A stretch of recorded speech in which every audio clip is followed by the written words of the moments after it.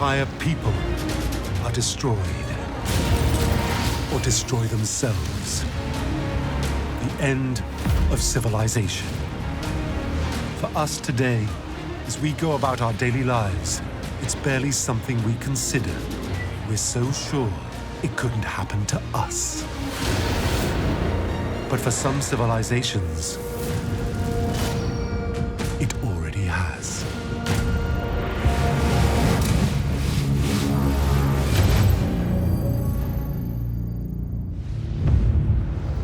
Empire. As a form of government, it has shaped our lives for millennia. The Roman Empire, the Mongol Empire, the British Empire.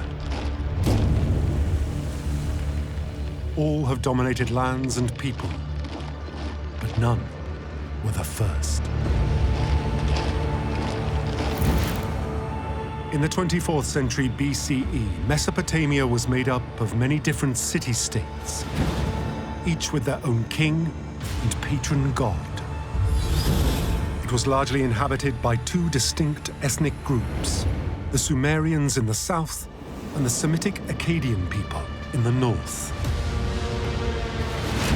In 2334 BCE, the Akkadians conquered the Sumerian lands, uniting the city-state kingdoms here to create an entirely new form of political organization: empire.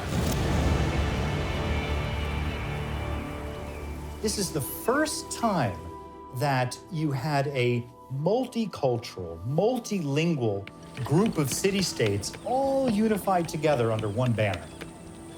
This represents a tectonic shift in government. This is a new state of political organization that we've never seen before. The Akkadian Empire was the world's first empire and ruled from the Persian Gulf in the east to the Mediterranean Sea in the west, all the way north into modern-day Turkey.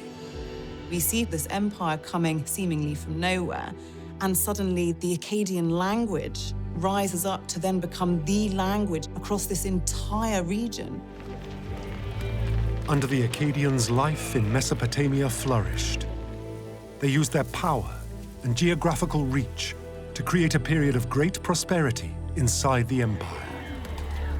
Their trade routes spanned vast distances outside of the empires. They were actually trading with people in India, with people in the Mediterranean.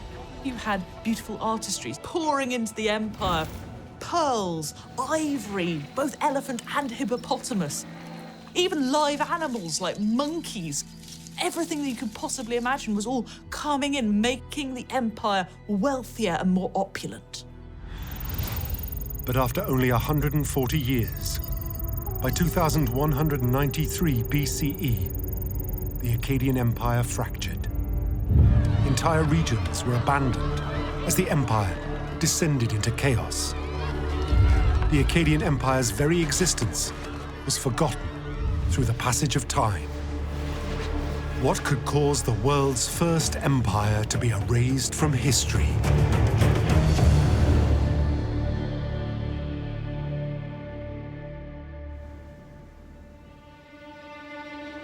The Akkadian Empire wouldn't resurface until a British archaeologist made an unrelated discovery.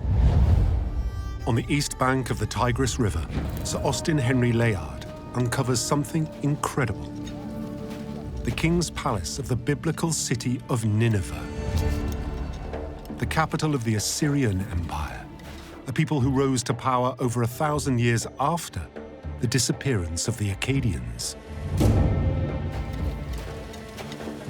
Layard excavates for years, but it's in the last days of the dig that he makes his greatest discovery. Layard's workers had uncovered a chamber containing 30,000 pieces of clay tablets, all marked with cuneiform script, the ancient writing system of the Assyrians. What Layard had stumbled across were the remains of the greatest library ever known in the ancient world, the library of Ashurbanipal, the king of the Assyrians. What secrets might these tablets hold? For the 19th century archaeologists, these cuneiform texts could hold an untold wealth of information about the history of ancient Mesopotamia. The problem is, no one can read them. They're written in an indecipherable form of cuneiform script. To have any hope of unlocking the secrets of the ancient Middle East, they need to crack the cuneiform code.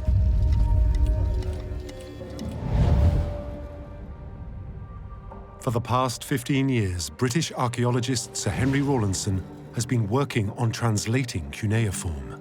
Cuneiform isn't actually a language, it's a writing system. A bit like in modern times, the Latin alphabet can be used to write English, French, Spanish, and German.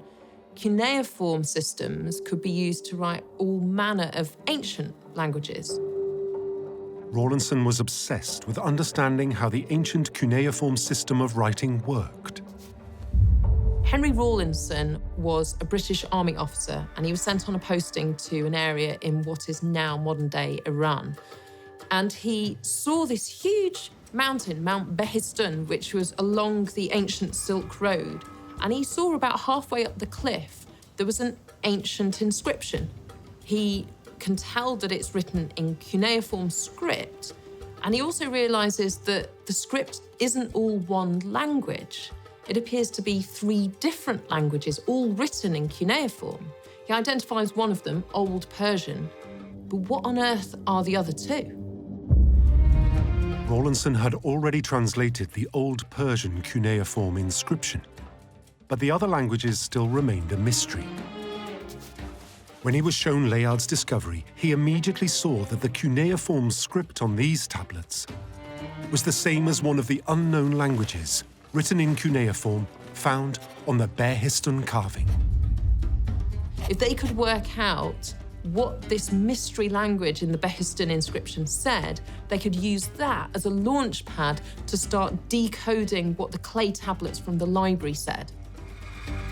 Understanding this language could be key to unlocking the secrets of ancient Mesopotamia. He returned to the Behistun inscription. It was assumed that the 3 languages, all inscribed using the cuneiform writing system, said the same thing. Was the answer hidden here? Rawlinson already understood the Old Persian inscription, and if he could use that by decoding the repetitive symbols and working out what some of the words might mean, he might be able to decode the other 2 mystery languages. If Rawlinson could find similarities between Old Persian cuneiform and the unknown cuneiform language, he could build an alphabet for deciphering the Library of Nineveh. Old Persian uses about 43 different symbols, and he realized that each of them corresponded to a letter or a number. However, the other 2 languages appeared to have many, many more symbols. But this gives Rawlinson a clue. There are too many cuneiform symbols for each one to represent an individual letter. Instead, the language must be syllabic, where each symbol represents a syllable.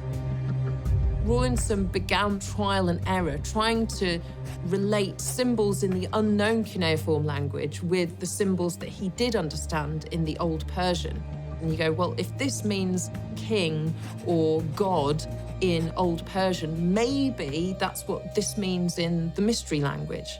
Does that work? And you try it out. It takes almost 10 years, but Rawlinson cracks the code. He can finally read the tablets from the Library of Nineveh. And what riches it held. There were texts on medicine, there were texts on astrology, and there was a huge section on history. It was extraordinary. The scribes had not just written a history of their own people, the Assyrians, they'd written about the people who'd come before them. There was an empire that we never knew had existed, that had been declared the greatest of all time. Here, Rawlinson found references to the world's first empire, an empire that ruled over all of Mesopotamia. Rawlinson christens them the Akkadians. The archaeologists were dumbfounded. Who were these people? How come we'd never heard of them? How could a whole civilization be destroyed in such a way that they would be entirely lost to the sands of time?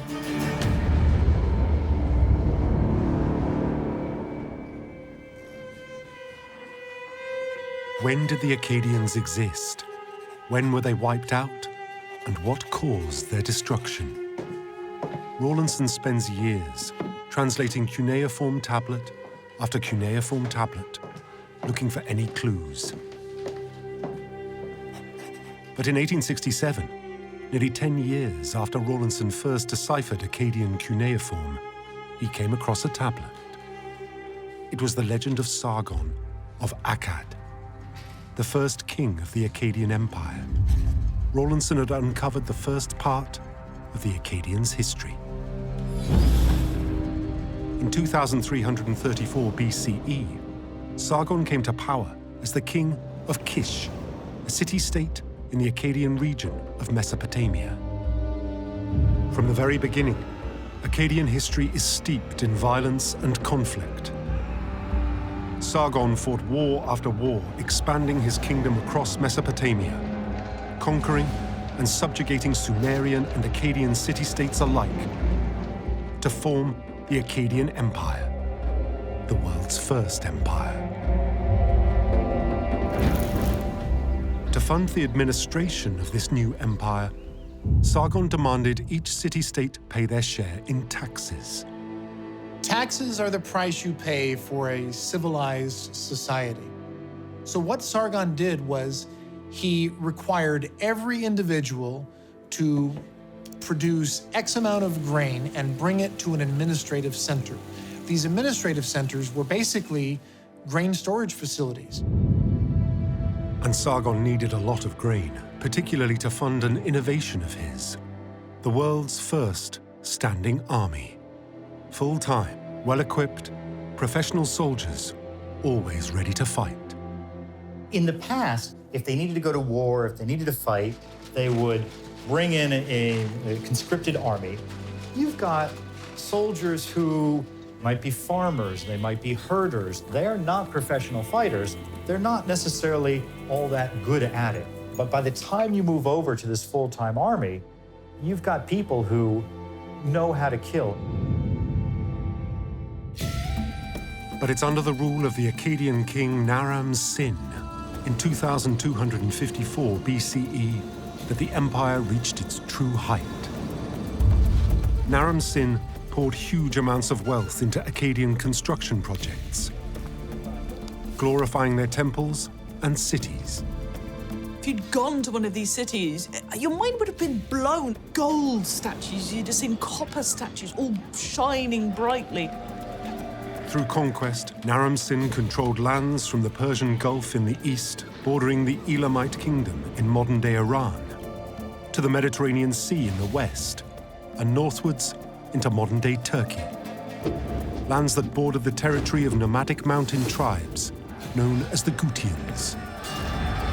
Naram Sin crowned himself the king of the Four Quarters. He ruled all the land known to the Akkadians.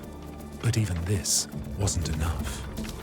Naram Sin makes himself a god. I mean, talk about the ego of the man. There are engravings of him where he's wearing this horned helmet that only the gods wear, and he's about twice the size of his soldiers. He's so important, he is a living god. The Akkadian Empire achieved something truly astonishing. So why had archaeologists never heard about them until now? What could have caused the world's first empire to disappear?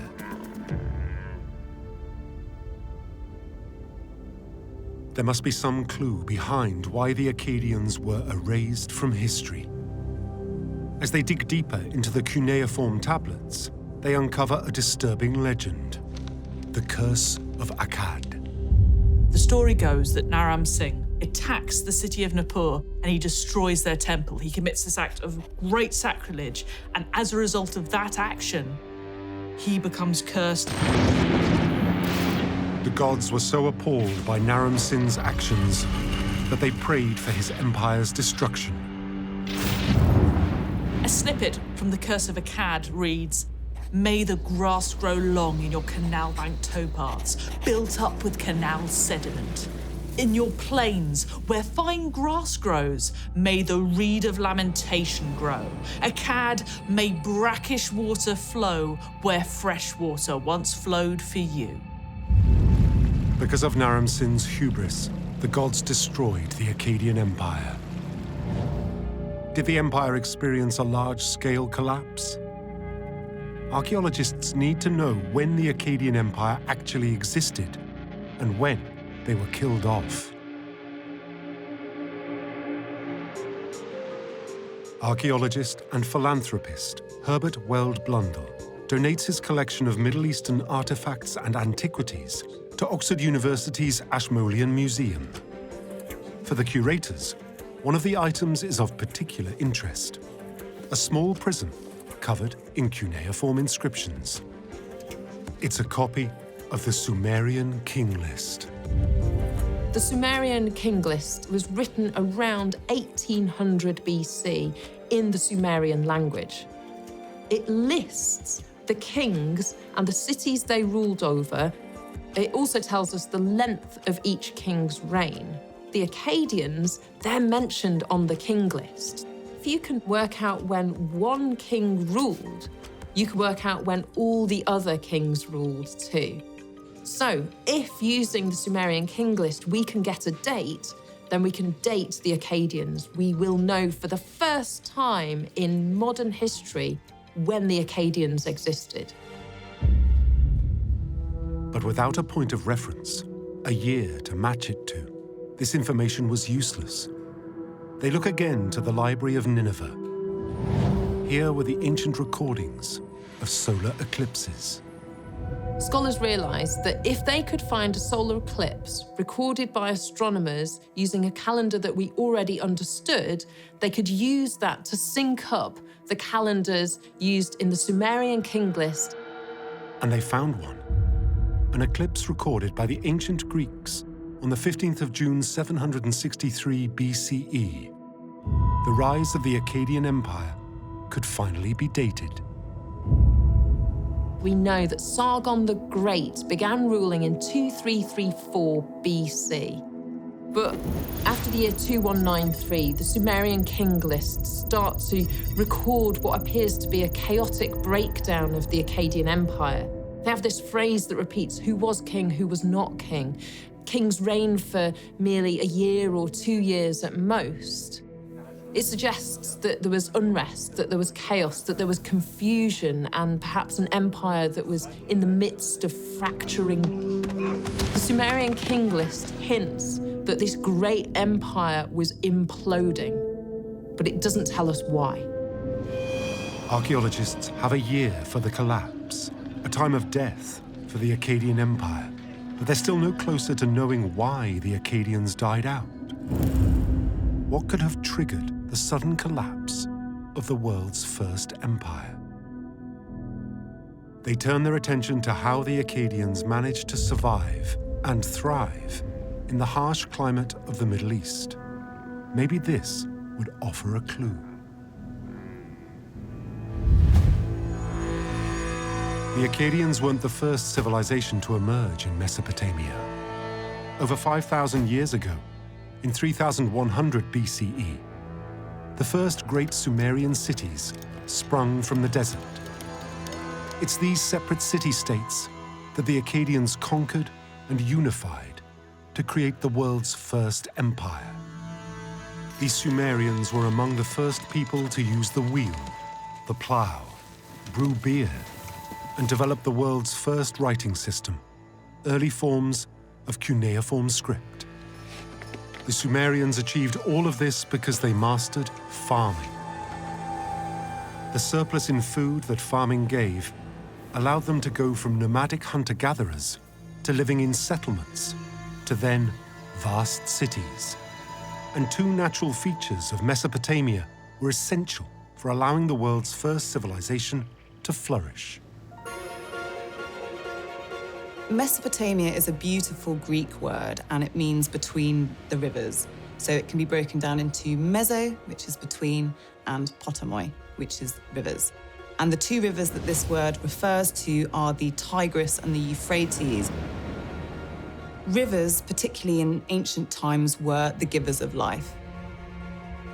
At the time of the Akkadian Empire, the climate of Mesopotamia was similar to today's. Vast desert plains with pockets of fertile land, straddling the banks of these two rivers. In a land where rainfall was scarce, the Sumerians found a way to use these rivers to turn a desert into an agricultural powerhouse by building vast irrigation canals. When the Akkadians captured and took control of the Sumerian lands, they knew just how important this irrigation network was for their survival, but also for their plans of expansion. They installed a complex bureaucratic system to manage the flow of water. The entire system of ancient Mesopotamia, of Akkadia, rested on the health of these irrigation canals. To be able to produce as much wheat as they did using irrigation, they had to constantly maintain this really complex network of irrigation canals. One of the greatest contributions that the Akkadians have given us is bureaucracy, is administration. To maintain these irrigation canals, you had to have a strong centralized government looking over the administration of these. The problem with the Akkadians is that as they get bigger, they all seem to become victims of their own success. As the empire is expanding, there's constantly need for more food. There's constantly more mouths to feed. With more and more pressure placed on Akkadian farming, how did they manage to feed an entire empire? Archaeologists turn to their records. Here they find evidence of Akkadian expansion into the Habor Plains in what is now northeastern Syria. As you move into northern Mesopotamia, the landscape actually changes fairly radically from arid desert to plains. What we see is, unlike the south, where there was irrigation, we find that here farming is actually primarily rain-fed. Rain-fed agriculture relies solely on rainfall to water crops. It isn't as efficient as irrigation farming, but on the Habor Plains, the Akkadians found a way to feed their empire. Grain production here became crucial for feeding their standing army. And Akkadian history is steeped in conflict. The north would be an ideal target for an enemy of theirs, and they had many. Archaeologists look to the north for any evidence of the Akkadian Empire's collapse. Renowned British archaeologist Max Mallowan excavates at the ruins of Tel Brak. It's a huge 7,000-year-old settlement on the dry farming Habor Plains. Surely, such a large site must hold Akkadian remains.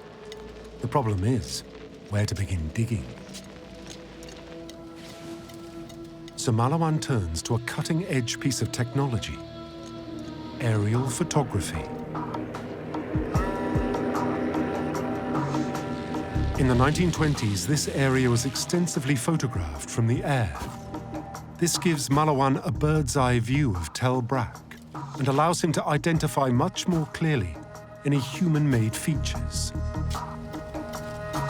When Mallowan broke ground, the aerial surveys paid dividends. What he finds is walls, and not just walls to anything. He realises very soon that this is a palace with a grain store attached, and it's also a fortress. But this isn't all Mallowan finds. On the bricks is the stamp of the king Naram-Sin. So this means that this was built at the height of the empire, but this palace, this great grain store, this fortress is unfinished. They've stopped building it halfway through. What could make the Akkadians abandon the construction of a fort at such a strategically important site? Archaeologists need to know if this area is linked to the collapse. In the decades since, more and more Akkadian sites are uncovered across the Habor Plains. Archaeologists are shocked by what they find. Site after site was abandoned by the Akkadians. At Tel Leilan, archaeologists have uncovered unused clay balls for pressing cuneiform tablets, left in situ on the floor of the Akkadian administrative building. Why would people leave useful artifacts? In addition, what's visible at the site is the foundations of a new building, but it hasn't been completed. Archaeologists even find unused bricks sat next to the unfinished building. It's evidence the site was rapidly abandoned. Why would the Akkadians abandon such an important region? Was this evidence they were under attack? If you're going to conquer an ancient empire, you have to first take out their ability to feed themselves. In a vast empire, one of the things that you can do is start taking out their grain production cities. Could this explain how the Akkadians disappeared from history? Were they wiped out? Archaeologists need to work out if there is any evidence of war. Marie-Agnès Coty is a geologist and a specialist in soil analysis. In 1990, she was brought in to examine sites across the Harbor Plains. Je voyais bien quelque chose de noir qui ressemble à du noir de fumée sur des surfaces que je pouvais suivre à la fouille. Coty had found evidence of large-scale burning. Was Tel Brak destroyed by conflict? It would explain the discarded clay balls and unfinished construction project. If the fortress was under attack, the inhabitants may have been forced to flee and the site abandoned. Luckily, the cuneiform records provide a lot of evidence for the Akkadians at war. Not everybody wants to be a part of the Akkadian Empire. There are constant rebellions. There's constant unrest that has to be dealt with. And in the east were the Gutians, nomadic mountain warriors continuously attacking the edges of the empire. But the Akkadians were very good at fighting.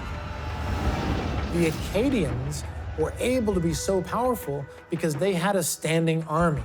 The other thing that the Akkadians were able to do was to make incredible use of the bow and arrow. You didn't have to touch your opponent. And by the time you actually engage them hand-to-hand in combat, you've already won the war. The Akkadians could hold their own, and closer analysis of the burned soil layer reveals something unusual. Il n'y avait pas de traces de feu. Donc vous trouvez un dépôt noir qui a toutes les caractéristiques de dépôt de fumée, mais qui en théorie, ou en théorie dans les situations, je dirais, normales, est associé quelque part à des structures de combustion, et là, il n'y en avait pas. J'ai donc identifié dans ce niveau noir la présence de composés indiquant une vaporisation à très haute température, non seulement à très haute température, mais extrêmement rapide, que l'on appelle un phénomène de flash thermique. On ne sait les faire que expérimentalement en laboratoire. Donc là, il y a 4000 ans, de toute évidence, l'homme n'était pas capable de faire ça. The burn layer couldn't have been caused by invaders, and a closer analysis of the soil reveals something else unusual to Coty. Tel Brak was hit from above, pummeled with debris coming straight down. C'est donc une chute de débris que j'appelle exotique. Ça ne pouvait venir que par la haute altitude. Coty needed to know what could cause this kind of destruction during the 3rd millennium BCE. Was it linked to the collapse of the Akkadian Empire? She expanded her analysis to other Akkadian sites on the Harbor Plains. Was the same pattern of destruction found across the region? It might help explain the collapse of the Akkadian Empire. In 1991, Coty looked 50 kilometers northeast of Tel Brak to Tel Leilan. Here, she made a startling discovery. The same flash thermal phenomenon, burn layer. And above this, something else unusual, dust, lots of it. La couche de poussière de Tel Leilan, il pouvait avoir quelques dizaines de centimètres d'épaisseur, voire plus, en fonction des contextes, en fonction de combien en fait, avait été, combien de matériaux s'étaient accumulés dans des bas-fonds, dans des petites dépressions. Là, ça pouvait être jusqu'à 1 mètre d'épaisseur. Analysis showed a thin layer of coarse debris and then a large layer of fine dust. For Corti, it indicates the surface was hit with coarse debris, the impact through the local soil into the air to then settle as a layer of dust. Something pushed this coarse debris down onto Tel Leilan with an incredible force. But these aren't the only unexplained clues Corti found. Buried amongst the debris at each site were small pieces of plastic. On nous dit que l'Anthropocène est défini, la période actuelle est définie par l'arrivée des microplastiques et des microplastiques. Je croyais, comme tout le monde, que c'était de la contamination parce que d'autres collègues en avaient trouvé. Pour moi, c'était du matériel industriel. Je ne comprenais pas ce qu'ils faisaient dans ces surfaces archéologiques, il n'y avait pas de raison que je m'y intéresse. Corti began to look outside the Harbour Plains to see if there were any other archaeological sites that showed similar signatures. 300 kilometers from Tel Leilan is the palace ruin of Tel Amarna. Here, archaeologists have uncovered something incredible. J'ai pu constater le palais de l'Empire d'Akkad effondré intact. La structure qui a été totalement déstabilisée, qui est tombée intacte, on restait sans voix devant cet enregistrement. Decades of analysis indicate to Corti that the destruction was caused by a shockwave. The evidence points to a great explosive force that devastated sites across northern Mesopotamia. But Corti has no idea what it is. Could it explain why these Akkadian sites were abandoned? Je pense que quand on fait une découverte de ce type-là, on ne sait pas que ça va changer le cours de votre vie, mais on ne peut pas lâcher prise. C'est un petit peu, je ferai la comparaison, c'est un peu comme si un détective est sur les traces d'un tueur en série, d'un serial killer, il ne va pas lâcher prise. In Perpignan, France, at the French National Centre for Scientific Research, Corti and a team of physicists analysed the destruction pattern. Because the debris impacted the sites from above, they looked to the sky for natural phenomena. But what could deliver such a rapid blast of high-intensity heat? Corti gets a clue. An accident report from emergency services who have been investigating the death of someone struck by lightning. Incredibly, at the accident scene, the emergency workers uncovered a familiar material. The same plastic polymers Corti found across the Harbour Plains. Et là, je dis, oulala, mais ça, c'est pas de la contamination, ça va pas du tout, parce qu'il a absolument pas les caractéristiques d'un plastique industriel. Industrial plastic is formed by combining and processing the byproducts of crude oil. It has a unique molecular structure. But the plastic polymers recorded at the accident scene are different. Nous avons pu procéder en fait à une identification sur les effets de la victime, des traces de foudre, et constater qu'effectivement, il y avait eu transformation de la peau, transformation des effets en polymères. Nous avions affaire à des phénomènes plasma. Donc les phénomènes de foudre déclenchent des plasmas électriques qui transforment en fait les aérosols en nanoparticules. Et pourquoi ces nanoparticules sont si importantes? Et c'est ces mêmes oxydes de titane en nanofeuillets que j'avais identifiés dans la matrice polymère des plastiques de Tel Leilan. Je pourrais vous faire une liste de tous les sites. The plastic polymers found on the body of the person struck by lightning were the same as the ones Corti found in the Akkadian archaeological excavations. Her analysis has shown that the plastic she uncovered wasn't pollution after all, but a naturally occurring plastic polymer created by lightning. Corti has a hunch that lightning was responsible for the destruction of the Akkadian sites across the Harbour Plains. But how could such a large lightning storm actually form? After decades of analysis, Corti has developed a theory that she believes explains it. a dust bomb. It requires a massive injection of dust high into the atmosphere, likely from a volcanic eruption.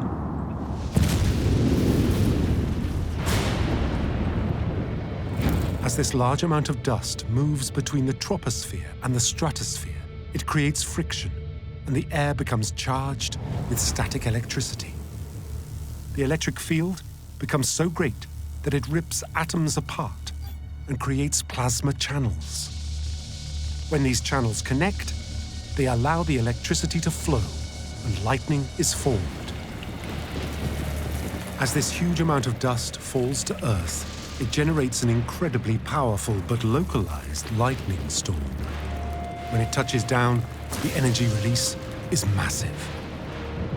Donc quand on a affaire à des phénomènes de foudre, on est à de l'hypervitesse, c'est de l'hypervélocité. On est à plusieurs Mach, on est à Mach 10, donc on est à des vitesses hypersoniques. Il y en a qui ont comparé ces manifestations aux effets des bombes atomiques. On est sur une déflagration hyper ponctuelle. La puissance de l'énergie est concentrée dans ce canal de foudre et avec une concentration extrêmement importante. C'est l'Armar qui a été totalement déstabilisé, qui est tombé intact. Et en fait, ça se fait en quelques microsecondes. Donc ça a dû être quelque chose de remarquable. The heightened dust needed for the phenomenon to occur could explain the thick dust layer found at Tel-Leilan. Corty's analysis shows it was deposited over only a number of days. It would also explain the soot layer found across the region, intense heat caused by lightning.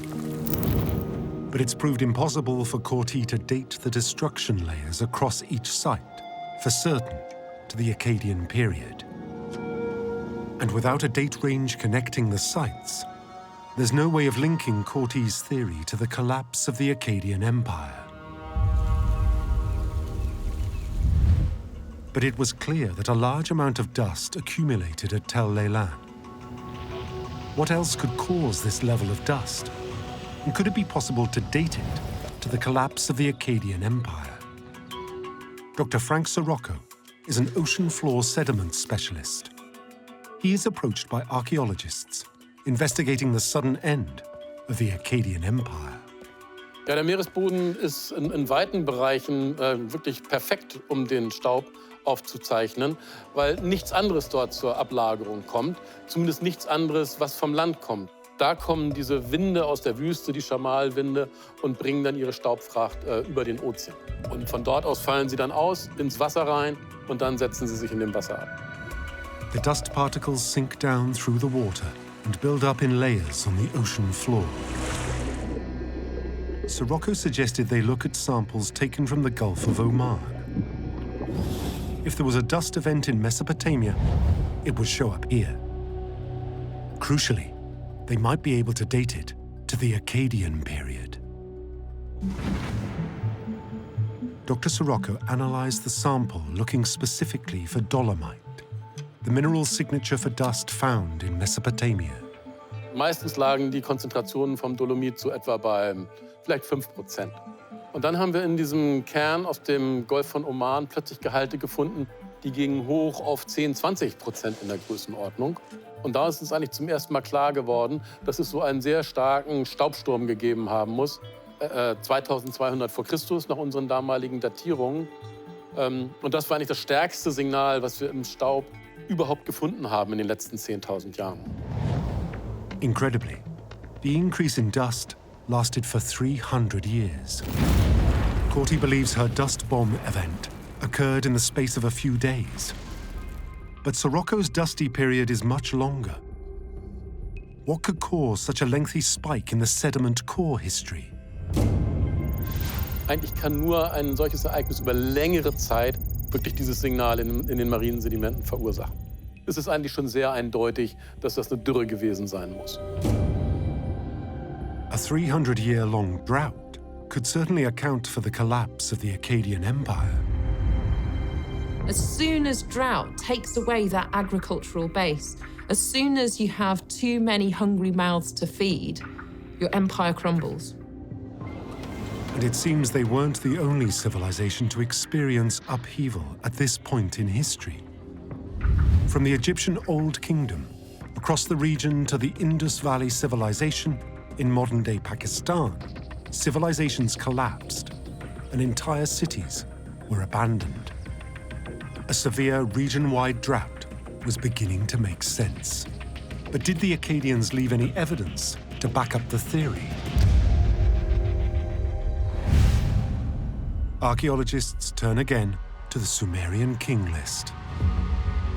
After the year 2193, the Sumerian king list holds this very ominous phrase, who was king, who was not king, which suggests a huge depth of confusion, perhaps chaos. Rulers were on the throne for just a short period of time. The dust spike in the sediment samples taken from the Gulf of Oman show a spike around 2200 BC, which tallies perfectly with this chaotic breakdown described by the Sumerian kings list. Drought is looking more and more likely the cause for the collapse of the Akkadian Empire. But there's an issue with Dr. Sirocco's Oman results. These ocean core samples can't be analysed at a high enough resolution for dating to be done exactly. There's an inbuilt error range of 300 years. The drought could miss the rise and fall of the Akkadian Empire entirely.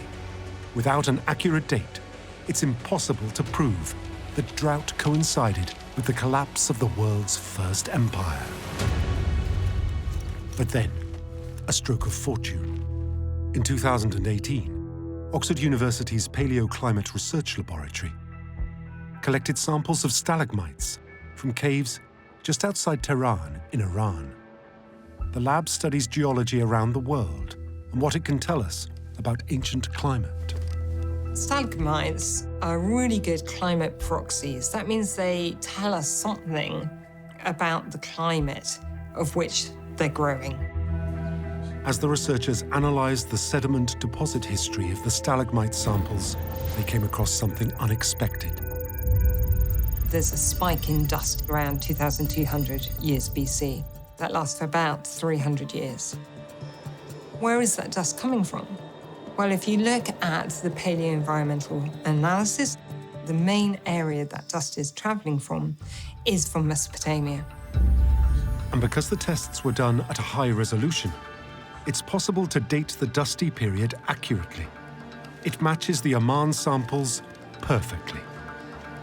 What this is showing is likely drought in that region. But what caused this drought in the first place? A phenomenon being studied as a strong cause for drought across the world is El Niño. Could it be responsible for a drought occurring at 2200 BCE? El Niño occurs when tropical water in the eastern Pacific Ocean becomes unusually warm. The effects of El Niño are unpredictable, but often cause drought around the globe. Dr. Frank Sirocco has a hunch El Niño is responsible for the drought at 2200 BCE. But how can you work out when El Niño occurred throughout history? Sirocco turns to what we know now.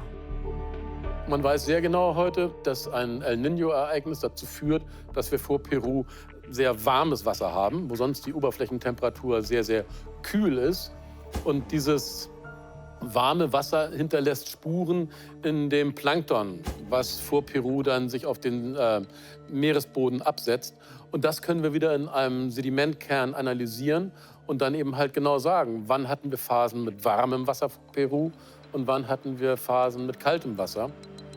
When they date the sample, incredibly, they see a spike in sediment from 2500 to 2000 BCE. For Sirocco, it indicates an intensification of El Niño activity around the period the drought hit Mesopotamia. Man kann sicherlich keinen direkten Beweis führen, dass Veränderungen im El Niño 2200 vor Christus hundertprozentig die mesopotamische Dürre verursacht haben. Das Einzige, was wir wirklich sehen können aus Sedimentkernen, die wir vor Peru gewonnen haben, dass genau in dieser Zeit, so zwischen 2500 und 2000, das El Niño-System ganz grundlegende Veränderungen erfahren hat. Und von daher ist es einfach aufgrund des Verständnisses des globalen Klimasystems wahrscheinlich, dass es diesen Zusammenhang gibt. For Sirocco, El Niño is the most likely cause for drought striking the Akkadian Empire. But was there any on-the-ground archaeological evidence linking the drought to their collapse? Archaeologists look again to the soil layers at Tel Leilan. If there was drought, then surely there would be evidence. Here, they make a startling discovery. Usually what you find in the soil at archaeological sites are the patterns of marks of activity of earthworms.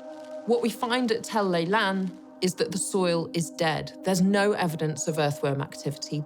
The soil at Tel Leilan has become dust.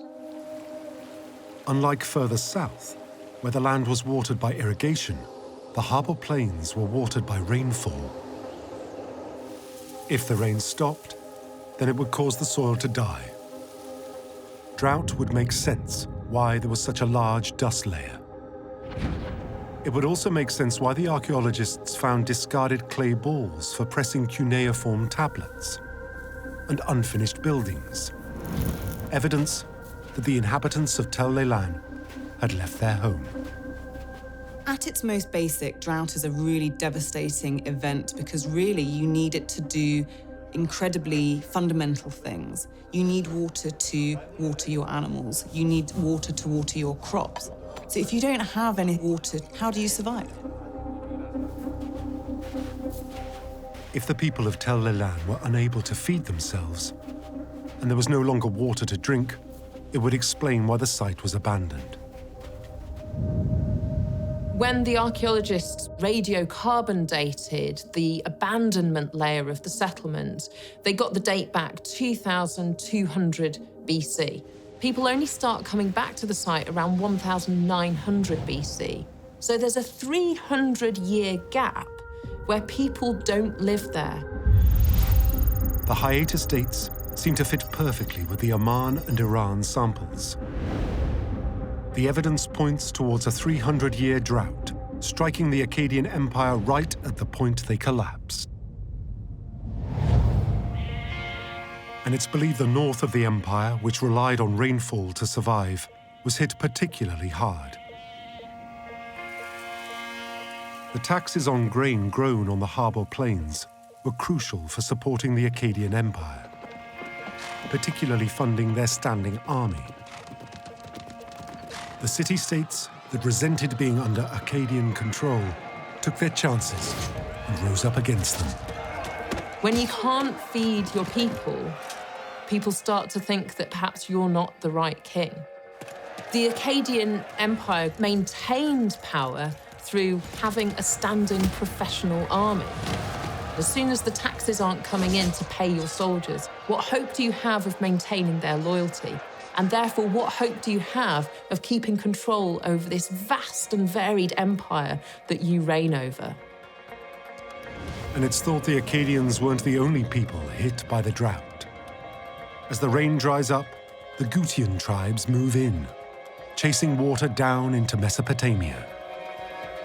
Over time, as the Akkadian Empire becomes more and more difficult to maintain, the Gutians become more and more of a threat, until eventually the whole thing is weakened from the inside, and the Gutians come swarming out of the mountains and take over the Akkadian Empire.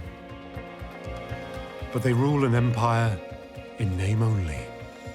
With the Akkadian Empire severely weakened, it soon broke up into city-states, like Mesopotamia had been just 140 years before. The world's first empire, the Akkadian Empire, was gone. The Bronze Age.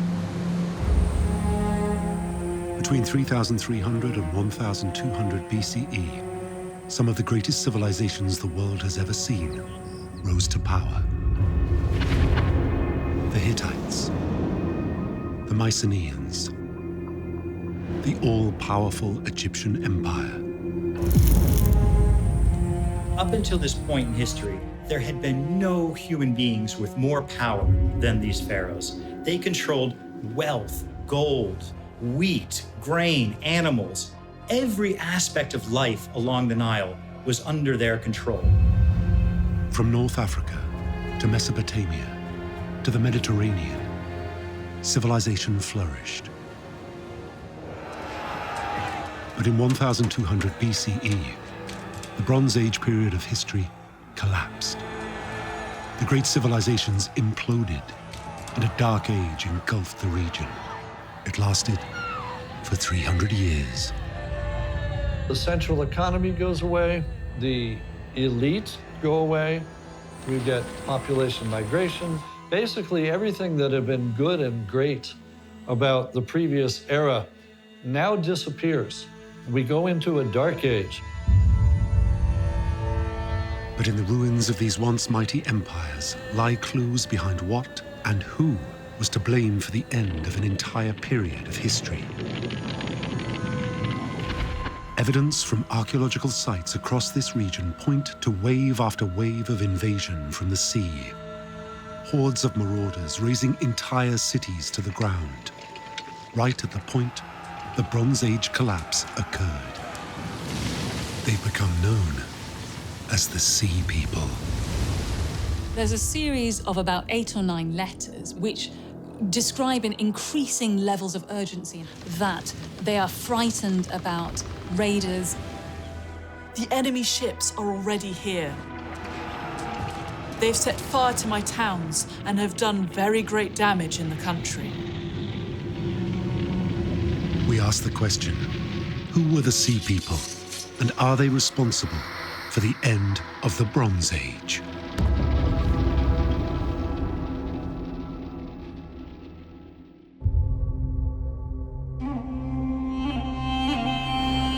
In Syria's agricultural heartland, a farmer uncovers something incredible: the entrance to a tomb. No one could know it now, but this tomb will lead to the discovery of a previously unknown civilization and provide a crucial clue for investigating the collapse of the Bronze Age. The farmer reports it to the authorities. At the time, Syria was governed by France. They turned to experts at the Louvre in Paris. Archaeologist Claude Schaeffer is tasked to investigate. Schaeffer was a French archaeologist. He's the curator of the Prehistoric and Gallo-Roman Museum at Strasbourg, and he's already written extensively about Bronze Age burial mounds. He's the obvious man for the job. Schaeffer and his team arrive in Minet el-Baida, a port on the northwest coast of Syria, very close to where the tomb was uncovered. They waste no time. Under Schaeffer's supervision, the team begins excavating the tomb. Within days, it becomes clear they haven't just discovered a lone burial site, they've discovered a whole ancient cemetery. And it dates to the end of the Bronze Age. The discovery of a cemetery makes it highly likely to Schaeffer that a significant ancient city is also close by. It's promising news. Who knows what riches it might hold? Could it shed light on the cause of the late Bronze Age collapse? As Schaeffer examines the surrounding area, it becomes clear to him the most likely location for a city is a mound, just a few hundred meters east towards the coast. When Schaeffer's team break ground, they aren't disappointed. Slowly, they reveal the ruins of a great city and port.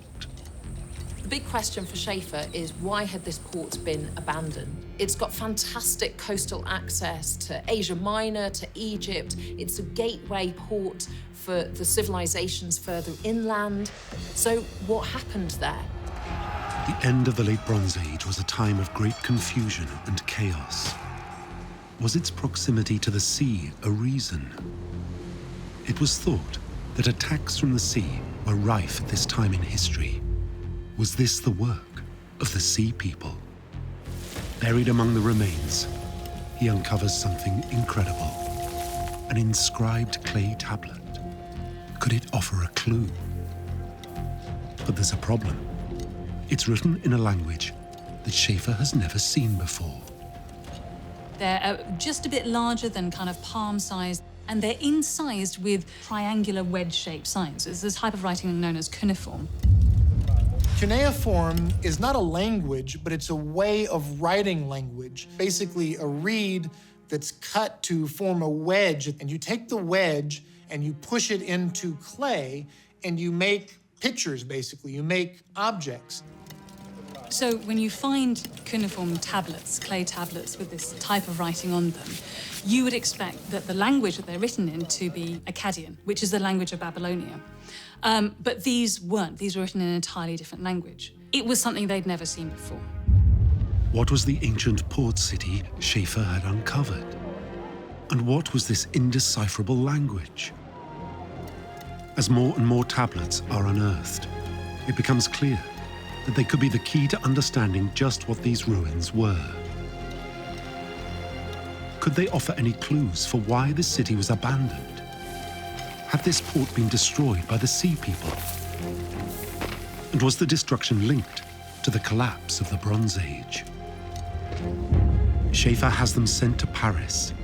Perhaps here, their true meaning can be realized. In Paris, some of France's finest ancient language experts look over the cuneiform tablets. This script is unlike anything they've seen before. At the time in the late Bronze Age, the lingua franca was Akkadian, and Akkadian is written in a syllabic system. When we say it's a syllabic system, it means that there is a different sign for every syllable. And in order to render a language fully in this, you need about 200 or 300 signs. But as they examine these tablets, they discover something shocking. This new language is alphabetic. It's a much more sophisticated writing style than any cuneiform script they've seen before.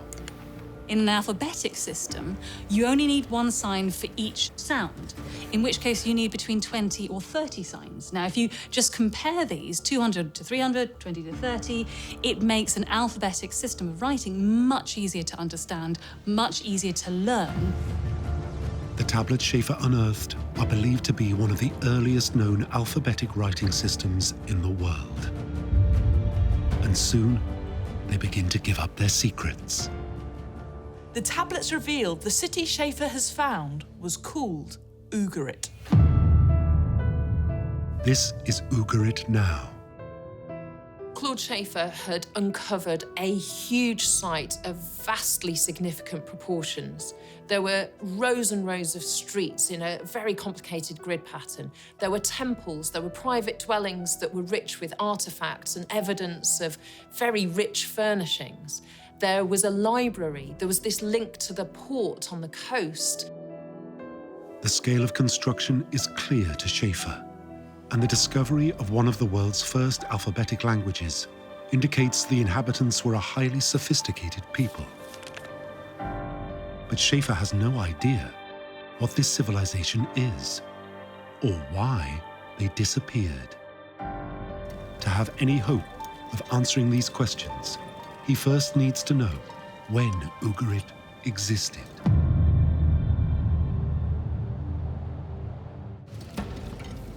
As excavations continue, Schaefer's team begin to uncover more and more tablets. From these, it's possible to date the existence of Ugarit. It rose to power as a wealthy city on the northeastern coast of the Mediterranean around 1450 BCE. The tablets also provide a lot of information about how Ugarit became so rich. The position of Ugarit in the late Bronze Age was something similar to Rotterdam or Hamburg at the end of a trade route involving big rivers. In Ugarit's case, it was at the shortest distance from the Euphrates River to the Mediterranean Sea. It would have brought in goods from as far away as Afghanistan to the east, things like lapis lazuli, ebony and gold from Sudan in the south, amber, which was brought down from the Baltic states to the north. These tablets offer archaeologists a wealth of information on the lives of Ugarit's inhabitants, particularly its wealthy merchants. One of these was Rapanu. He lived in a very big house, and in this house, about 450 tablets were found. And these clay tablets really help us understand how these merchants ran their business. One of the things that Rapanu did was to supply pack animals, and he also dealt in the long-distance trade of metals and other goods. A letter in the Rapanu archive shows how merchants dealt with each other when things went wrong. A merchant in Syria had cast some copper ingots for Rapanu, but these had not arrived. So he writes to Rapanu and says, "You send the donkeys and I'll send the copper," which is a very contemporaneous voice, really, for how one merchant would deal with another. And the other tablets mention trade in the material that the age is named after, bronze.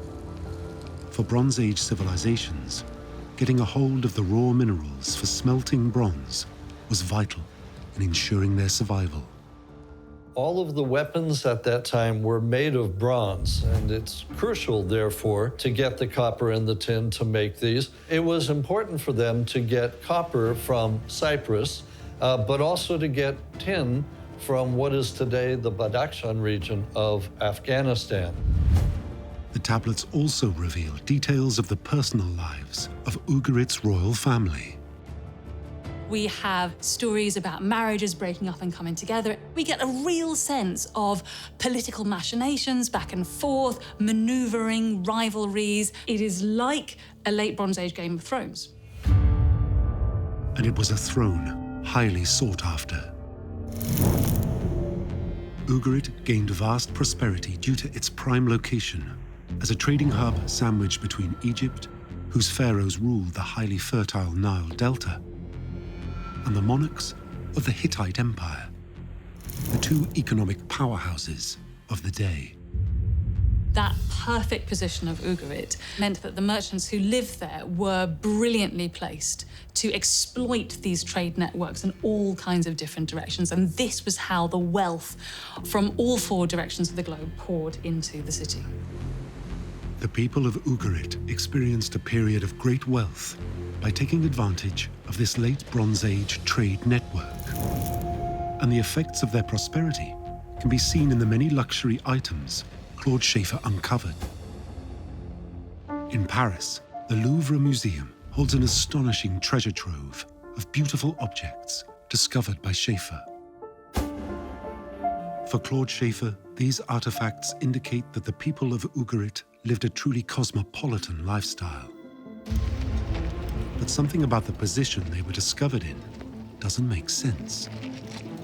These items were buried in the ground, like they had been purposefully left behind.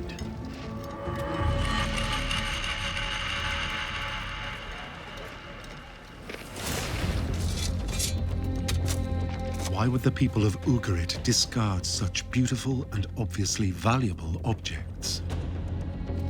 As the archaeologists expand the excavation, they uncover evidence that may give them an answer. Collapsed ceilings and terraces in the city's residential quarters. Crucially, among the broken buildings, they discover a distinct ash layer. Ugarit experienced wide-scale burning. At Ugarit, because we find so many valuable objects in the ground, it means that there was an imminent threat that they had to leave quickly.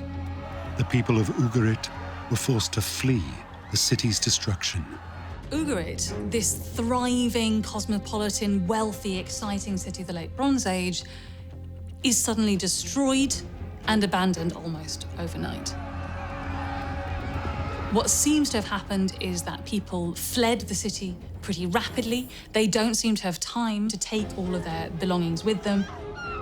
We found in a number of different parts of the city these buried caches of treasures where people deposited or hid their goods, and they took what they could with them and fled. Where did the inhabitants of Ugarit go after they fled the city? And we don't have an answer to that. There are no tablets from any other cities that say, the refugees from Ugarit have arrived. This is one of the many mysteries that accompanies this whole period. It seems that the inhabitants of Ugarit vanish at this point in history. And the discovery of the destruction layers, along with the buried caches of luxury items, indicate that whatever brought about the end of the city was sudden. But what could have caused it? Archaeologists scour the cuneiform tablets for any clues. They find one, not for the cause of the destruction, but rather when it happened. There is one tablet that mentions a solar eclipse, and that eclipse has been dated to the 21st of January in 1192 BC. That means the city cannot have been destroyed before that time. So most archaeologists put its destruction somewhere between 1190 and 1185 BC. Archaeologists have a date range for the destruction of Ugarit, and they soon realize something. Ugarit's disappearance at this particular point in history isn't unique. Between 1200 and 1150 BCE, the great civilizations of the Hittites, the Egyptians, and the Mycenaeans also began to crumble. It marks the end of the Bronze Age. What or who could have wreaked such destruction that an entire period of human history came to an end? Could Ugarit hold the answer?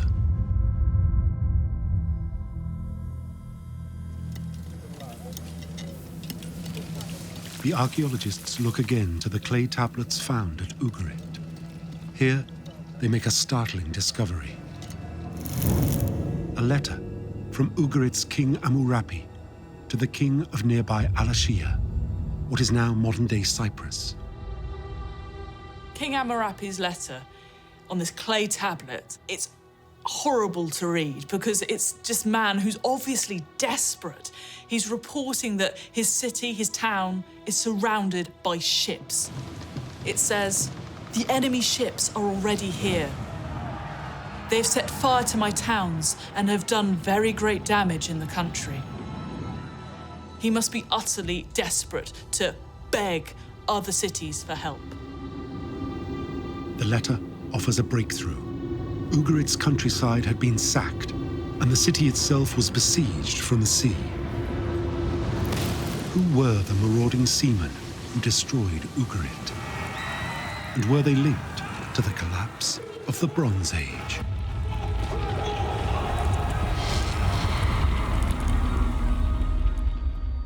Archaeologists turn to other civilizations in the eastern Mediterranean. Perhaps there was evidence of similar attacks on other empires. And of all the civilizations in this region, the Egyptian Empire was the Bronze Age superpower.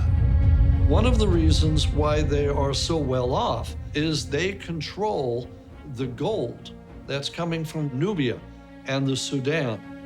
So Egypt becomes very rich, very powerful. The other aspect that contributed to the Egyptians' prosperity and power is the Nile. In this very arid land, if you could manage this constant source of water, then you could grow food. And if you could grow food, then you could have a standing army. And if you could have a standing army, then you could rule this entire region. To hold on to their power, the Egyptians needed their army. And the Egyptian pharaohs were very diligent at recording the details of their military exploits. Ramses III was the king of propaganda. The Temple of Medinet Habu is a monument to the exploits of Ramses III. It tells of the battles he won, of the people he defeated, of all of his successful military campaigns. And they're all depicted on these reliefs across the whole temple. The pharaohs in ancient Egypt were all powerful and were seen as living gods. But hieroglyphs commissioned by Ramesses III show that despite all their power and their supposed immortality, the Egyptian pharaohs were not above attack. As the hieroglyphs were translated, they offered archaeologists a breakthrough.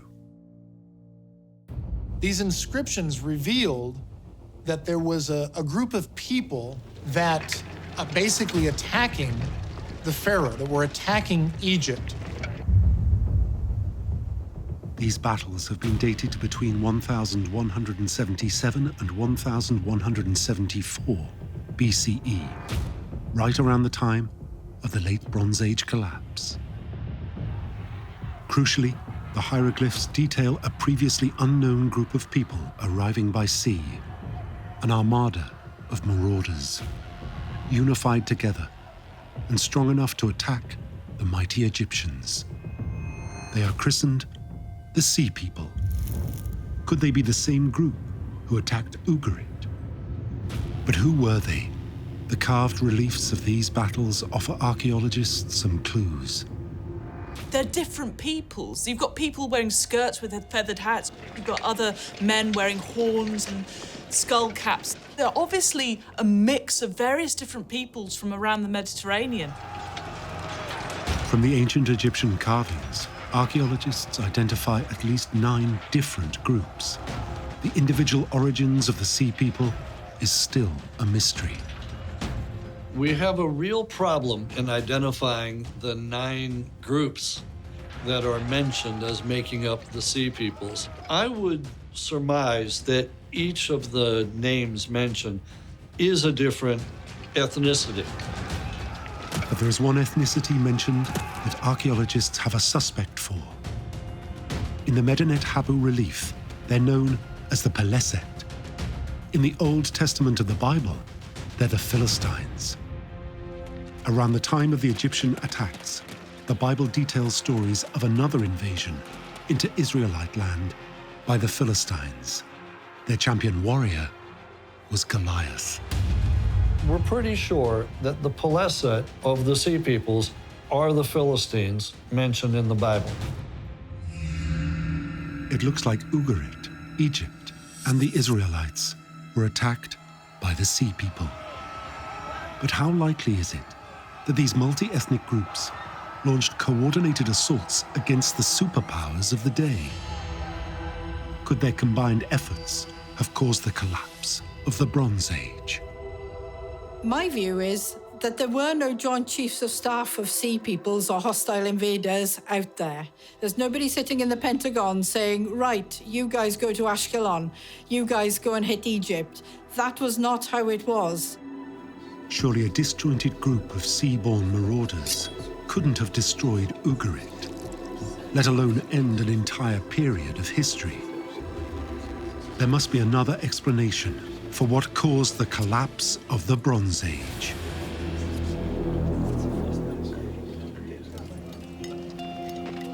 For Claude Schaefer, it's clear the Sea People didn't destroy Ugarit, but what could have? Searching for answers, Schaefer decides to seek help from one of the eminent archaeologists of the day.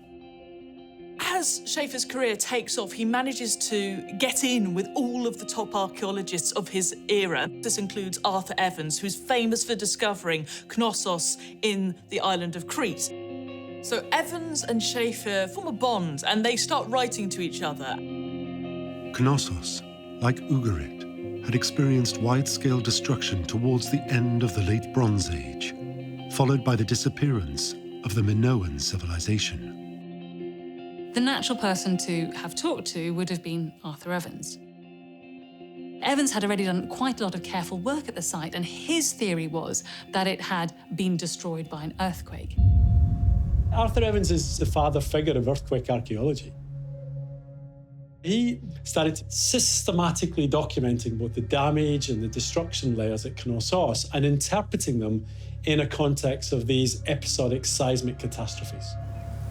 Evans really brought out the fact that seismic catastrophes could have widespread effect. The bigger the earthquake, the more regional destruction you should see. For Schaefer, it's a tantalizing thought. An earthquake would explain the destruction of Ugarit, collapsed buildings, followed by large-scale burning, a result of fires knocked over during the quake. And this region is riddled with earthquake fault lines. When Schaefer was excavating Ugarit, he found evidence for several earthquakes. It looks like there may have been a sequence or a storm of earthquakes that took place over a period of about 50 years, from about 1225 down to 1175 BC. The evidence Schaefer uncovered indicated that Ugarit had been destroyed by an earthquake, right at the point the Bronze Age collapsed. The revelation is profound, and it leads him to draw a much wider conclusion. He actually thought that the end of the Bronze Age had been caused by one huge catastrophic earthquake. Had Schaefer revealed the culprit for Ugarit's destruction? And did a series of earthquake storms wreak so much havoc that the entire Bronze Age collapsed? The theory has a problem. The reality is that when earthquakes strike a city, even if it completely destroys the city, the people rebuild. You know, that's where their homes are, that's where their families are, that's where their friends and families have died. That's where all the rubble is they can rebuild with. Where else did they go? It's a very rare occurrence that an earthquake would be conceived to destroy a whole civilization. So if Ugarit wasn't deserted after an earthquake, what caused its population to abandon the city? And was its destruction linked to the collapse of the late Bronze Age?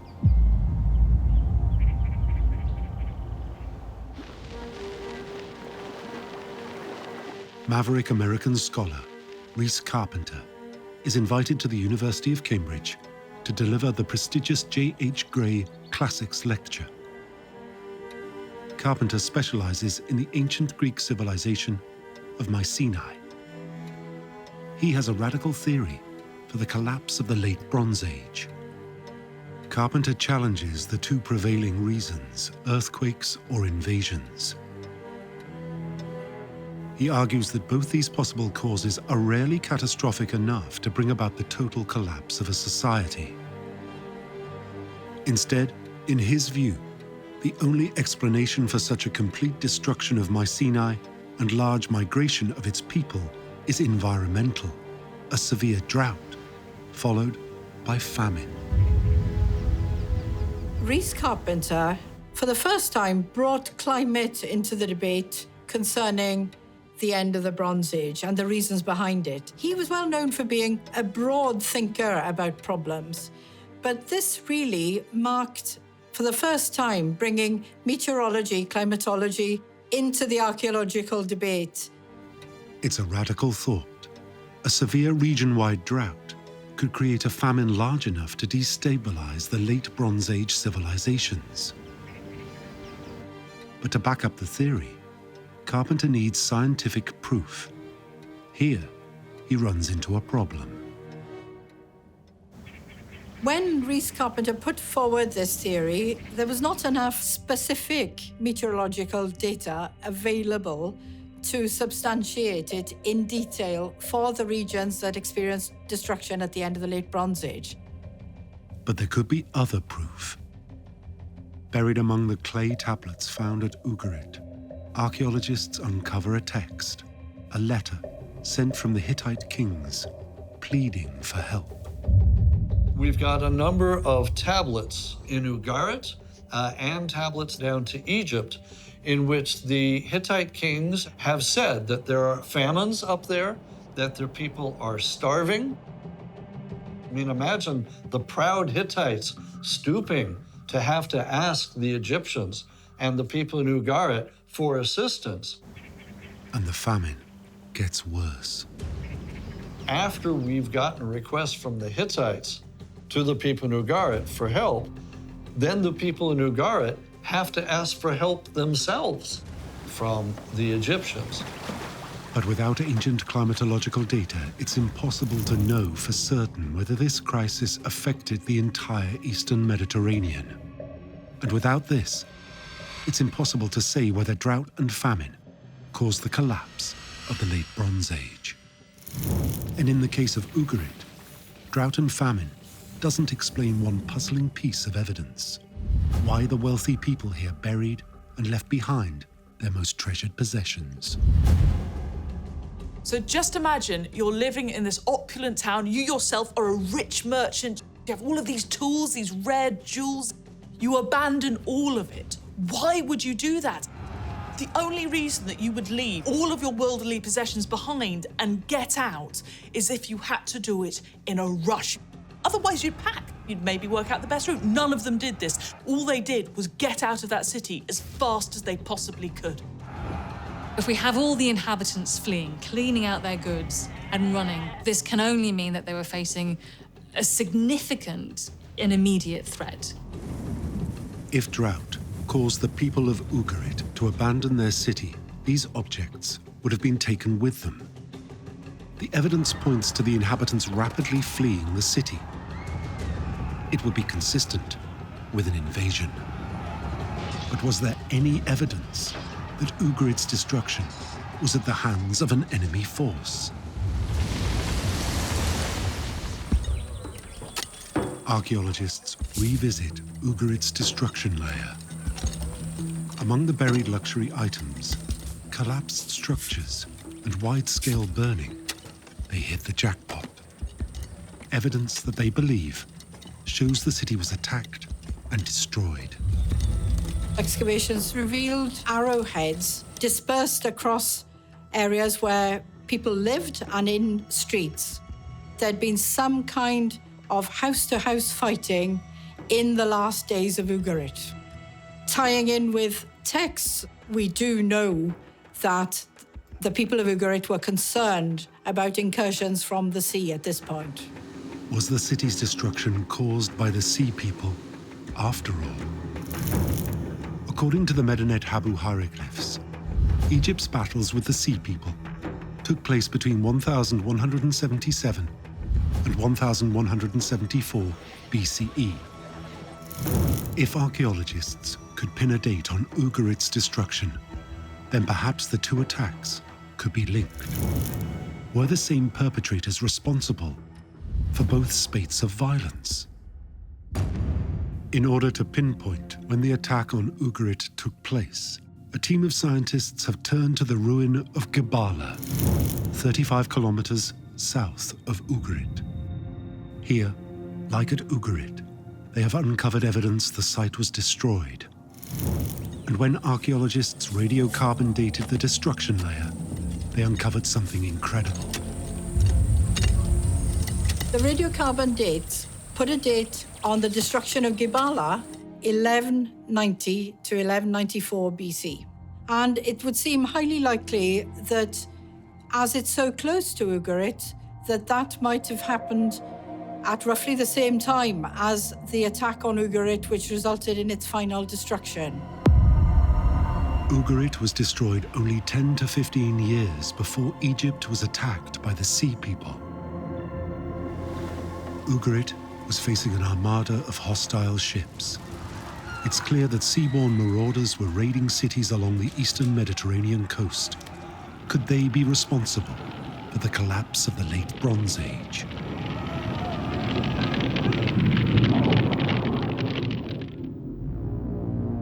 As archaeologists look to other Late Bronze Age civilizations, the possibility becomes much more likely. In the Mycenaean world, the archaeological evidence is strong at this period of time for the destruction of the palaces at Mycenae and Tiryns, for example. So buildings burnt, reasons behind that, not sure.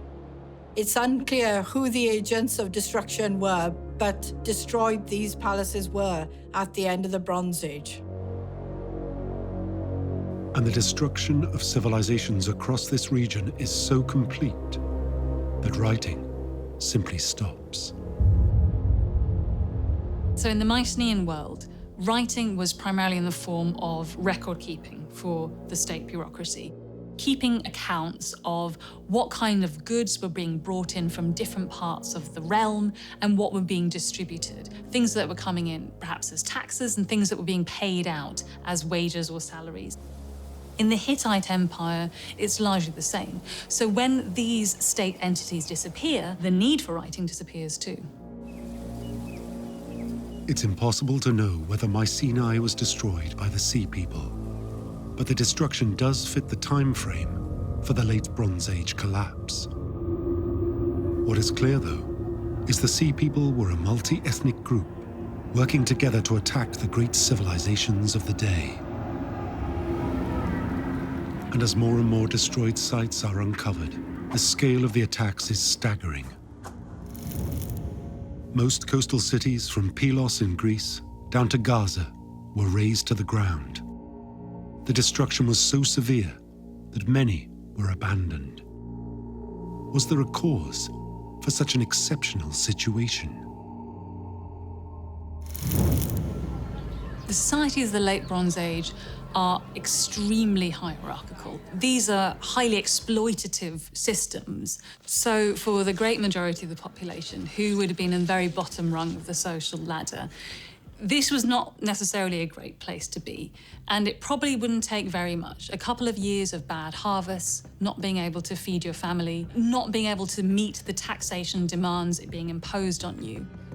Just something like that might be enough to push you into statelessness, to push you into wandering, raiding, that kind of extra-legal activity. Mobile groups moving around the landscape, behaving outside the law. Life in the Late Bronze Age Mediterranean could be volatile. Taking to the sea and raiding out of necessity could make sense as a motivation for the Sea People.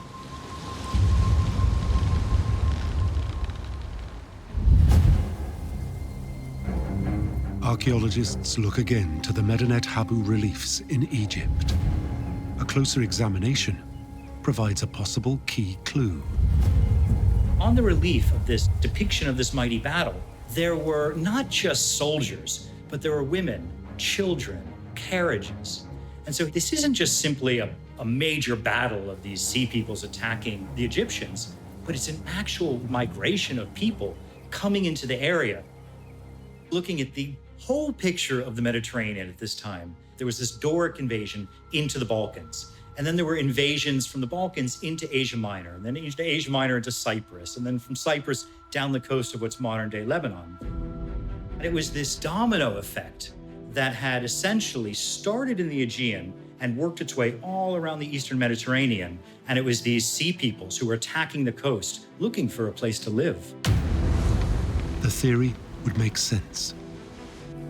It was looking like the collapse of the Bronze Age was brought about by a series of invasions, followed by a migration crisis. But was there any evidence to back up the theory?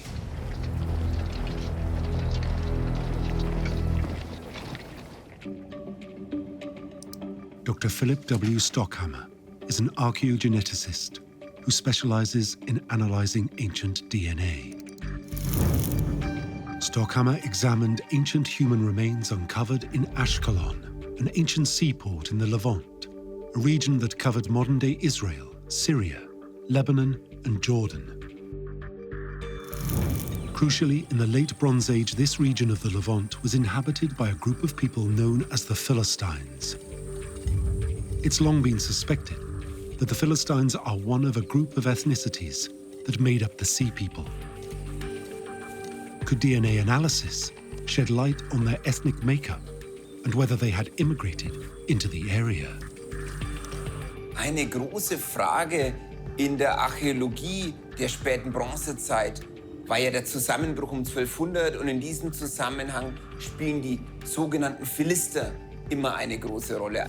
Und wir hatten nun die Möglichkeit, mit unseren genetischen Analysen Individuen aus Ashkelon, also einer dieser sogenannten Philisterstädte, zu analysieren. Wir haben also aus Ashkelon zunächst Individuen aus der späten Bronzezeit, also der Zeit vor 1200 vor Christus, analysiert und konnten sehen, dass die Bewohner aus Ashkelon genetisch genauso aussahen wie alle anderen Bewohner an der südlichen Levante.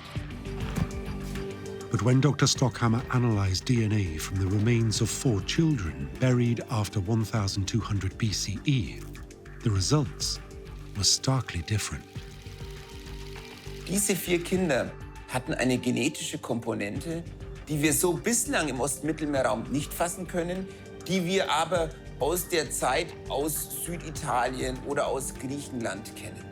Fassen wir hiermit vielleicht die Migration einer Bevölkerungsgruppe, die uns dann aus der Bibel später als Philister bekannt ist? Haben wir hier quasi jetzt endlich den genetischen Beleg für die Mobilität von Menschen an die südliche Levante? Ich glaube schon. Ärzte, Künstler, Händler, aber eben auch Söldner sind über viele hunderte, vielleicht sogar viele tausende Kilometer auf Schiffen oder in Karawanen unterwegs gewesen und man war eben eng miteinander vernetzt. Dr. Stockhammer believes he has found evidence that the Philistines, one of the only known ethnic groups that made up the Sea People, did migrate into the Levant. It backs up further written evidence from the Late Bronze Age, documenting a mass movement of people into the eastern Mediterranean. Crucially, this migration occurred around 1200 BCE. After this year, civilizations in this region began to collapse. But what could have driven the Sea People from their homes and forced them to attack Ugarit, the Hittite and the Egyptian empires? And were they the cause for the collapse of the Bronze Age?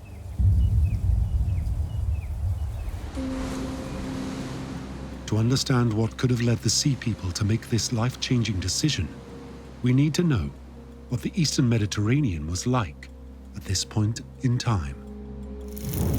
Paleoclimatologists drew sediment core samples from the seafloor around the Eastern Mediterranean. By charting the buildup of sediment, it's possible to build up a history of ancient climate. What we see is a change in sea temperature. It's actually a drop of about 2 to 4 degrees. The sea gets colder. And that in itself would have a catastrophic impact on the rain patterns that people would have expected. Colder temperatures lead to less intense rainfall, which in turn leads to drought, which in turn leads to failed harvests. And that means people starve. Just as Rhys Carpenter proposed in 1965, it was evidence of drought leading to a famine in the Eastern Mediterranean. Now, 50 years later, we have the scientific data that Carpenter was lacking, and it looks like he was completely right, that drought was one of the factors that brought an end not just to the Mycenaeans in Greece, but also to many of the other cultures and civilizations in the lands surrounding Greece as well. For the people living through this drought, they would have faced dire conditions. In the Bronze Age, people would have known about prosperous places on the coast of the Levant and would have perhaps attempted to go there in order to access the food supplies. Imagine living on an island in Greece and harvests fail, and you're hungry. Do you watch your family slowly die, watch your neighbours turn on each other, or do you get in your boats? For people living in the communities along the Aegean coast, sailing would have been part of everyday life. You have young men well-versed in military tactics, able to commandeer ships in order to try and secure crops. It's believed these groups of people left their doomed civilizations behind to become the multi-ethnic group we know as the Sea People. So, not bloodthirsty killers for the sake of it, but rather people under extreme stress, looking for food and looking to save their own people.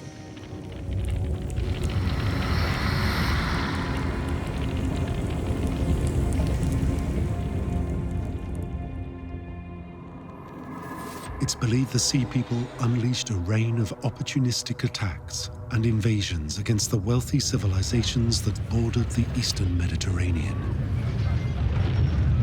What we call the Sea Peoples today are most likely people from the Aegean by way of Crete, and then from there came to the eastern shore of the Mediterranean looking for new lands. And it doesn't appear that it was one quick invasion, but rather a slow migration over a period of many, many decades.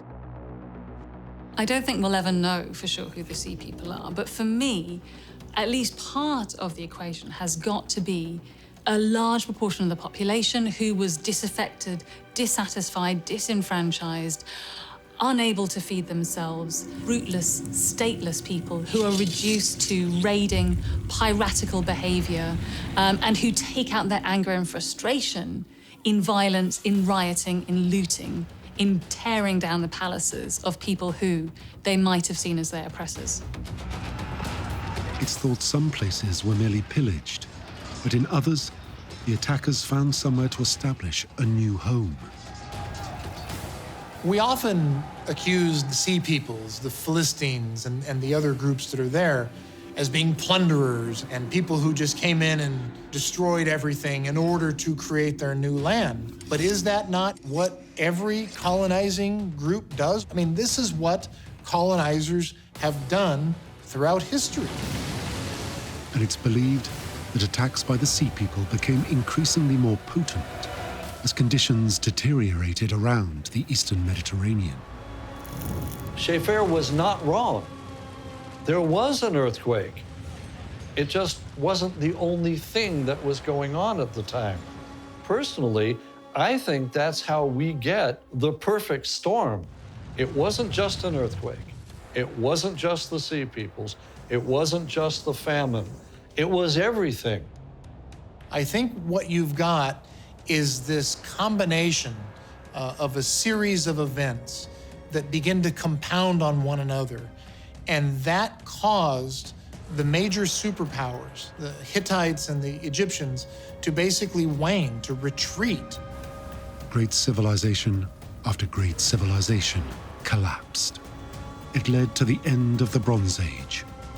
In the chaos that followed, a dark age descended across the region. This is where they've forgotten how to write.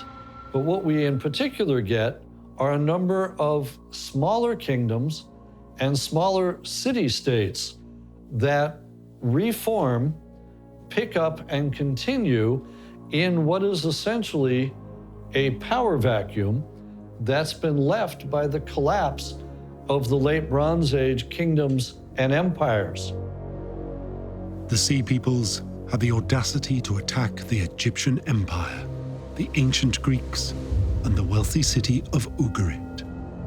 While we may never know their true identity, these mysterious people had a profound effect on the late Bronze Age. I do not think that the late Bronze Age collapse would have occurred if it were not for the Sea Peoples being in the mix. The remnants of great kingdoms, empires, civilizations span the globe. The old Egyptian kingdom, the Roman Empire, the Sumerians. Drought, conflict, collapse. We know the story of their rise and also their fall. But one of the greatest civilizations the world has ever seen still holds mysteries for archaeologists. The Maya civilization. For nearly 3,000 years, the Maya thrived in the rainforests of Central America. Their civilization evolved, not as a centralized empire, but a series of rival city-states, all with common languages, religion, and architecture. At its peak, in 500 CE, great stone cities covered the Yucatan Peninsula. Their heartland was in the southern lowlands of Guatemala. The Maya civilization just explodes. You have more buildings being made, the cities are getting larger, the art is getting more intricate. They have sport, they have stadia. They are able to make observations and chart perfectly the movement of the stars. They had developed an understanding of science and mathematics that far exceeded the Western world's at the time. Their astronomy and mathematics were incredible. They have one monument, and the entire back of it is covered with the glyphs. It's a giant mathematical table, multiplying into the billions. At the heart of each Maya city was a divine king, a holy lord who they believed could communicate with the ancestors and the gods, guaranteeing their people's survival.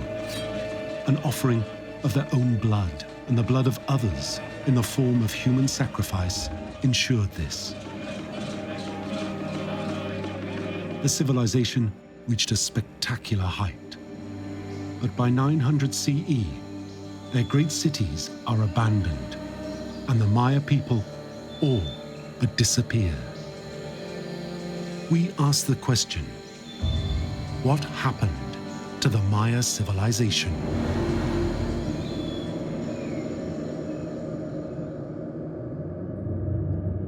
Europeans first encountered the people of Central America in the early 16th century.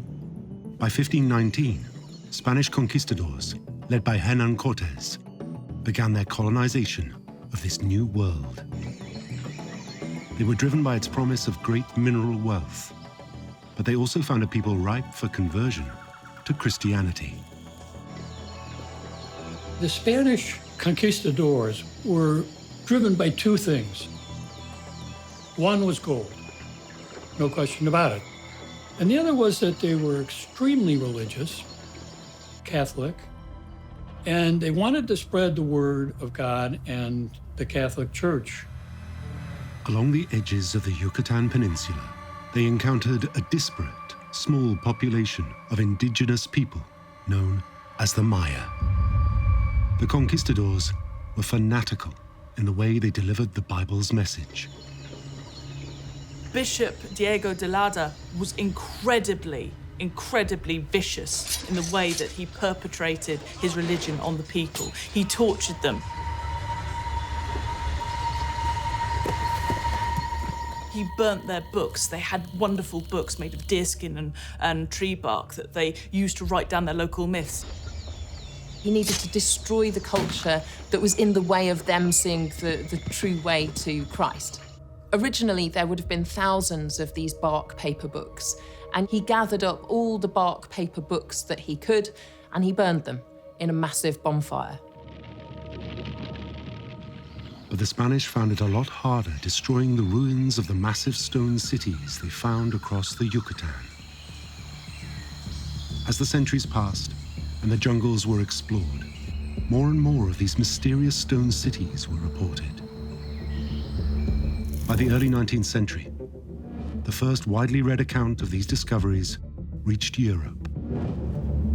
Spanish author Antonio del Rio's report creates a sensation.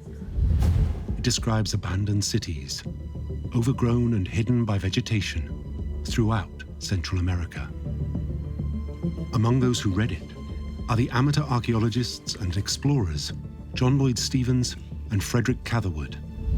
They are mesmerized by stories of a lost world consumed by the rainforest. Who built these stone monuments, reclaimed by the jungle? Why were they abandoned? To the archaeological establishment, it seemed impossible that the indigenous people of the region, known as the Maya, could be responsible.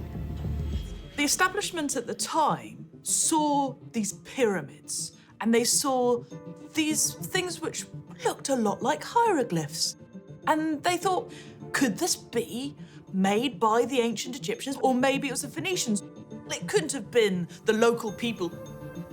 Stephens and Catherwood are dumbstruck by the establishment's view. They knew that they couldn't possibly be anything else other than a native Central American civilization. For them, it's clear these ruins are the remnants of an ancient Mesoamerican civilization. They set out to prove their theory. But why had they been left to the jungle? Could they find any evidence for why these cities had been abandoned? Stevens and Catherwood, armed only with a few descriptions, decide to go down and find these lost cities in the middle of the rainforest. Central America was in the midst of civil war. It was extremely dangerous. There was bandits. It was wild. Stevens and Catherwood were armed to the teeth. Their mission begins in Honduras, at the base of the Yucatan Peninsula. Each of them had 2 pistols, swords. I mean, they were prepared. This was dangerous ground. And they would soon discover just how dangerous a civil war could be for foreign travelers. They were a little bit naive in thinking, we'll just make our way through it and keep out of the way and just go about our business. But while sheltering in an abandoned church, drunken soldiers make it their business. They were taken hostage and held overnight under arrest in very dicey circumstances that they didn't know they were going to get out of. The following morning, the soldiers sober up, and Stevens and Catherwood are set free to continue on their journey. But now, their greatest threat isn't the Civil War, but the terrain of Central America. I don't know if you've seen the mountains in this region, but they are near cliffs. And these guys were trekking through the heat, the rain, the insects, the discomfort. But Stevens and Catherwood finally locate their first stone ruins near the Honduran town of Copan. The two waste no time. They employ local tribesmen to clear the dense vegetation. And as the forest is cut back, they realize their adventure was worth the hardship. The illustrations they had seen were nothing like what they found. It was electrifying. It took their breath away. They found monuments, pyramids, temples, and houses made of stone. It was a revelation. It was astounding. And as Stevens and Catherwood continue their journey, it becomes clear this first site isn't unique. Hidden beneath the rainforest, they uncover stone city after stone city. The scale of construction is breathtaking, and across the sites, they uncover intricate carvings, what looks to them like hieroglyphs. This is an entire civilization, all sharing common iconography. And not only that, they realize that none of this iconography is similar to anything they've seen before. Yes, it might be hieroglyphs, but it's not anything like, the Egyptian hieroglyphs. This is brand new, and this must come from the Mesoamericans themselves. They cut, climb, and scrape their way through nearly 5,000 kilometers of rainforest and uncover some of the greatest Maya cities ever built. From Copan and Palenque in the south, to Tulum, Uxmal, and Chichen Itza in the north of the Yucatan Peninsula. In total, they identify 44 Maya sites, and the similarities in architecture, art, and the carved glyphs between the separate cities show it's the work of a single people, the Maya civilization. When they publish, their work creates a sensation. The books were bestsellers. Stevens is a brilliant author. And the illustrations, of course, just struck the popular mind. It was a sensation. They were the archaeological celebrities of their day. But their findings ask more questions than they answer. What had happened to these people? What could cause the collapse of an entire civilization? And when did it happen?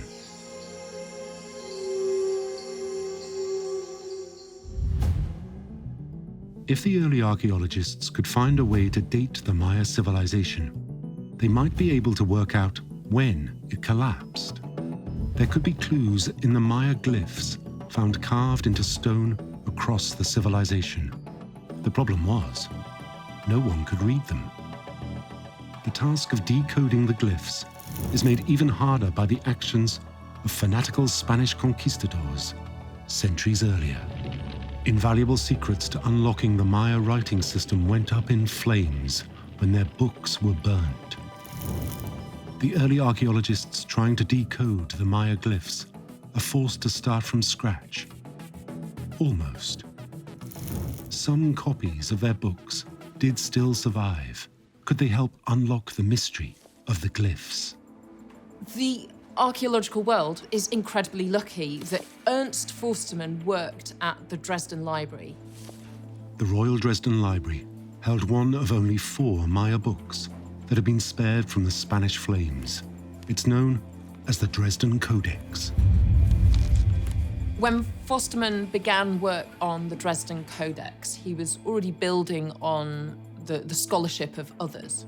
They already knew that the Dresden Codex dealt with the Maya view of astronomy and their calendar. But just how? No one was sure. With much of their writing system indecipherable, decoding their calendar could be the crucial first step to understanding when the Maya lived and when they collapsed. Forstermann takes up the challenge. Forstermann worked out that some of the glyphs were representing numbers, and they weren't just mathematical counting, they were actually dates. As a mathematician, Forstermann realized that Maya dates were counted as just 5 numbers, separated by dots. Now this measures really huge periods of time. The right-handmost number is what the Maya call a ki'in and shows days. The next one in is a winal, and that represents a period of 20 days. The next one in is a ton, and that counts years, and the next one in is a katon, which are blocks of 20 years. The next one in, the 5th, is a bakton, 20 periods of 20 years each, which is 144,000 days. Or a little less than 400 years when it started again. It was a breakthrough. Archaeologists finally understood not only how the Maya counted time, but also how to date their history. In the Dresden Codex, they had marked down the dates of the occurrence of a solar eclipse. And the historical occurrence of a solar eclipse is something astronomers can calculate using our own calendar. If you can find that date and the Maya date for the eclipse, you can sync the two. And astronomers found a match. A solar eclipse recorded in the Dresden Codex on the 16th of July, 790 CE. The Maya calendar and our own were synchronized. Archaeologists began seeing dates chiseled into stone at sites across the Maya world. Dates were carved on the sides of monuments, on the sides of temples. They were absolutely everywhere. Now that archaeologists could read the Maya dates, they turned their attention to their writing system. And one particular kind of carved monument captured their attention. Archaeologists had long suspected that the stelae, the stone tablets that had been erected outside temples, represented some kind of history of gods or kings, some kind of important figures. Could the Maya have recorded any clues for what caused their demise? The problem was that although the Maya calendar had been decoded, this was only a small portion of their writing system. The vast majority of their glyphs still remained indecipherable. If they could just break this code, then they could understand so much about what the people who built these cities found so important that they'd carve it into stone. For over 100 years, archaeologists were trying to fully decipher the Maya glyphs. over 800 individual glyphs were identified, and researchers suspected the writing system was logosyllabic, a mixture of logograms, where a symbol represents a separate word, and syllabograms, where each symbol represents spoken sounds and are combined to enunciate whole words. But with so many individual glyphs, the system was too complex. The Maya code remained indecipherable. Until, in the 1980s, 15-year-old David Stewart took up the challenge. After centuries of failure, what chance did a schoolboy have? As a child, he'd grown up exploring Mesoamerican ruins because his father worked for the National Geographic Society. And when new temple complexes were discovered, this kid, David, would sit down with his crayons and his sketchbook and draw the glyphs too. And it meant that he had as in-depth an understanding of the Maya writing systems as all the experts in the world did. But like the experts before him, Stewart couldn't get past the complexity of the language. With over 800 individual symbols, there were too many for each one to represent a spoken syllable. But the sheer number of glyphs gives the teenager a clue. David Stewart realised that the symbols didn't each represent a different syllable. There were multiple symbols that would represent the same syllable. There weren't 800 individual syllables in the Maya language, just variations for writing each one. Words could be depicted using many different forms, and individual syllables written multiple ways. The Maya code was cracked, and as archaeologists began to translate the stelae, they were blown away. They showed birth dates, they showed accession dates, they showed important victories and terrible defeats, and when the throne was passed on to the next king. In those tablets of stone, we have the history of ancient Maya. Archaeologists could finally read the Maya story, and what they discovered was astonishing.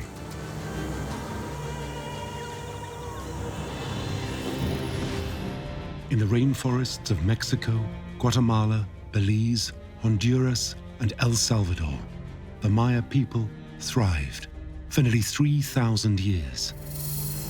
As early as 2000 BCE, civilizations began to emerge in Central America. First the Olmecs, and then the Teotihuacan of Mexico. Their traditions shaped Maya culture. In roughly 250 CE, the Maya developed into the civilization we know today. Almost 1,000 years before the Aztecs further north in Mexico and the great Inca Empire in South America. But it's from 500 CE, in the southern lowland region of Guatemala, that the Maya truly reached their stride.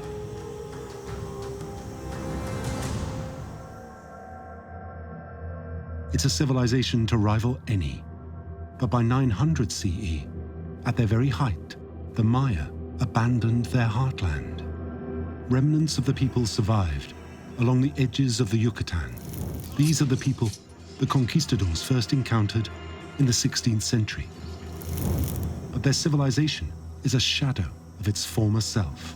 And over the centuries, the cause of their exodus from the southern lowlands is forgotten. Studying them is really kind of like the early autopsies to understand the body. It's in ruins in the jungle, what happened. It's one of the greatest cold cases in history. What caused the collapse of the Maya civilization? But among the ruins, surely the Maya must have left some clues.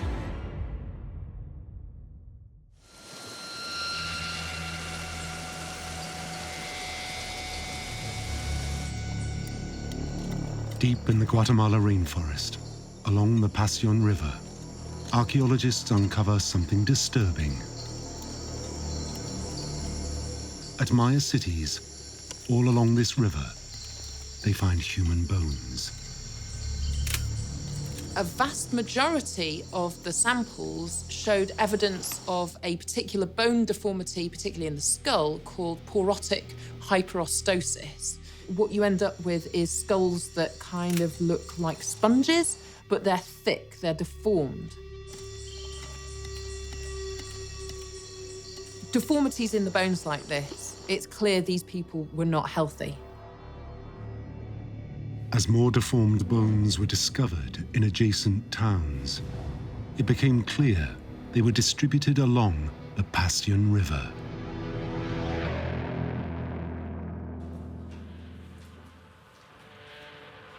Archaeologists need to know what was causing the deformations. They enlist the help of paleopathologist Frank Saul.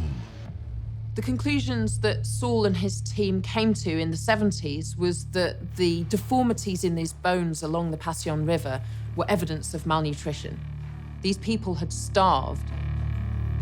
Malnutrition suggested that the Maya food chain collapsed.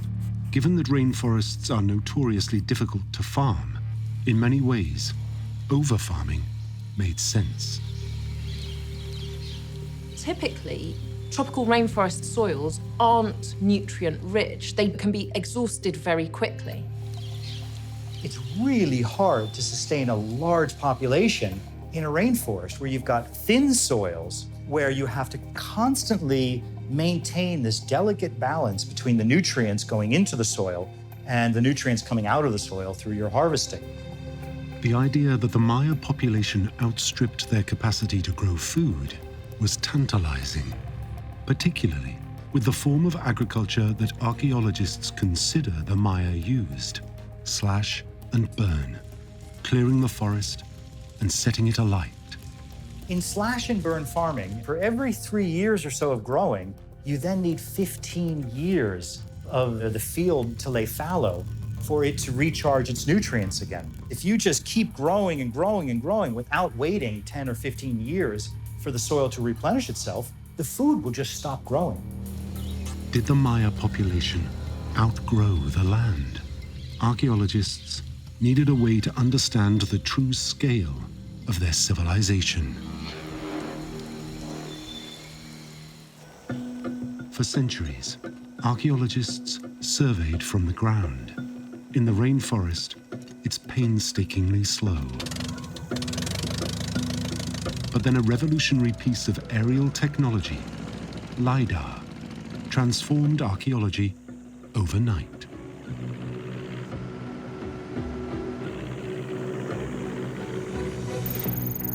LiDAR sends down hundreds of thousands of laser beams to the surface of the Earth, and it measures the speed of the laser beam bouncing back and returning. And so by measuring the distance, you can calibrate those data points and build a 3D model of what the shape of the land surface is. The amazing thing about LiDAR is that the light ray will penetrate right to the surface, even through dense tree cover. So you can start to build an incredibly detailed picture of the land surface hidden deep under that vegetation. If you suddenly see a straight line, you know that probably that isn't Mother Nature, that's the hand of humans. You're looking for the things that stand out, the anomalies, and those are the points to investigate. And when LiDAR recorded the areas around known Maya sites, the results were astonishing. Out of nowhere, over 60,000 unknown Maya structures suddenly appeared. What the LiDAR revealed to us wasn't that the Mayans lived in little cities surrounded by jungle, but actually all of these cities were networked. This is massive infrastructure. This is one of the most significant civilizations that humanity has ever seen. Crucially, LiDAR revealed the true extent of the Maya world. Tikal is one of the greatest ancient Maya cities. It's been studied for more than 100 years by archaeologists, and to be honest, we thought we knew quite a lot. But then they sent up the LiDAR surveyors, and it was an absolute game changer. Scans of Tikal showed the city was 4 times larger than previously thought. LiDAR analysis has forced archaeologists to radically rethink the size of the Maya population. There was an estimate of about 5 million people, but the estimate has now been raised to about 15 million people. The Maya civilization at this time was one of the largest and most awe-inspiring on Earth. This forces us to go back and recalculate what's called landscape carrying capacity. How many people could a given landscape support? Surely, it would be impossible for the nutrient-poor rainforest soil to sustain that level of population. Did their agriculture simply give out on them? Just as archaeologists thought they had solved the mystery of the sudden Maya collapse, LiDAR analysis threw everything on its head.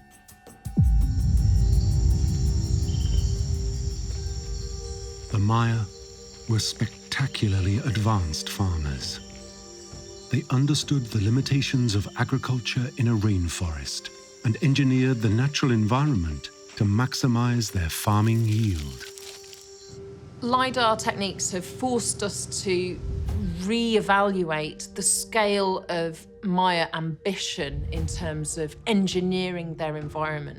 So much of the landscape was managed for agricultural output. They irrigated large raised and terraced fields so that they could retain as much of the soil as possible, preventing runoff from water, preventing erosion, helping that vegetative matter stay in the soil so that it maintains its ability to grow crops well.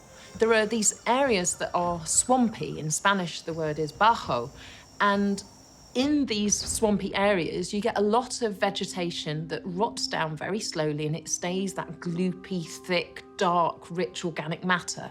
Now, yeah, it stinks. You don't necessarily want to fall in one, but if you dump that stuff onto your field, it's incredible fertilizer. These are farmers who understand their place in the system in order to maximize the agricultural output of these landscapes. The Maya were masters of farming in the typically difficult rainforest environment. Cultivating the land gave them a more dependable harvest and a food surplus. And this allowed the Maya culture to flourish, provided the climate remained stable. They had learned how to walk this tightrope. They had learned how to reach this delicate balance between not overexploiting, but exploiting enough to feed everybody. They were amazing experts at cultivating this rainforest. And there was something else missing, written evidence of famine. But did the Maya leave any clues for the cause of their collapse in their glyphs? Dr. Arthur Demarest's team excavate at Dos Pilas, a Maya ruin near the Passion River. At the site of Dos Pilas is a staircase, and it's absolutely covered in glyphs. And the story the glyphs tell is one of war. All out, bloody, vengeful war. Could this have been the war to end all wars? The glyphs offer a tantalizing breakthrough behind the Maya collapse. Could one Maya group have wiped all others out? But the translators have a problem. The glyphs seem incomplete. Part of the story is missing. The dig goes from bad to worse. Excavations at the site were halted because of the hurricane season. And the excavators got a call saying that there'd been great destruction and lots of damage at the site. But one of the things that happened was that it revealed more hieroglyphs on the Dos Pilas staircase. And this transformed everything. The hurricanes exposed 10 previously undiscovered stairs, covered in glyphs, the missing part of the story. The archaeologists could finally read the complete sequence. It was the history of Dos Pilas, and it was steeped in warfare. Did the Maya destroy each other? As Demarest's team translated the glyphs, they discovered a detailed story. In the 600 CE, two superpowers wage war, Tikal and Calakmul. Tikal rises to ascendancy and has overlordship of a huge area and lots of other very rich and well-endowed city-states. In the 620s, one of the sons of the divine dynasty is sent to an outpost on the Passion River to establish a new city. We know it as Dos Pilas. And it was important as a sort of defensive military outpost, basically to ward off potential would-be attackers because they could see that there was control across the whole area. But Calakmul wasn't deterred, and Dos Pilas was captured and subjugated. Analysis of the glyphs showed Dos Pilas pledged allegiance to Calakmul and fought with them. This war didn't end in total destruction. It ended in assimilation. In most cases, they would put somebody else on the throne, or often the same king. But now, they're paying tribute to the other great city. Rival cities and their people were subjugated. It's evidence that the result of Maya conflict was an expansion of influence, not a collapse. Maya civilization was warlike, but they managed to coexist. The cause of their apocalypse is a bigger mystery than ever. Archaeologists return to the pattern of collapse to see if they had somehow overlooked a clue. The collapse of the Maya cities along the Passion River start with Dos Pilas. Then, all along the Yucatan Peninsula, Maya cities fall like dominoes. The answer had to lie in this very specific region.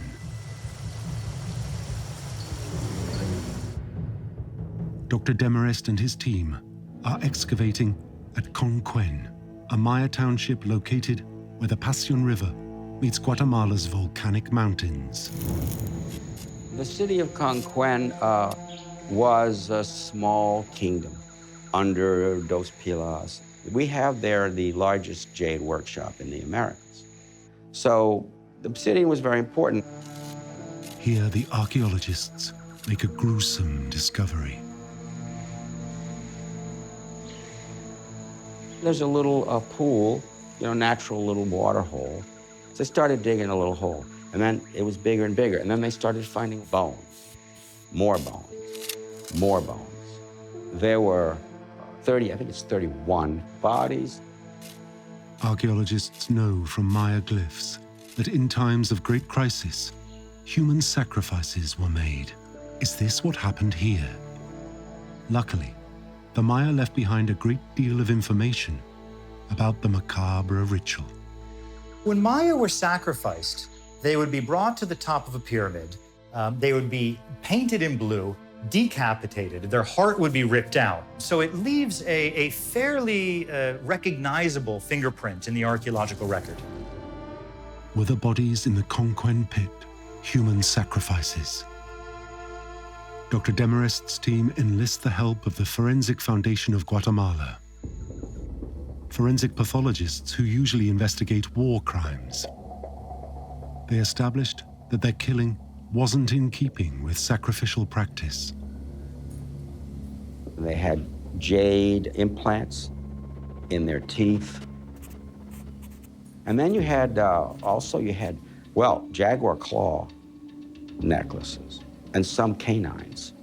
Clearly, these were not just, warriors or something. They were high elite. They could see that some were speared, a couple were bashed in the head. Several had a spear thrust through the throat, severing his spinal cord. The autopsies make sacrifice unlikely. So why were these people killed? They find another clue in Conquen. The palaces, parts are toppled.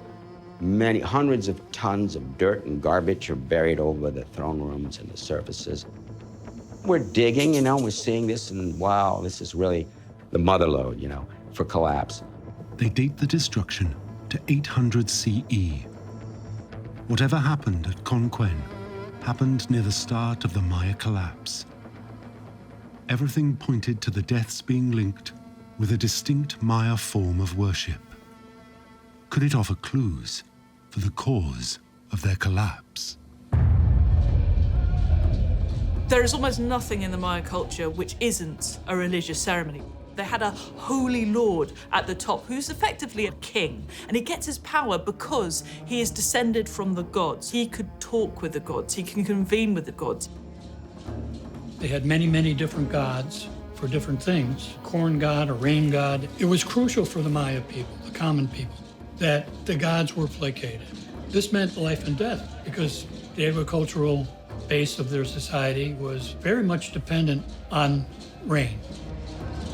To appease the gods, the holy lords would honor them with an elaborate ceremony. They put on pageants before the people.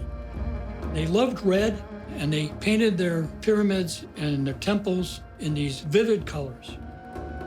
The king would go up these giant stairways carrying 200 pounds of headdresses and jade. Jade was one of their most significant jewels. The very noble, the very religious, obviously the holy ruler would have had a lot of objects involving jade as a way to communicate with the gods. Once they had the attention of the gods, they opened up a unique line of communication. Blood was a way of communicating with the gods. The holy lord would cut part of his body, often his genitalia, and drain his blood. Pieces of paper or parchment would be used to soak up the blood. He would then burn that blood and inhale the smoke. Now, this was meant to conjure a sort of intermediary to gods, a serpent, who would then go and talk to the gods on behalf of the holy ruler and his people. The visions would advise them on all aspects of Maya life, but crucially, when to plant and harvest their crops. And for the Maya, the city that pleased the gods best reaped the greatest rewards. You have this competition between the holy lords of one city and another. This is called status robbery, but also construction, pyramid building, and then you have to do it more, and rituals, they have to be bigger, which requires bigger and bigger stages. And there are many cities in the Maya, very intense competition.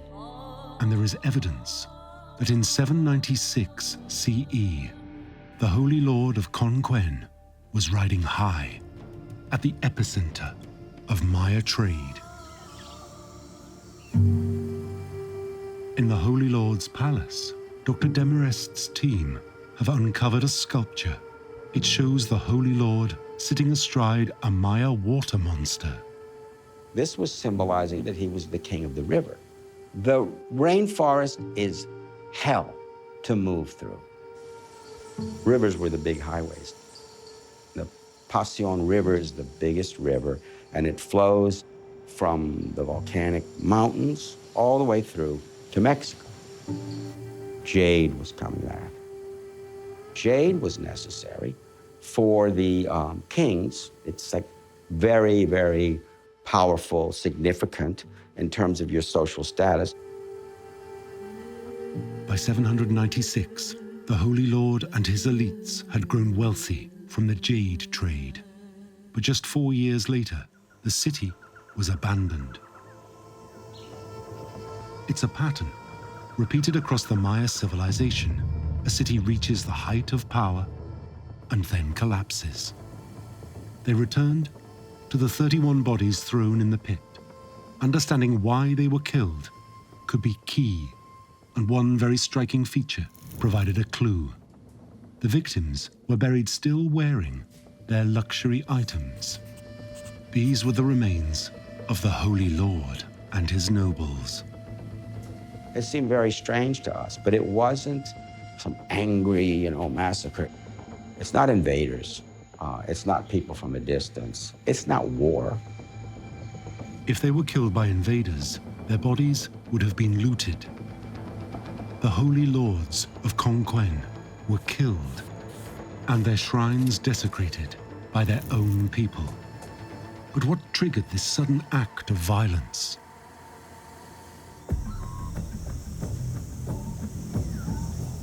Archaeologists look downriver to Dos Pilas, the regional powerhouse and rulers of Conquén.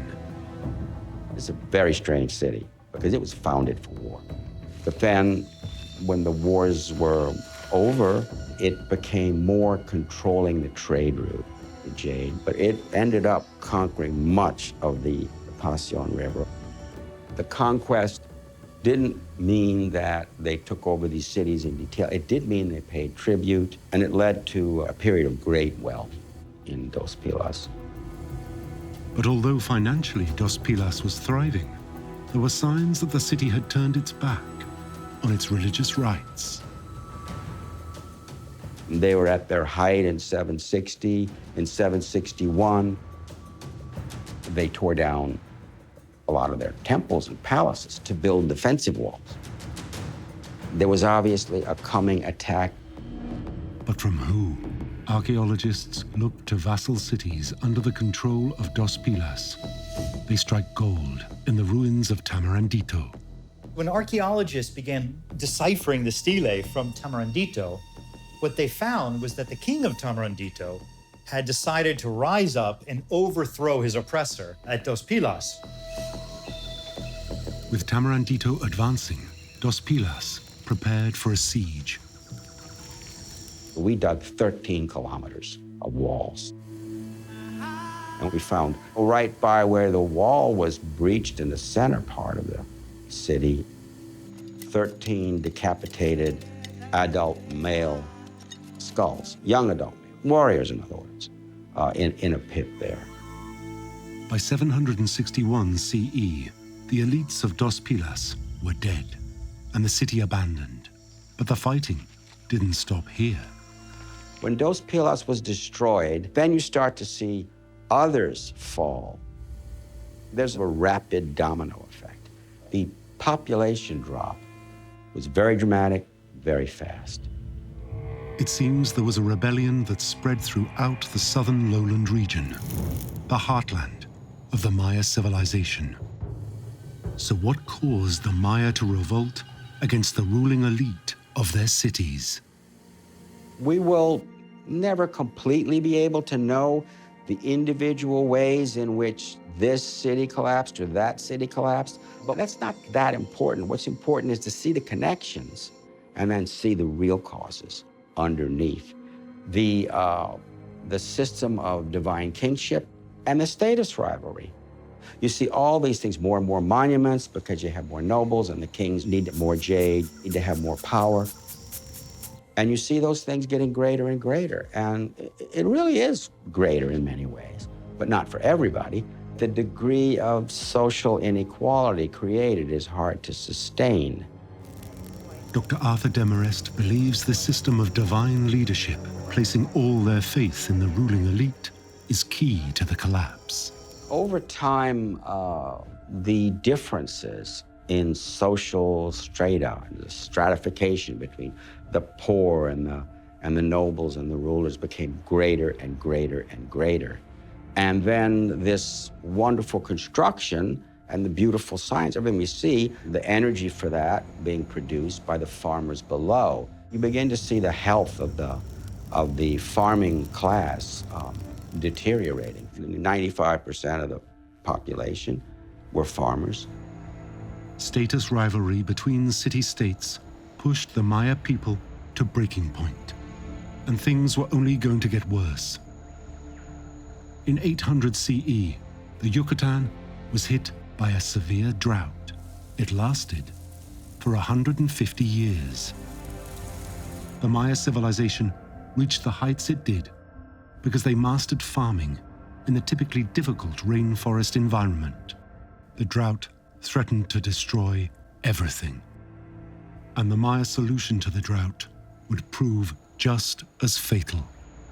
Whenever there was a disaster, whenever there was a drought and the Holy Lord was unable to convince the gods to give them rain, well, what did? They doubled down. They'd be focusing on building more temples to the gods, building more monuments. A city would declare war on another city, going out and finding more jade. And at a time, if your people are starving and you're going out and spending a lot of time trying to get jade, it seems really backwards. The Maya went to war to control what little resources there were left, built more temples, held more ceremonies, and prayed harder, hoping the gods would save them. Their efforts proved futile. What happens when the Holy Lord is unable to convince the gods to make it rain? Maybe you realise that the system's not working. And if the system's not working, what do humans tend to do? Well, they tend to smash it up and leave.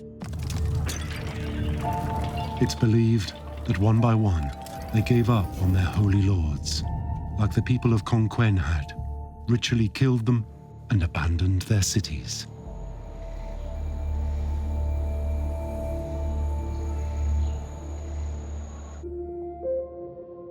What happened to the Maya, compared to other civilizations, was severe. From its height, the Roman Empire took over 350 years to collapse. And their response to their problems are very different to the Mayas. The leaders of the Roman Empire were fundamentally incredibly pragmatic. Different versions of political leadership were trialled in order to prevent civil war from breaking out.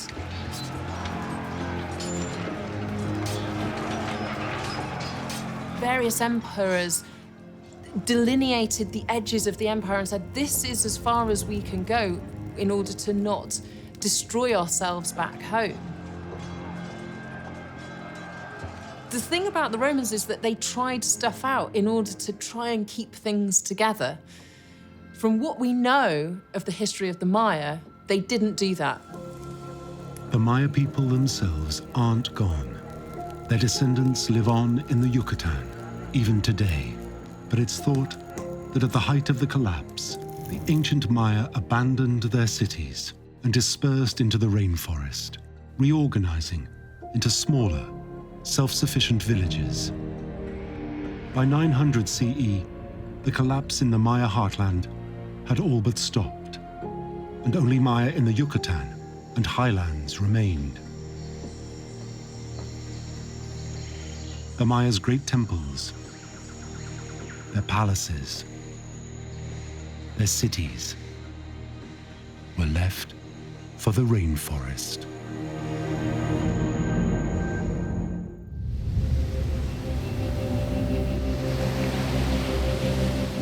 Since the dawn of human history, we have told each other stories about the sea,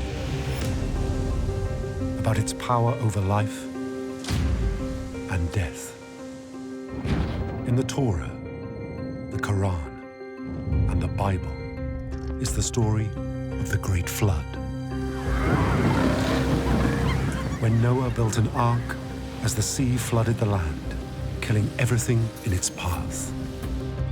Societies all across the world are replete with examples of stories of lands that have been lost and covered over. People have done something wrong and this is God's punishment. Or the story of the lost city of Atlantis, told by the great Greek philosopher Plato. A utopian island that people have devoted their lives to finding beneath the waves. Right across the world, in almost every culture, there is a flood story. A story where water can both cleanse and destroy. Across our planet are myths and legends of the sea rising up and wiping out civilizations. But what if these stories aren't just stories? Scientists now claim to have found a lost world at the bottom of the sea, called Doggerland. It existed about 10,000 years ago and was a place that was almost perfect for its Stone Age inhabitants. It's a rich place. It has wetlands where you had wildfowl in abundance, where fish in the rivers were migrating, where you had all the animals and plants that you'd want, and also all the resources, flints and wood and everything else was out there. Doggerland's temperate climate would have made this a beautiful and abundant region for its hunter-gatherer population. Plants and animals that we recognise today: hazel, ash, pine, large game, horse, bison, deer, antelope and elk. Doggerland sounds like paradise.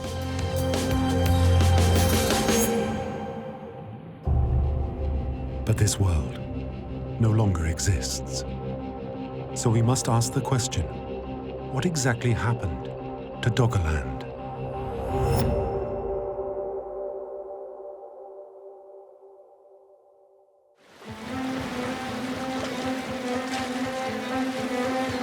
Our search begins in the North Sea. This sea was created at the end of the Ice Age, about 15,000 years ago. As the ice melted and receded, it created the North Sea between Scandinavia, Northern Europe, and the UK. Its power and hidden depths have captured the human imagination. And it has also, for thousands of years, provided humans with a staple food: fish.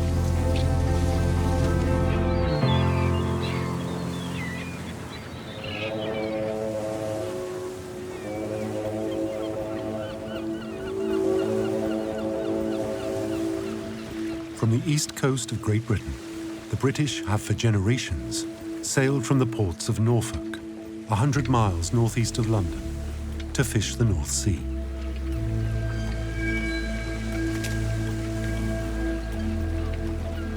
And in September 1931, a vessel was trawling near the Lehman and Ower banks. It was captained by Pilgrim E. Lockwood.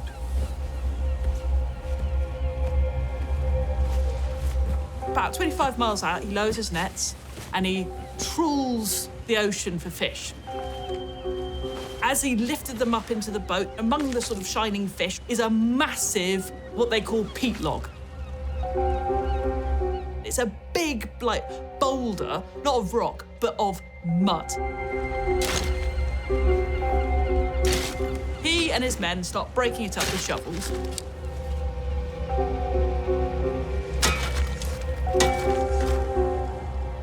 As he puts his shovel in, it goes ding, and he's like, that's really weird. That sounds a bit like metal.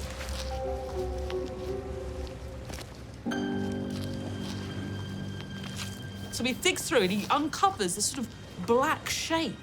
And on it is a load of ridges cut into it. So it's sort of almost like a barb, and it's got little grooves at this end. So presumably this is some sort of, like, you know, a harpoon or hook or something.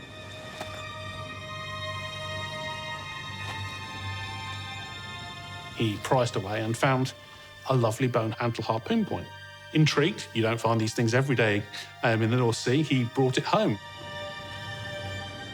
Lockwood had found an implement made out of the bone from a deer's antler, about 15 centimeters in length and with a serrated side, so it could be used to harpoon prey.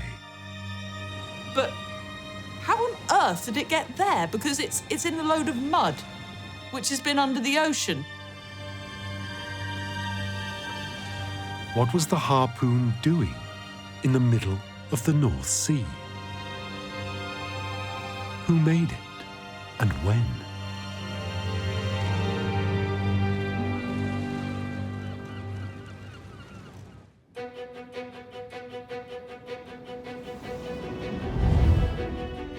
Our story now moves to Cambridge University.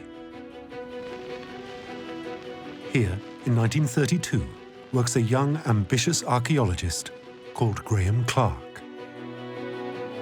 Clark would go on to become one of Europe's greatest archaeologists, seen here winning the Erasmus Prize in 1990. Graham Clark, who's a very tenacious scholar. He wants to make a name for himself, and he's decided to study a whole new area that hasn't really been looked into before, which is the Mesolithic, the Middle Stone Age. Clark was fascinated by the period from about 10,000 to 4,000 years from today.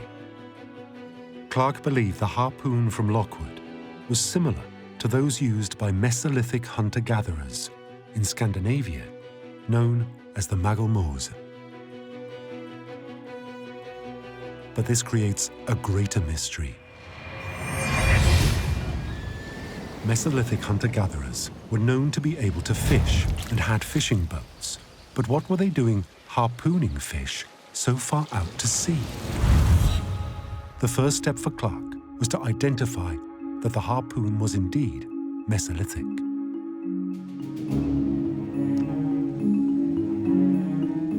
Today, scientists rely on a process called radiocarbon dating. This involves measuring the decay of the isotope carbon-14 and comparing that to levels of carbon dioxide in the atmosphere. But without this complex modern technique, how would Clark date the harpoon?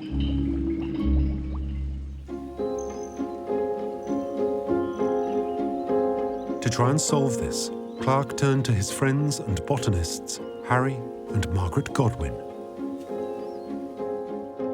The Godwins were a husband and wife couple, and they were from the University of Cambridge at the same time as Graham Clark, and they specialised in palynology, the study of plants and their remains, things like pollen.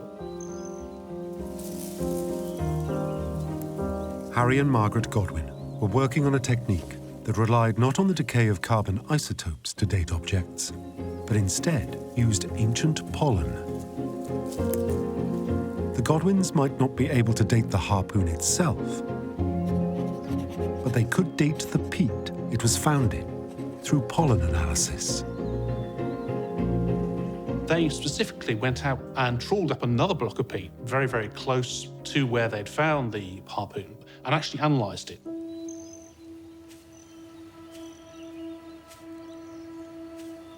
What the Godwins found would change the way the seabed of the North Sea is seen forever. It was showing things that we have today, pine trees, alder, as well as things like oak. You know, this wasn't a block of mushy mess that had come from an estuary. This was a part of a landscape that was living and breathing with all the things that we would expect on dry land today. These were plants which were nowhere near the sea. So what on earth are they doing underneath the North Sea?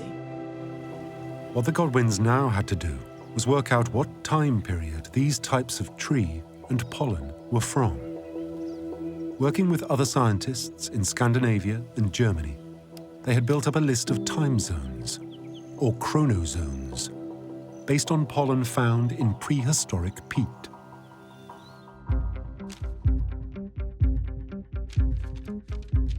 The results are as Clark predicted.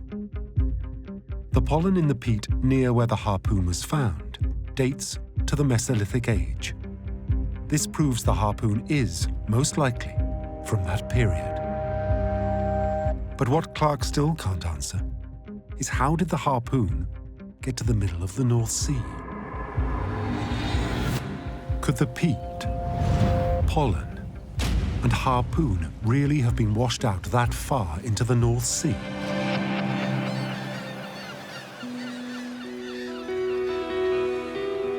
Clark created a map showing pollen discoveries across northern Europe. And he wondered if there wasn't a landmass now hidden under the North Sea that had once linked all of northern Europe. A land that could have been inhabited by Mesolithic hunter-gatherers. As it turned out, Clark wasn't the first to come up with this unusual idea.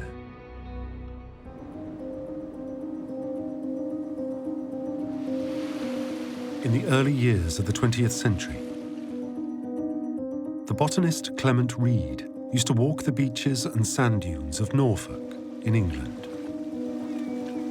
As a botanist, he was fascinated by the plants and trees of today and where they had originally come from. Clement Reid became obsessed with a thing called Noah's Woods. What it is when the tide goes out in some locations, you can see tree stumps, which is a bit odd.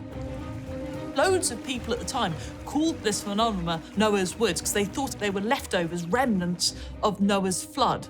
But Clement Reid didn't think that was possible. So Clement Reid got the bit between his teeth and decided to investigate. Reid dug beneath the coastlines and into the depths of the sea to see what he could find. He asked the question, were there forests and animals living in these areas thousands of years ago? From his finds, Reid came up with a theory he published in a book called Submerged Forests. It suggested that somewhere under the North Sea was a landmass that could support forests and animals. Reid suggested there was an alluvial plain connecting all of northern Europe, with its heart at somewhere called Dogger Bank. Clement Reid writes this amazing book called Submerged Forest, where he theorises a massive landmass linking the UK to the rest of Europe. He had so little evidence for it, though. Nevertheless, this was a book that was really groundbreaking. His main issue was that nobody really cared. Nobody was really obsessed with this subject as much as he was. Reid's was a pretty unusual idea, without much evidence to support it at the time, and his work was derided by the scientific community. Reid's work was seen as nothing more than science fiction and was all but forgotten until 80 years later.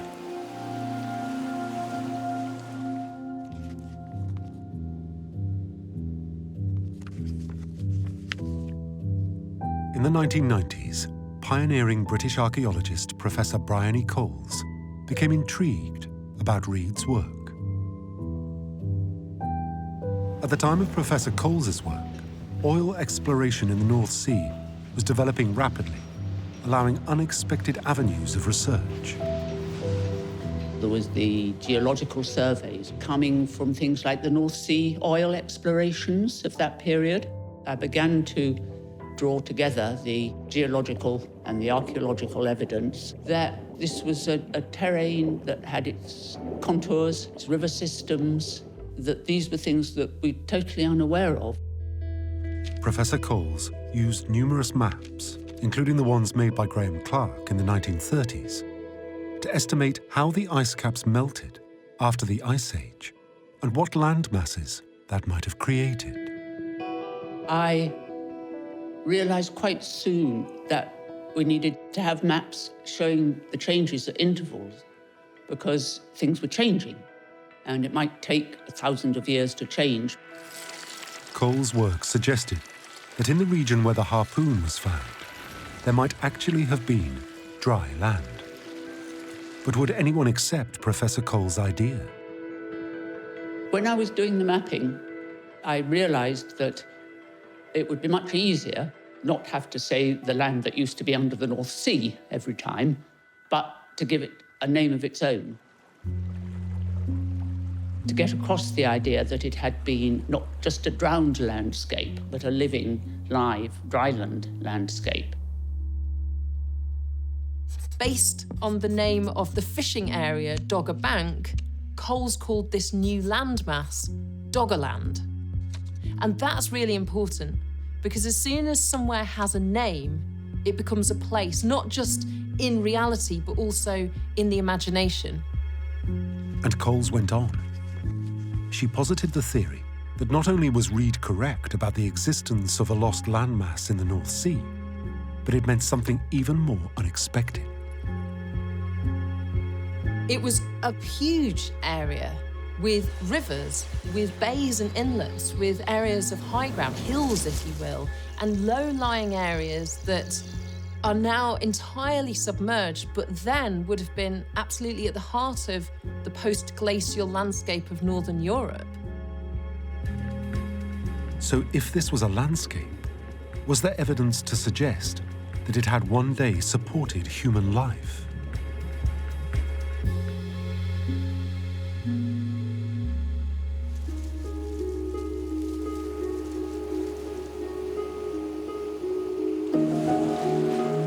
Across the North Sea, in present-day Holland, a few hundred miles from Norfolk, is the beach of Zandmotor. There, beachcombers hunt for hidden treasure. Coins, bones, a message in a bottle. Anything unusual, gifted by the sea. Dat hier zo ook afgebroken is, eventueel. The beachcombers coordinate their finds with Dr. Luc Amkrutz, a specialist archaeologist from the nearby University of Leiden. They work with Dr. Amkrutz because Zandmotor Beach isn't like any other beach. I'm sitting here on Zandmotor Beach, but it's not an ordinary beach. It's a beach created by man in 2011 by spraying a whole lot of sand from the North Sea on this beach plain. It was constructed out of materials dredged up from the sea floor 11 kilometers offshore and dumped on the existing beach. Material dredged from an area of the sea close to where Lockwood found the harpoon. What was so special when they created this beach is that all kinds of objects came to the surface. Wow. Yeah. They were the bones of animals living in, for instance, the Ice Ages, like woolly mammoth and woolly rhinoceros. Most astonishing of all is that it wasn't just the animal remains, but amongst these there were also hundreds of artifacts made by humans and even by Neanderthals, which is of course really strange, given that they come from the North Sea. Over the years, beachcombers have found more than 500 ancient artifacts, including tools, bone fishhooks, and even human remains that they say are thousands of years old. Zandmotor and certain other areas really brought home the enormity of this huge archaeological archive in front of our coast. We have this whole range of organic artifacts that is preserved, and it's actually basically as if you're looking at a complete carpenter's tool set.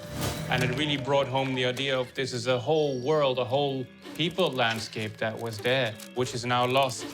The more touching finds from Doggerland are not just the artifacts, but the human remains themselves. And one story I find particularly moving is this lower mandible. This person was about 14 years when he or she died.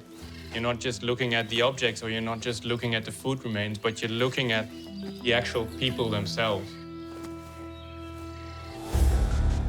And Luke's group are not the only ones finding things on the beach.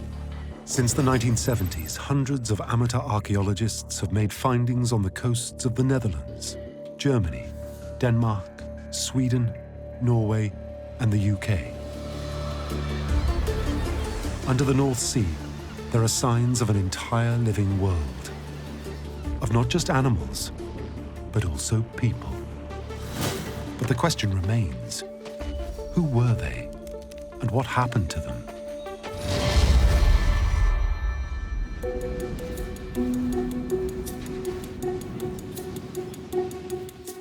In 2005, a European team of scientists centred at the University of Bradford in the UK wanted to see exactly what Doggerland might have looked like. But they knew it wasn't going to be easy. The area obviously was very inaccessible. It's obviously underwater, between, 5 and 30 meters in some places, down to 60, 80 in others. Obviously that water is very cold, so you can't go diving easily in it. It's very powerful currents in some places. The other thing, of course, was the technologies and the techniques that we use hadn't been developed in some cases, or were in their early infancy.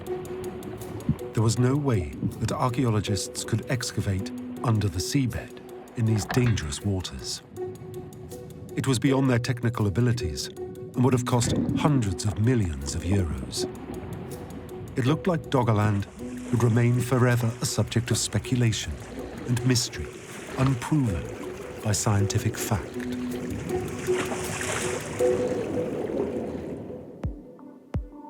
But at a yearly symposium, one of the PhD students at the time, Simon Fitch, had an unusual idea.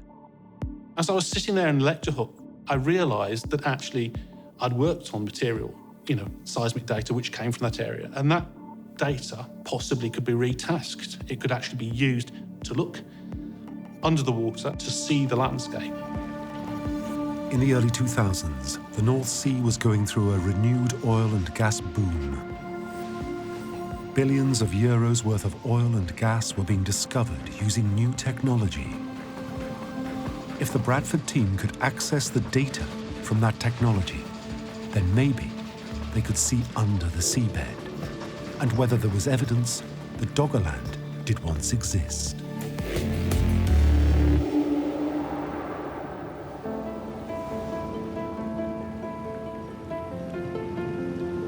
The Bradford team approached oil and gas exploration companies to access their specialist mapping data. Surveyors for oil and gas exploration were going up and down, surveying the North Sea with a fine-toothed comb to pull together a series of contour maps of the sea floor. This was a huge swathe of land, tens of thousands of square kilometres. What the Bradford team wanted in particular was the data for 3D seismic maps. These are created by specialist ships, dragging thousands of listening devices, called hydrophones, along the surface of the sea. They listen to sound waves bouncing off whatever lies beneath the seabed. The resulting data shows where, hidden under the seabed, there may be deposits of oil or gas to drill for. Seismic mapping is a really good way to do a quick analysis of a large amount of submerged landscape, mapping the seabed in the same way as we see inside a stomach when we're doing sonograms, for instance. And you use the sonar pulses and you get a little echo back and you get the shape appearing on the screen. But would this help the Bradford team? Could the data help build a picture of a land now hidden under the seabed?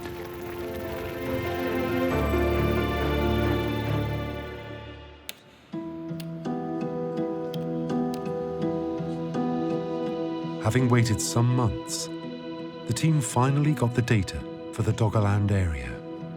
They inputted it into a computer. They waited for the first seismic maps.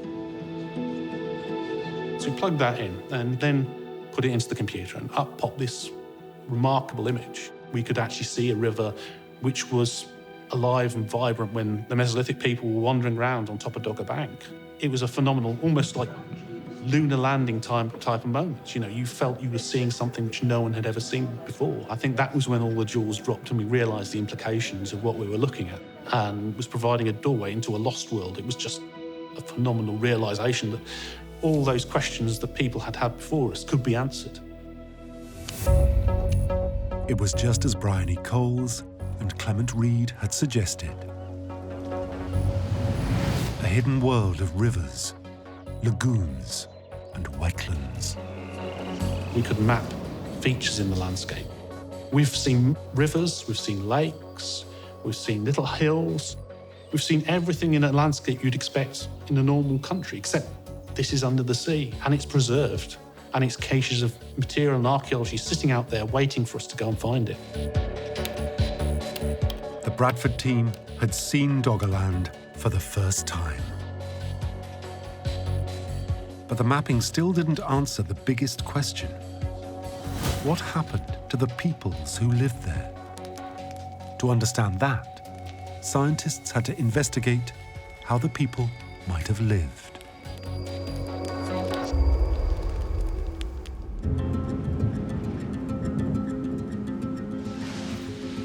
Human evolution is heavily influenced by geography and climate. So the first thing to establish is roughly what kind of climate Doggerland would have had. This is done by looking at the position of Doggerland geographically at the time. We know that immediately after the end of the last ice age, it was frozen. It was like the Siberian tundra, but then very rapidly started to warm, to thaw out.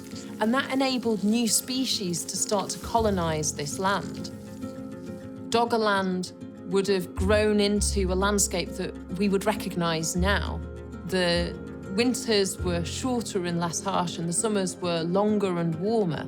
And plants start to colonise this land. Trees start to grow. A lot of the species that we're familiar with now, so hazel, ash, oak, willow. Animals start to colonise because they're following the food. So you get herds of horse and bison and elk. But the question remained, could Doggerland support human populations? And if so, what would those people have been like?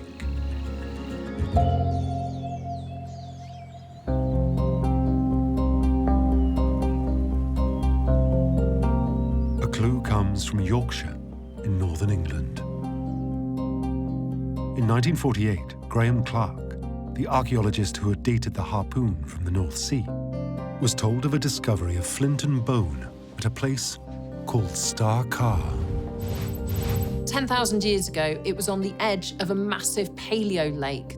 Because of the nature of this landscape and the waterlogging in the modern farmland, it means that there's been an incredible level of preservation at Storegga.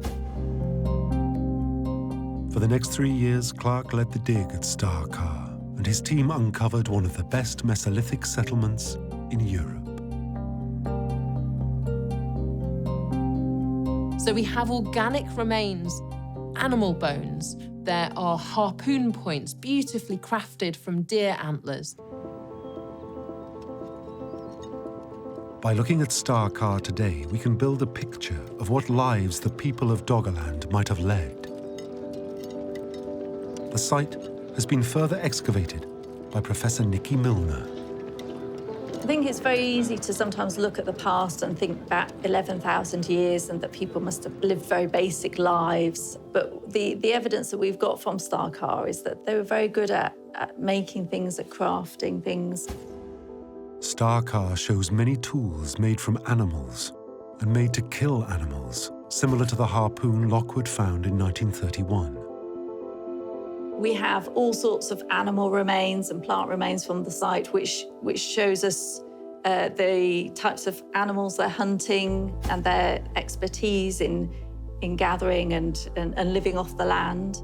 They're hunter-gatherers, and these are bushcraft experts. They're armed with a whole range of skills and expertise that means that they can thrive in this landscape. At Storegga is also what's known as the oldest house in Britain, dating from about 9,000 years ago. So we found a number of houses, which are the earliest known houses in this country. So that told us that people were able to build structures out of wood. We understand more about their woodworking skills and how sophisticated those must have been, and that they could make structures, and that involves teamwork. Mesolithic people, it appears, were hunter-gatherers. They were highly mobile, but they were also living together and growing together as a community. If we're now thinking about people who have places that they regularly spend long periods of time at, that they invest their resources in to build houses, no longer could we write these people off as simple, knuckle-dragging cave dwellers, clad in simple animal skins, eking away a living at the edges of the Ice Age. These were people who shaped their landscape. One of the most unusual finds at Storegga was shaped from the skulls of killed deer. One of the most iconic and remarkable discoveries from Storegga are the antler headdresses. And they've been shaped by human hands over hours and hours and hours of labour. The headdresses are really mysterious. There are none others known in this country and only a few in the rest of Europe. They're made of red deer skulls with the antler coming out of them. There are two main theories. One is that they might have been used as disguises in hunting practices, and the other is that they might have been used by shamans in some kind of ritual practices. The headdresses offer clear, incontrovertible evidence that these people had a sophisticated culture. to create these artifacts that have no functional purpose, but clearly have a very important spiritual purpose. Star helps build a picture of how sophisticated people might have lived on Doggerland.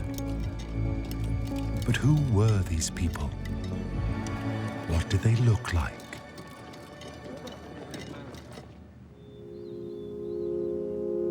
To see what a Mesolithic person might have looked like, we must travel to the south of England and the Cheddar Gorge.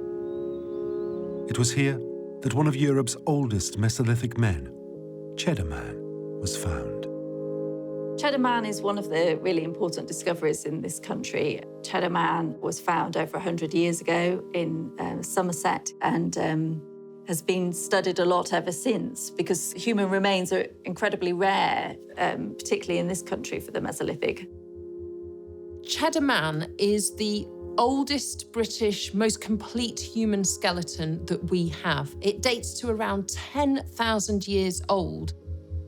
And in 2018, a groundbreaking analysis was made of Cheddar Man's DNA in an attempt for us to meet our ancestors face to face.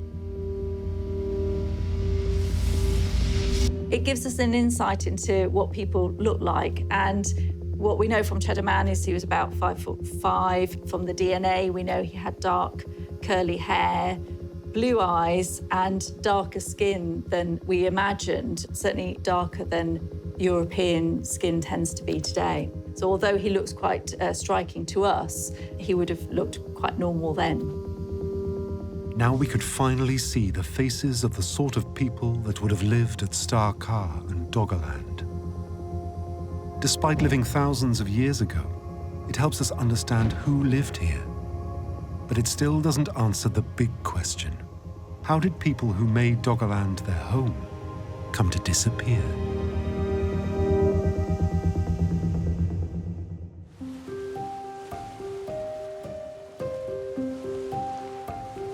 To understand better what might have happened, the Bradford team decided to actually dig into Doggerland. They did this by taking core samples. If you take a giant pipe, you ram it into the seabed, and then you pull it out, the column of mud that you pull out, that's a core. So when you look at a core, what you're effectively looking at are slices of time. It's like a diary of the deep past. They are hugely important for our understanding of how our climate has changed and environmental conditions have changed. And they're also crucial to our understanding of the archaeology of Doggerland and what happened to the people. What the Bradford team saw is how, with the end of the Ice Age, the sea level was rising at over a metre every 100 years. Those sediments preserve in them a record of how sea level changes. So at one particular site, it will show the history of going from dry land through to the area becoming waterlogged and eventually being submerged. But the team noticed that in one particular time period, the sea levels seemed to rise significantly. If you look at the cores taken from Doggerland, when you get to 8,000 years ago, there's a huge change. But what caused this huge change, and what effect did it have on Doggerland? Around 8,000 years ago, there is what is called the 8.2 kilo year event, meaning 8.2 thousand years from today, or roughly 6,250 BCE. Scientists noticed that the planet's sea levels rose dramatically. One explanation for this change is with the warming of the planet after the Ice Age came the collapse of a colossal ice sheet into the Atlantic Ocean. The Laurentide ice sheet in what is present-day North America. At its peak, the Laurentide ice sheet covered most of Canada and a fair proportion of the top of the United States. Ice was over what is now New York and Chicago and St. Louis. This was millions and millions and millions of tons of water locked up in ice. This was the biggest release of freshwater into the North Atlantic for 100,000 years. So profound was this change that it dropped the sea temperatures by a degree, almost overnight. And that changed the Gulf Stream, which changed the air temperatures by up to 1.5 degrees centigrade in a generation. As the meltwater filled the oceans, global sea levels rose by as much as 0.5 meter in a few months, threatening lowlands like Doggerland. All the reasons that made Doggerland a fantastic place to live as a hunter-gatherer also made it particularly vulnerable to sea level change. It was low-lying, it was cut through with rivers and streams and marshy areas, which was fantastic for fishing and fowling and gathering those wild resources, but it also meant that if the sea levels rose, it would be inundated, and inundated very rapidly. The sea level rise was so pronounced that it turned Doggerland into islands. Doggerland would now have been cut off from continental Europe and the UK. So what did this mean for the people on Doggerland? After the 8.2 event, the sea levels rose so significantly that it was easily within generations, easily within people's lifetimes. They could easily see the effects of sea level rise. These people had an intimate knowledge of the landscape around them. And for that to start changing must have been extraordinarily disorientating and confusing. What would have been fertile river valleys suddenly became flood valleys. Huge swathes of low-lying land would have been lost almost immediately. And that destroys the animals you're relying on. That destroys the plants you're relying on. And so when all this changes, this puts huge pressure on the people living there. And it would have been scary for them. The hunter-gatherer paradise of Doggerland was slowly sinking beneath the waves.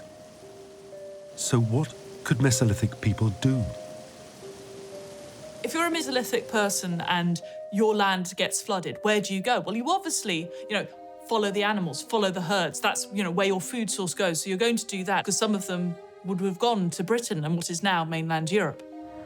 Some of the people would have relocated into other parts of today's Europe, like Germany and the Netherlands, and others to Great Britain. From the archaeological evidence, we have a number of Mesolithic boats. It's exactly at this point, as the sea levels are rising, that we start to get this really good evidence for the use of dugout canoes in Britain and in northwest Europe. Hunter-gatherers are fantastic at being flexible, and maybe even people started adapting to being much more sea-dwelling. But the question remained. What happened to the people who stayed on Doggerland?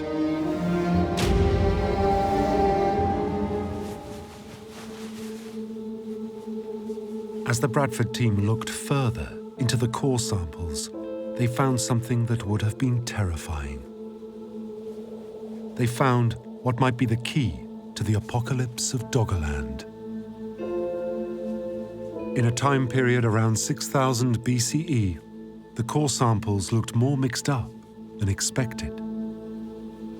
It was a series of sand, shell, jumbled up with sequences within it which looked so unusual, so different to everything else we'd seen in our careers, except for the few samples we've seen published in literature, which were tsunami samples.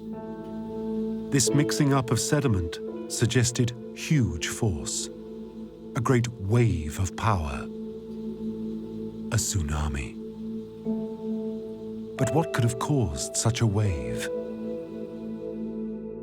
The team connects the unusual core samples to an event called the Storegga Slide, when vast areas of the Norwegian continental shelf slid into the sea. The Storegga Slide was a huge submarine landslide that occurred off the coast of Norway. The slide itself is made up of sediments deposited from the glacial era, so it's a lot of fine muds and sands. And within it, there are lots of weak layers. These are layers that can't really hold all that sediment together, so they're very prone to slipping. So any trigger, like an earthquake, is enough to set this sediment in motion and move down slope. And as it does so, it will generate a wave because it will disturb the surface of the water. A tsunami would have been terrifying, and is something that our modern society has witnessed. In both 2011 in Japan and across Asia in 2004. You can see here how the 2004 tsunami spread across almost the entire globe. So what effect would the Storegga Slide tsunami have had on Doggerland? Dr. John Hill of the University of York recreated how the tsunami might have hit Northern Europe in a series of computer simulations. The Storegga Slide involved 3,000 cubic kilometers of sediment, and it probably moved in one go very quickly. So this huge slide, which is probably one of the biggest landslides in the history of the Earth, generated a huge tsunami, which then traveled across the North Atlantic to Greenland and then down the North Sea with a tsunami of 10 to 6 meters impacting the coast of the UK. In this scientifically accurate simulation, the remaining islands of Doggerland are repeatedly washed over by the elevated red waves. The core samples also suggested that the timing of the wave was critical for people on Doggerland. So one of the things I find surprising is our ability to pinpoint the time of year that Storegga occurred. So we do this by looking at the sediments that have been deposited, and in them we find bits of vegetation like mosses and cherry stones, where we know that they would have occurred in the autumn, and hence we can find out that the Storegga Slide actually happened in the autumn. It is believed that Mesolithic people in the summer went inland to hunt deer, but in the autumn, with fewer deer to eat, they returned to the shoreline. The tsunami from the Storegga Slide would have hit the Mesolithic people when they were at their most vulnerable. Doggerland would have been particularly affected by this because it is so low-lying. Even though it was about 130 kilometers across and perhaps 80 kilometers north to south, the average height was probably on the order of meters rather than tens of meters. So if you have a wave that is 5 meters high, it is obviously going to inundate a large proportion of that land. And if we look to modern events like the Japanese 2011 tsunami, the average height there is around 5 meters. The wave inundated up to 4 kilometers inland. So if you think of that kind of scale, you would have seen something similar happening at Doggerland. The coastline is exactly where we would have seen the majority of people. The tsunami would have laid waste to homes, fish traps going, hunting grounds disappearing. Whole societies were perhaps wiped out in the space of a few hours. For Doggerland, it could have been cataclysmic, covering most of the land in its fast-moving water. Many of those Doggerland people could have been washed away, along with their homes. From the archaeological record, we do get a sense that actually the tsunami is the beginning of the end, if not the end of Doggerland. And large swathes of it are already underwater, and what remains would have been quite significantly devastated for some time. Death as a great wave swept through Doggerland.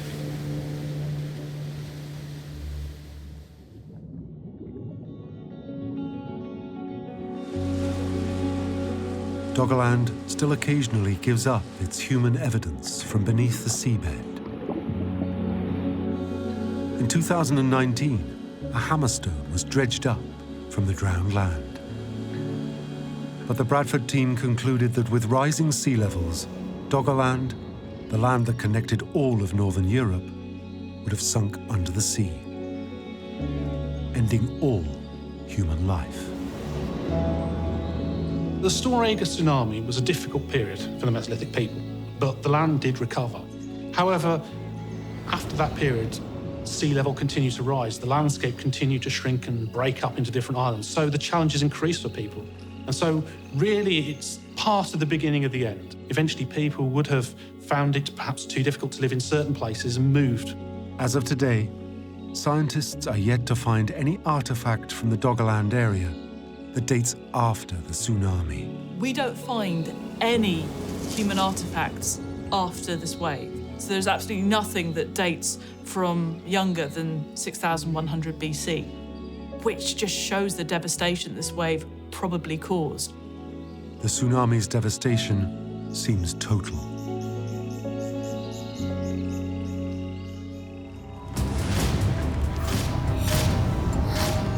Doggerland, a Mesolithic paradise that supported human populations, animals, forests, and wetlands. A land that at one point is estimated to have stretched from what today is northern Europe to Scandinavia and the UK, covering almost 50,000 square kilometers. Hunter-gatherers of the time could have walked from present-day Berlin to Oslo, to London, to Paris.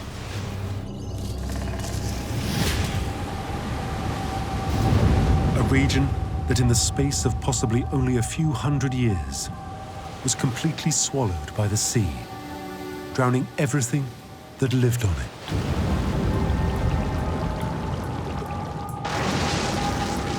An ancient apocalypse which echoes through human history, through the myths and legends of great floods, and still touches us today.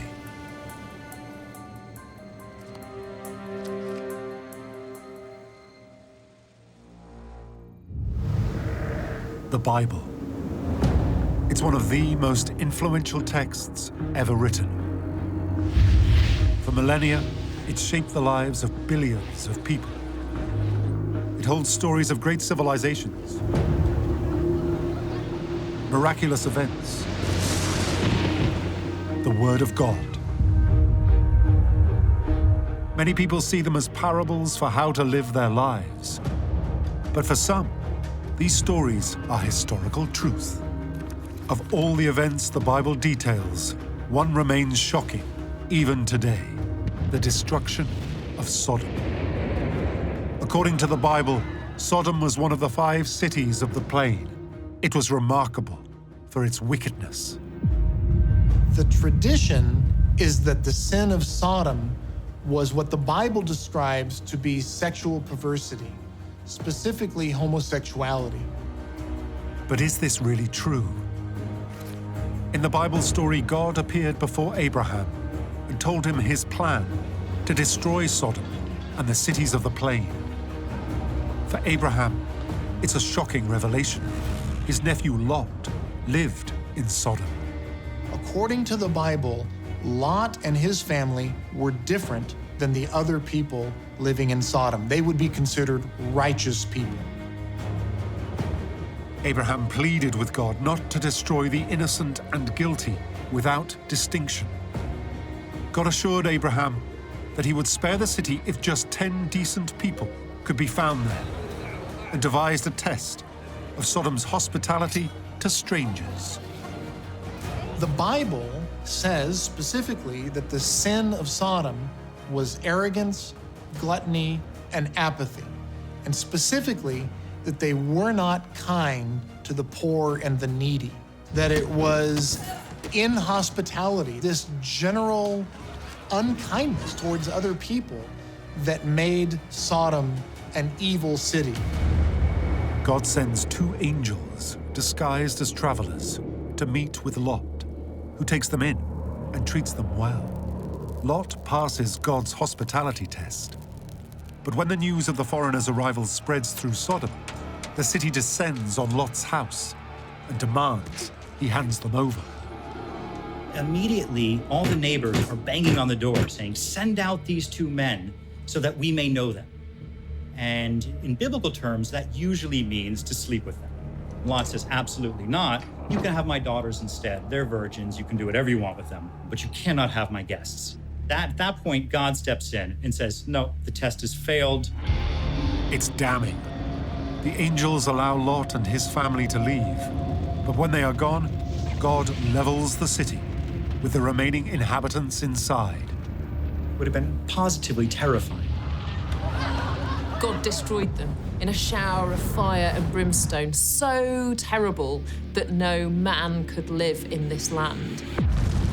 The destruction was so complete that the city was abandoned for 700 years.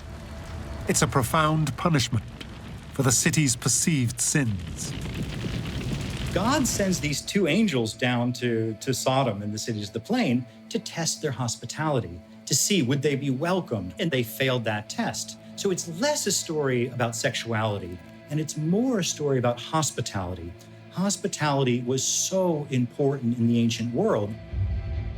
Only after the rise of Christianity in the first few centuries CE did its interpretation change. Early Christian theologians shifted the story's focus away from offering hospitality to create a morality tale condemning homosexuality. But does the story of destruction hold any truth? We ask the question, did the city of Sodom actually exist? And could it be possible to locate its ruins?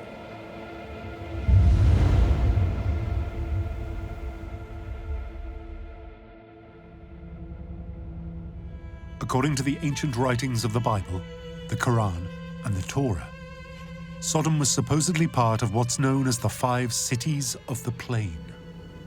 They were situated in southern Canaan, a large region covering modern-day Jordan, Lebanon, Syria, and Israel. Of the 5 cities, Sodom was the largest, and thus the epicenter of the plain. For centuries, archaeologists have tried to locate it. I think everybody loves a good lost city story, whether it's Atlantis or Sodom. There's this treasure hunter aspect to it. There's a confirming mythology, a way of confirming the historicity of oral tradition. But if the story of Sodom is more than just a myth, like some believe, where did it take place? And how could archaeologists locate it?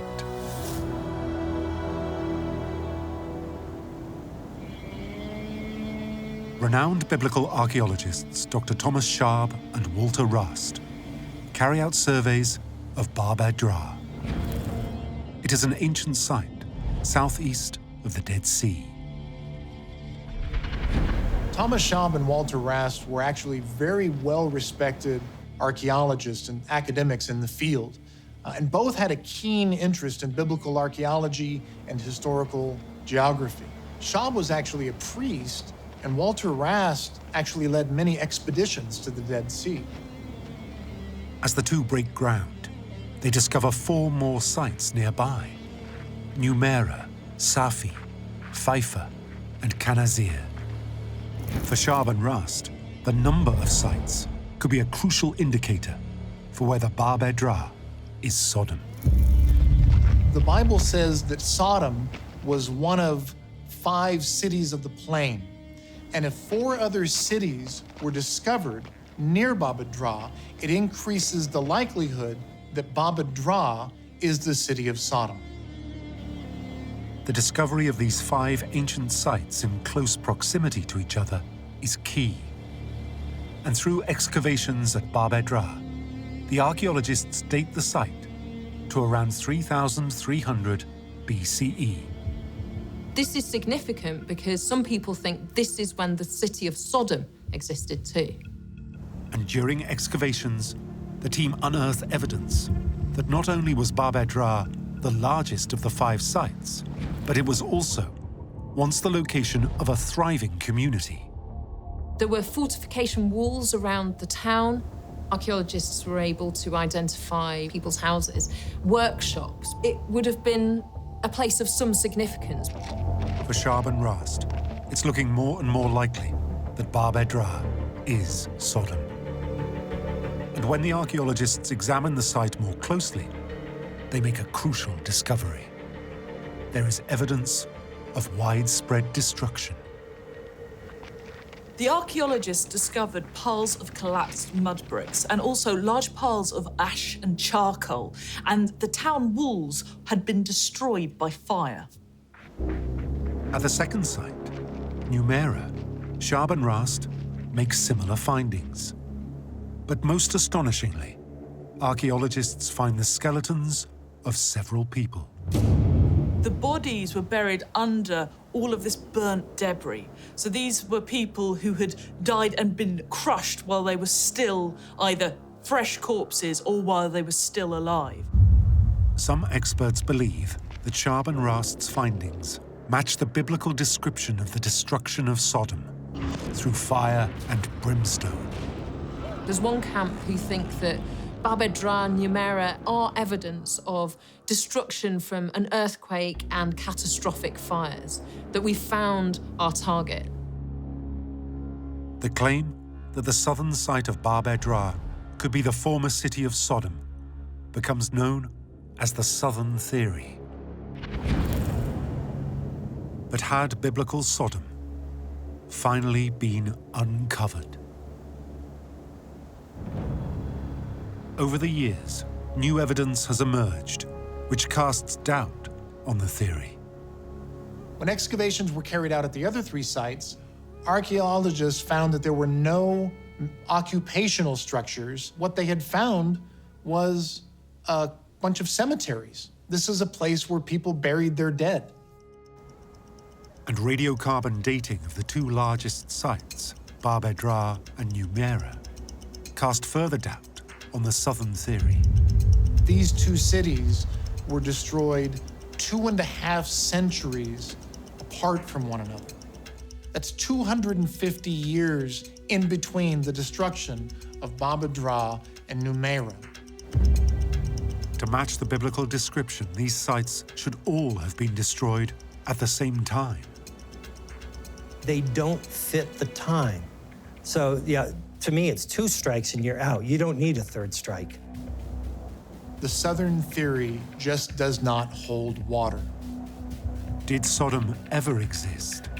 If so, was it at all possible to find?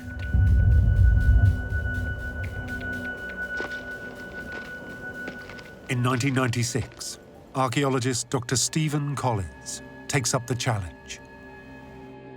Having grown up in a Christian household, he has long been fascinated with the relationship between the Bible and scientific evidence. I had sort of worlds in collision going on in my head, and it was hard to justify science and faith and belief together. Joining Dr. Collins in the search for Sodom is Dr. Philip Sylvia, an electrical engineer by trade. In more recent years, he's turned his focus to the Bible and archaeology. I think Sodom is the epitome in Scripture of God's judgment against sin in the world. And it's the engineer in me. And the theologian in me understands there must be a discoverable trail of physical evidence showing us what he did and how he did it. And that's what drives me. The more Dr. Collins studied, the more convinced he became that the Bible could provide clues to the location of Sodom. And so when I look at the historical record, when I look at the biblical record, and it squares with reality, it squares with science, it squares with archaeology, and I can't find any way to overturn it, then what am I supposed to do? For Dr. Collins, the realization that Sodom and the cities of the plain may not be south of the Dead Sea came about by accident in 1996. That summer, he is leading a tour of the Holy Land sites. While planning an expedition to Bab-edh-Dhra and Numaira, he rereads the story of Sodom. Something is amiss. In the Bible, before Lot moves to Sodom, he and his uncle Abraham bid farewell to each other. At this time, the Bible places them somewhere between the settlements of Bethel and Ai, northwest of the Dead Sea. From there, they can see the whole plain of Jordan. The Bible says Lot looked over, saw the well-watered plain of the Jordan, and went eastward and pitched his tent as far as Sodom. According to the Southern Theory, Sodom is southeast of the Dead Sea, 80 kilometers from Bethel and Ai. But if Abraham and Lot were in the north at Bethel and Ai, they wouldn't have been able to see that far. I got to the end of it, and I thought to myself, I don't see anything in there that would locate Sodom to toward the south, but everything would locate it north and east of the Dead Sea. How in the world could serious scholars be putting Sodom toward the south into the Dead Sea? Because if they're reading the same text I'm reading, why aren't we seeing the same things? Collins digs deeper into the ancient text.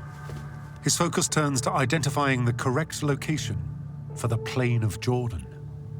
Genesis 13:10 says that Lot saw the plain of Jordan and that it was well watered, like the garden of the Lord.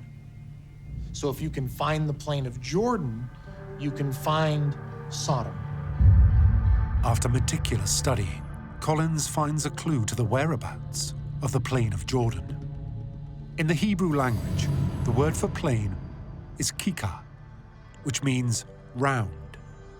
In a case of land, it would be a round, flat area of arable land. That is where we should be looking for Sodom and the cities of the plain. Some archaeologists believe that the only area in Jordan that has a flat circular plain that is well watered is north of the Dead Sea. If you are looking at a very good topographical map, you'll see a circular area, a kikar, north of the Dead Sea. But for some, using the Bible as a geographical source should be approached with caution. We need to be cautious with how we use the Bible texts. We have to keep in mind that if this event happened, it was another 1,000 years before it was written down. And then since being written down, it's passed through 5, 6, 7 different languages before it comes to us. So to put too much weight on one word is a bit hazardous. If we treat Sodom and the cities of the plain as a crime scene, then the Bible is one source. We also have archaeological evidence. We have ancient maps. So we have to actually look at the whole thing like a puzzle, and each piece has to be put together to really grasp what happened there. Proponents of this new northern theory are convinced somewhere in this circular plain could lie the biblical city of Sodom.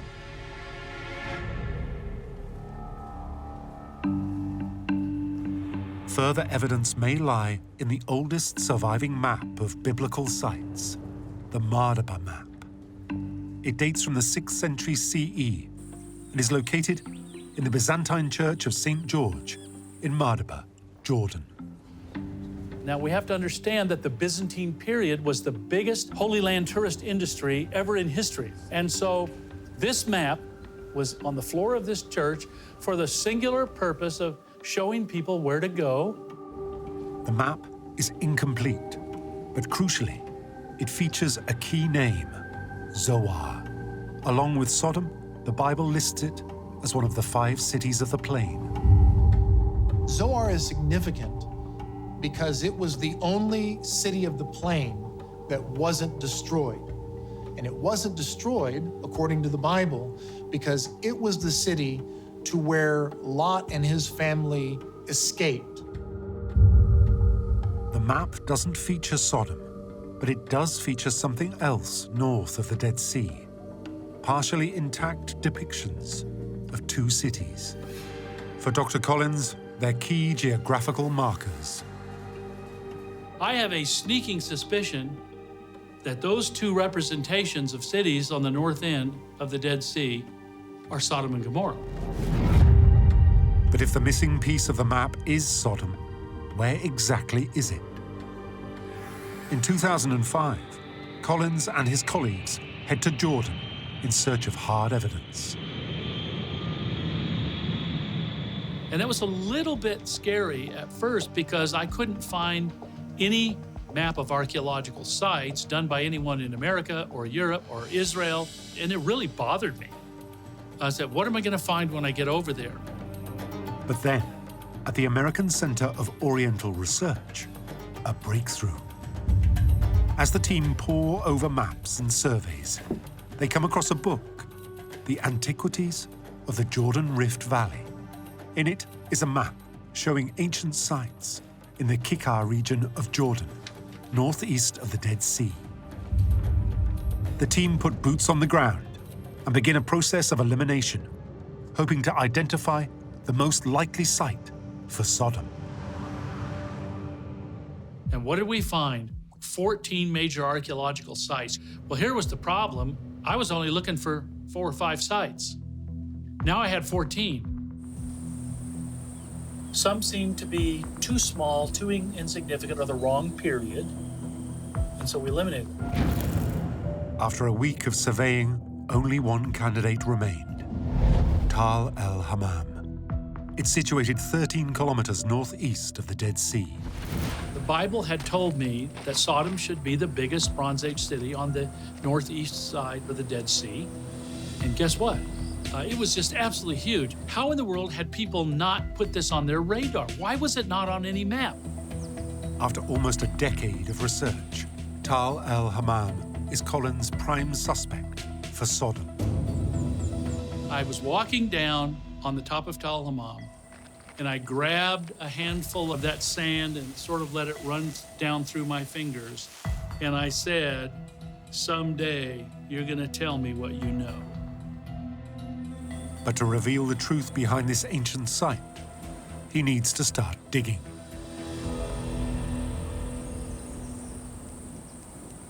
On the 27th of December 2005, the team begin the excavation. Initial findings reveal a colossal site, spanning an area of approximately 150 acres. It's much larger than any other Bronze Age site in the region. I was surprised, I think, mostly the sheer size of the site. To me, it was just a oh wow moment. With the site larger than anyone had anticipated, Collins recruits world-renowned archaeological architect Dr. Leen Rittmeyer to map the site. I got a phone call from Dr. Steve Collins. He said, would you like to come to Jordan and see my new excavations? I believe I found Sodom. I said, Sodom? You must be daft. It is quite impossible. He said, just come and have a look. I said, okay, I'll come and have a look. The site and the architecture impressed me very much. And so I was really interested in the site from an archaeological point of view.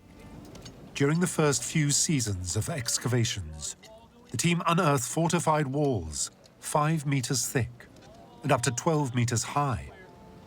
They also find a palace, a temple, and at least 2 plazas, and dozens of houses and streets, all dating to the Middle Bronze Age period when Sodom is believed to have existed.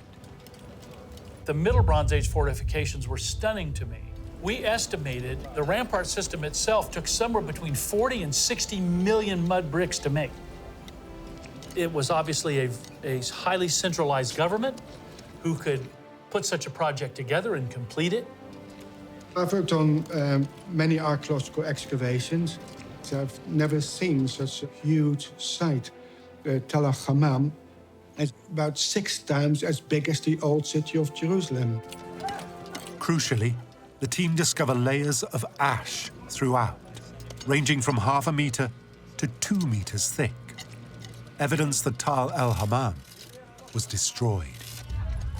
And they're convinced it was destroyed in the Middle Bronze Age. Mixed in with that ash are pieces of pottery that we can identify with that Middle Bronze Age date. The evidence indicates the site was burnt in 1700 BCE. And as Dr. Sylvia sifts through the ash layer, a picture of a great destructive event emerges. Among the ruins, they find a large 180 kilogram saddle quern that workers used to grind grain. That's called a saddle quern because you basically would straddle it like you were riding a horse, and then you would run your grinder back and forth like this to grind the grain. But for Dr. Sylvia, the position of the saddle quern doesn't make any sense. It was literally blown off of its dirt pedestal onto its side on the ground in a northeasterly direction. The team are intrigued by how such a large, heavy object could have been blown over. And it's not the only object. Across the site, they uncover artifacts and structures that landed in the same direction, seemingly pushed by some catastrophic force. You find bits and pieces of pottery, everything you can imagine, strewn for 6, 7, 8 meters across the floor to the northeast. So everything has this directionality to it.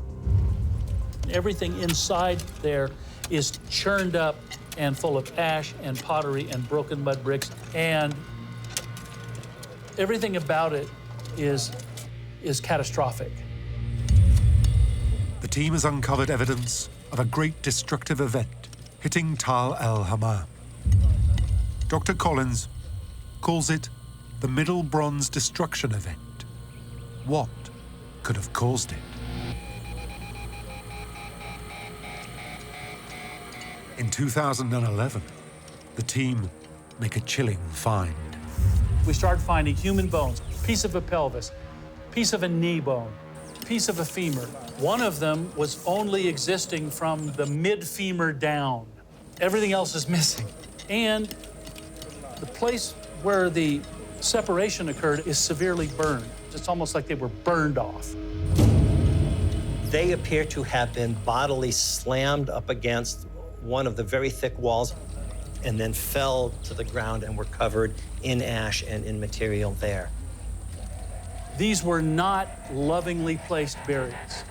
These were people who wound up in these positions by some sort of violent event.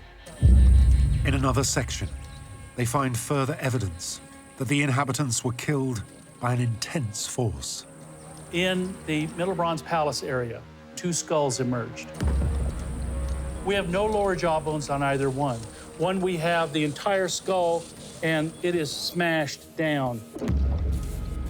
One has a piece of pelvis right here next to the fragments of the skull. They are literally blown to bits. For Collins, the location of the skulls is key. We are 8 meters down and 1 meter deep in the destruction matrix. There is no doubt, 0 doubt, that these 2 individuals, these 2 skulls fragments, belong to the Middle Bronze destruction event itself.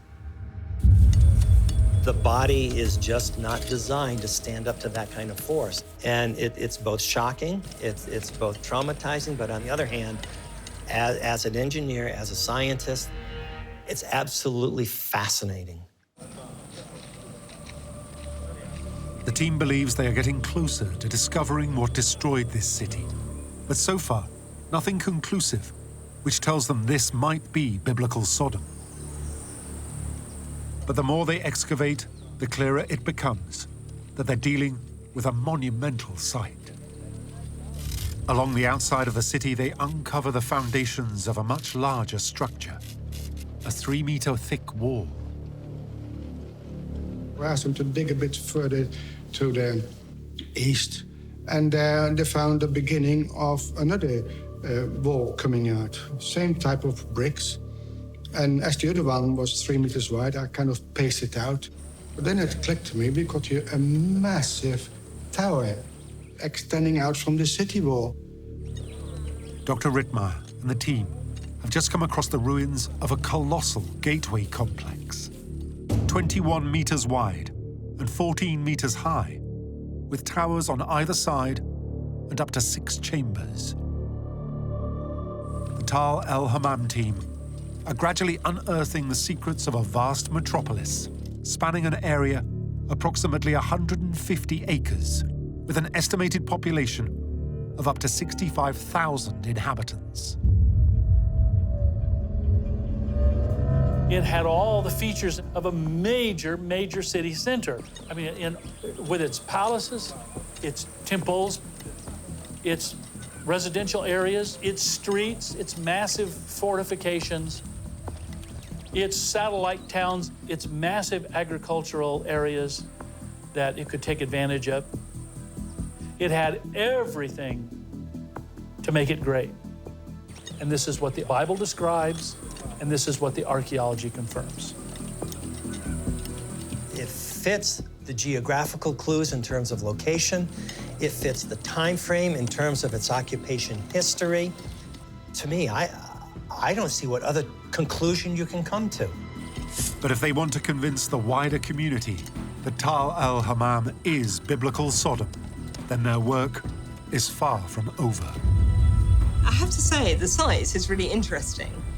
It's the interpretation of the site that I find problematic. So much more work needs to be done before we can understand the site in context and its importance, but also what destroyed it. Whether or not Tal el-Hammam is Sodom remains to be seen.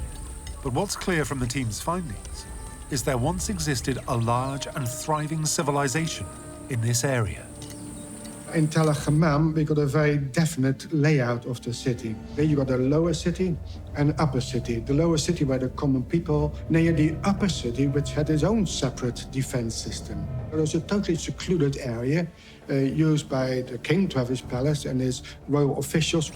Artifacts found throughout Tal el-Hammam have helped the team decipher how people lived during this time. Most of the houses are mud brick houses. And the houses themselves were often multi-generational houses. So you got quite a few rooms built around a central courtyard. Then you've had an awning overhead, and that's where they baked the bread, where they roasted their chickens or whatever they were eating, and the women used to grind their flour. All that took place in that courtyard. That was kind of the life of the house. I mean, we have a city that lasts for 3,000 years without a hiccup. Things are pretty much operating like a well-oiled machine. But then, according to the evidence, somewhere around 1,700 BCE, during the Middle Bronze Age, the city of Tal el-Hammam was violently destroyed. What was behind its catastrophic demise? Could the answer provide a clue as to whether this is the original city of sin? At the site, archaeologists have found evidence of scorched walls and floors buried beneath piles of ash, burned pottery sherds, as well as charred human remains they believe were blown around by some concussive force. For them, the evidence matches the biblical account of fire and brimstone destroying Sodom. But what could cause this? If you're looking at evidence from Tal el-Hammam, it's reasonable to wonder whether this is a consequence of a huge volcanic event. Was Tal el-Hammam destroyed by a volcano? In recent decades, experts have found evidence of a volcanic flow of ancient lava in the hills northeast of the Dead Sea, whilst 1/6 of Jordan is covered in hardened lava, known as basalt. There's lots and lots of basalt rock around that part of the Dead Sea. That's because that area is very geologically active. It's had volcanism throughout much of its history. But there's a problem with the theory. There's no volcano close to the site of Tal el-Hammam. To get volcanic activity, you don't need to have a kind of triangular volcanic mountain spewing out of lots of lava, or even a dormant volcano. What you need is a heat source underneath the surface with molten rock, and you need pathways to the surface by which that heat can get out. And that's what we call a volcanic system. So you can have volcanic systems that are not invisible, but they're pretty hard to detect. Despite evidence of ancient lava flow in this region, many reject the idea that this is responsible for the destruction of the site. There's just not enough of the material. You know, you need a really significant amount of ash to really cause the abandonment of a city. And from what we can see, there just doesn't seem to be enough. But there is another natural event that could be to blame. Now, if somebody told me, okay, I've got the city ruins and they've been collapsed, obviously the buildings have toppled down and there's lots of evidence of fire happening, I'd have probably gone, I'll tell you what, that sounds to me like it was probably an earthquake. So what happens to tectonic plates during an earthquake is that you've got these two plates and they're moving, but at the boundary between the two of them, they're stuck, they're snagged, there's friction, and the stress builds up. And it builds up and builds up until at some point it can't take it any longer, and then it just moves, it displaces. And that generates a whole lot of energy, a whole lot of frictional heat and noise, and that's the seismic waves that go. And that, essentially, is the earthquake. Could an earthquake have made the ground drastically shift and caused the collapse of Tal el-Hammam? So when the fault line moves, it can move vertically, or it can move horizontally, or it can move a combination of the two. And in the Dead Sea rift zone, it tends to be a combination of the two. That's what shook the buildings, caused them to collapse, and maybe set off a chain reaction of fire. Maybe a kiln was gone, and the rest of the roofs, and the city burnt, and that's what had happened. But for the Tal el-Hammam team, the evidence they found at the site suggests an earthquake can't be to blame. When you get an earthquake, the ground moves back and forth. We are in a north-south strike-slip zone in the region around Tal el-Hammam. So when you have earthquakes there, things tend to move north and south. And so walls tend to fall in both directions. But all of the material evidence we're finding is pushed to the northeast, and only to the northeast. It's very monodirectional. Crucially, the team make another discovery which suggests that the site remained unoccupied for approximately 700 years during the late Bronze Age period. Well, in that region, one of our primary means of telling time is through pottery evidence. We just do not have pottery in the region that covers the entire late Bronze period. There's virtually none. And the second thing that you would look for is there any architecture? Now, there was a brief single building that we believe was a toll house or a way station during that period that lasted maybe a decade or two. So between the pottery, between the architecture, nobody was home. They just migrated through.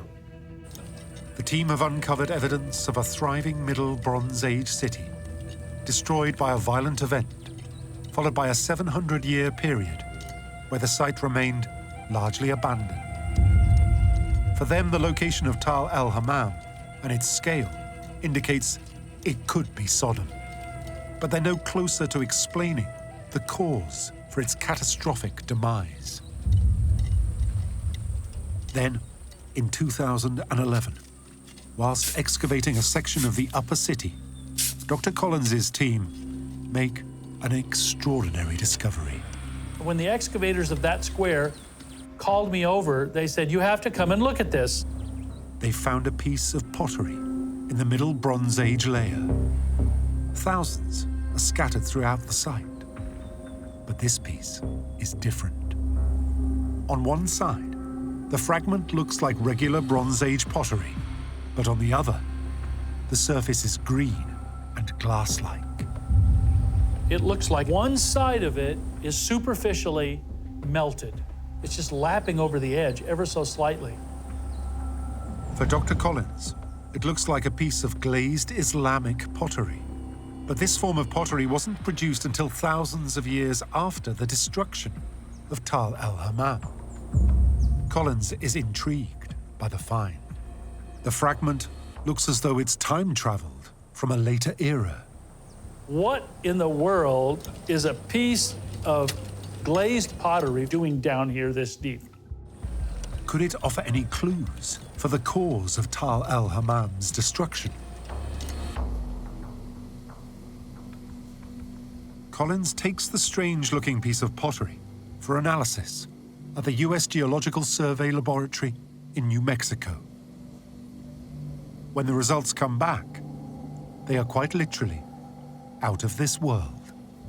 We know that now from the tests. Everything about this particular melted surface of pottery sherd is physically identical to trinitite. The word trinitite comes from the codename Trinity, used in the first ever detonation of a nuclear bomb.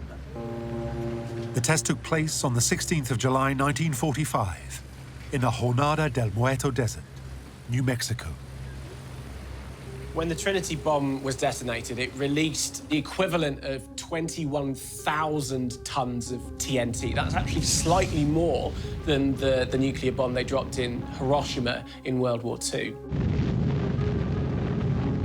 In the aftermath of the explosion, scientists noticed a strange substance all across the surface of the desert. When the bomb exploded, it sends out a big fireball, and that creates a huge mushroom cloud, a big uprush, and it took a whole load of the sand up in there, and that basically melted because of the immense heat, and then rained back down onto the desert, which cooled really quickly and then formed this glassy trinitite. The melted glass-like surface of the sand is similar to that found on the pottery sherd at Tal el-Hammam. When it's analysed further, experts discover something else: zircon. Zircon's a naturally occurring mineral that you can find in rocks pretty much all over the world. Looking at zircon under a microscope, what you'll see is like a crystal-like structure, and very, very regular with very sharp, jagged edges, basically. But the zircon inside this piece of pottery is different. This zircon was actually a lot smoother and kind of more like a teardrop. Experts conclude that the zircon in this fragment must have undergone an extreme process to create such a strange shape. It suggests that this zircon had been heated up to a really high temperature, such that it even melted, and then it had cooled very quickly.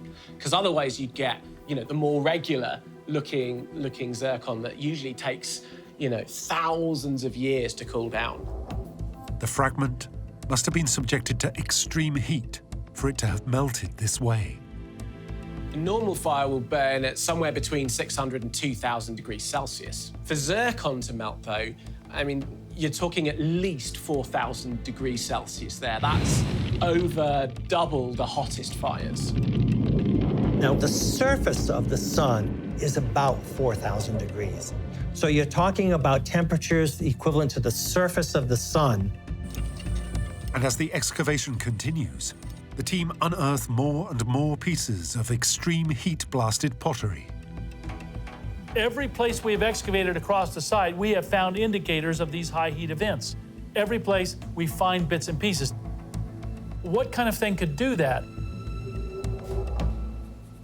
From the evidence at this ancient site, we know there must have been incredible temperatures, much hotter than a regular fire. And it created a substance very similar to trinitite, but of course, there weren't nuclear bombs back then. So what could have caused this? Well, one possible option is a meteor. Now, at our site, there is no crater on the ground for us to point to and look at and say, aha, here's the conclusive evidence that we have some kind of astral body coming in and hitting us. We don't have that. But meteors don't need to make impact to unleash their destructive power on Earth. An incredible concussive force and a blast of high-intensity heat can result from a rare cosmic phenomenon known as a meteor airburst. An airburst can be when a meteor in the Earth's atmosphere explodes in the air before it's hit the ground. The damage on the ground from the explosion can be devastating. Firstly, you've got this really hot rock, the meteor, in the air that's radiating heat that can set things ablaze. Now, when it explodes, you've got the big shock wave. That can also take temperature with it, so you can feel a heat rush. The amount of devastation you're going to see really depends on the size of the rock. Bigger meteor, more destruction.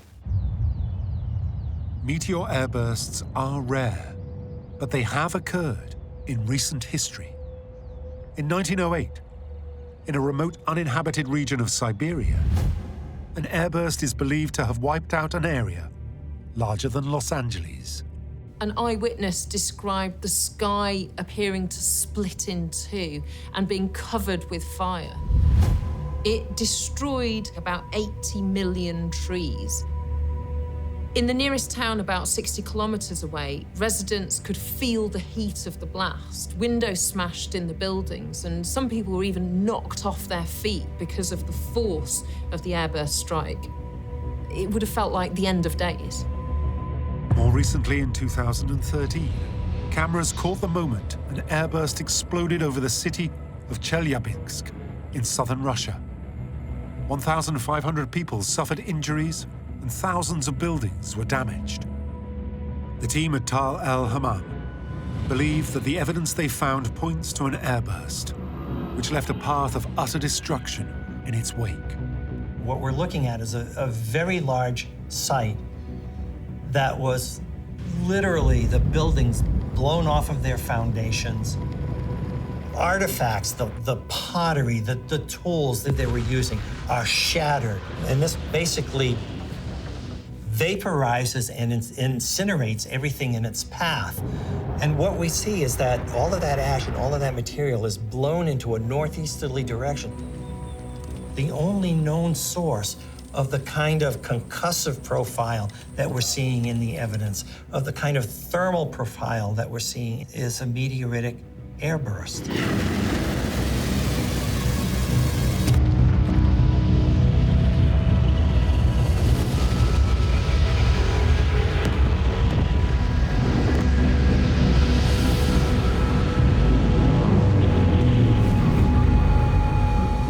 As for the 700-year gap in habitation at Tal el-Hammam, Dr. Sylvia believes this is a direct result of the airburst as it explodes over the Dead Sea, just 13 kilometers away.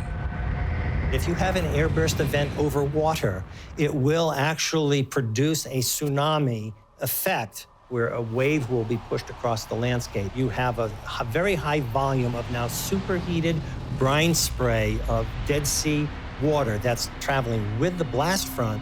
Well, that 700-year gap, I believe, is best explained by the poisoning of the soil with Dead Sea water that left behind a very high salt concentration. It's possible the high salt content of the Dead Sea water would have rendered the land infertile for a number of centuries. It was impossible to grow any cereal grains. And if you can't grow cereal grains, you can't support cattle, you can't support people, you just cannot support a civilization moving back into the area. The science is clear, the analysis is clear, and the evidence is mounting. I'm not saying that we absolutely have it nailed down yet, but we know that all the indicators that we have are consistent with an airburst. For the archaeologists, the destruction of Tal el-Hammam by meteor airburst provides a striking match to the biblical destruction of Sodom. Fire and brimstone rained from above, destroying the city and its people, and leaving the surrounding region uninhabitable. But not everyone is convinced. A meteoritic event is very rare. They do happen, but they're very rare. I think before you can jump to conclusions and people can start suggesting that, you need more evidence. And I think actually an event like that would have a signature much wider and in the environmental record. So we need to look there.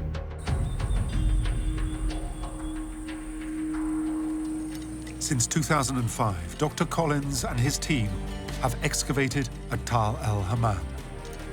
They've made a truly astonishing find: the remains of a thriving vast metropolis northeast of the Dead Sea, which they believe matches the biblical description of Sodom. Crucially for Collins, their discovery and analysis of Tal el-Hammam's destruction provides a close match to the biblical account of the destruction of Sodom. People often ask me how certain I am that Tal el-Hammam is Sodom. It's become very certain to me that there's no other possibility. It's in the right place, it is in exactly the right time frame, it has the right stuff, it has the right destruction event. When Steve Collins first asked me to come to the dig and he said that he thought that this may be Sodom, I was very skeptical. I believe the Bible, I take the text serious, but I don't dig with the Bible in my hand, as it were. The size, the location, the way Sodom was destroyed, and my own reading again the original text make me now convinced that Tal el-Hammam is Sodom. But the team still face scrutiny from the wider archaeological community. We know that meteorites strike the Earth. So is this possible? Sure. Is this also a pretty speculative reaching for a possible explanation that kind of matches the story in the Bible to explain the destruction of what you want to be Sodom? Yeah, it looks like that as well. Cynics might suggest that the Airburst Theory for the destruction of el-Hammam is just too spectacular, too kind of space age. But just because it's a 1 in a million chance doesn't mean that it didn't happen.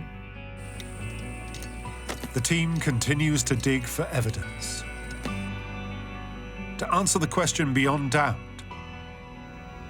of whether Tal el-Hammam really is the city of Sodom.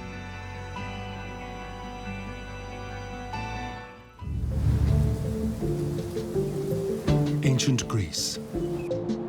From the 8th century until the 4th century BCE, ancient Greek civilization flourished.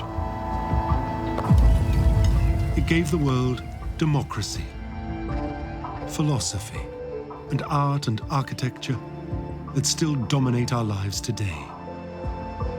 At its height, the ancient Greek colonies reached from modern-day Spain in the west through to Russia in the north and Egypt in the south. It was made up of many competing city-states with their own systems of rule and patron gods. In the heartland of this civilization lay the thriving city of Helike. Helike was a prominent trading port, but the ancient city was best known for the role it played in the worship of the almighty Poseidon, the god of the sea. Poseidon's moody, he is miserable, he's grumpy, and I find that really interesting because he is the god of the sea. I mean, the sea is obviously important for trade, important for transportation, but it can turn on you like that, and it can take lives. It's something Helike would discover all too well. In 373 BCE, the city vanishes. According to writers across the ancient world, the entire city disappears beneath the waves. Its location is lost to the passage of time. The location of Helike is a complete mystery, and it's one of the resounding mysteries of classical archaeology. It's hauntingly similar to the myth of another ancient civilization lost beneath the waves, Atlantis. We ask the question, what could cause the total destruction of Helike? And is Helike Atlantis?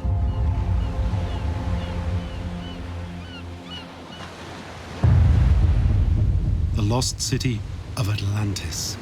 It's a myth that has enthralled us for millennia. We all know the famous story of Atlantis, but it goes all the way back to Plato, who tells us about Atlantis as a great city with an advanced civilization, which ruled over an empire that spanned continents. According to Plato's myth, the Atlanteans created a civilization to rival the mighty Greeks. But they did not use their power wisely, and this angered the gods.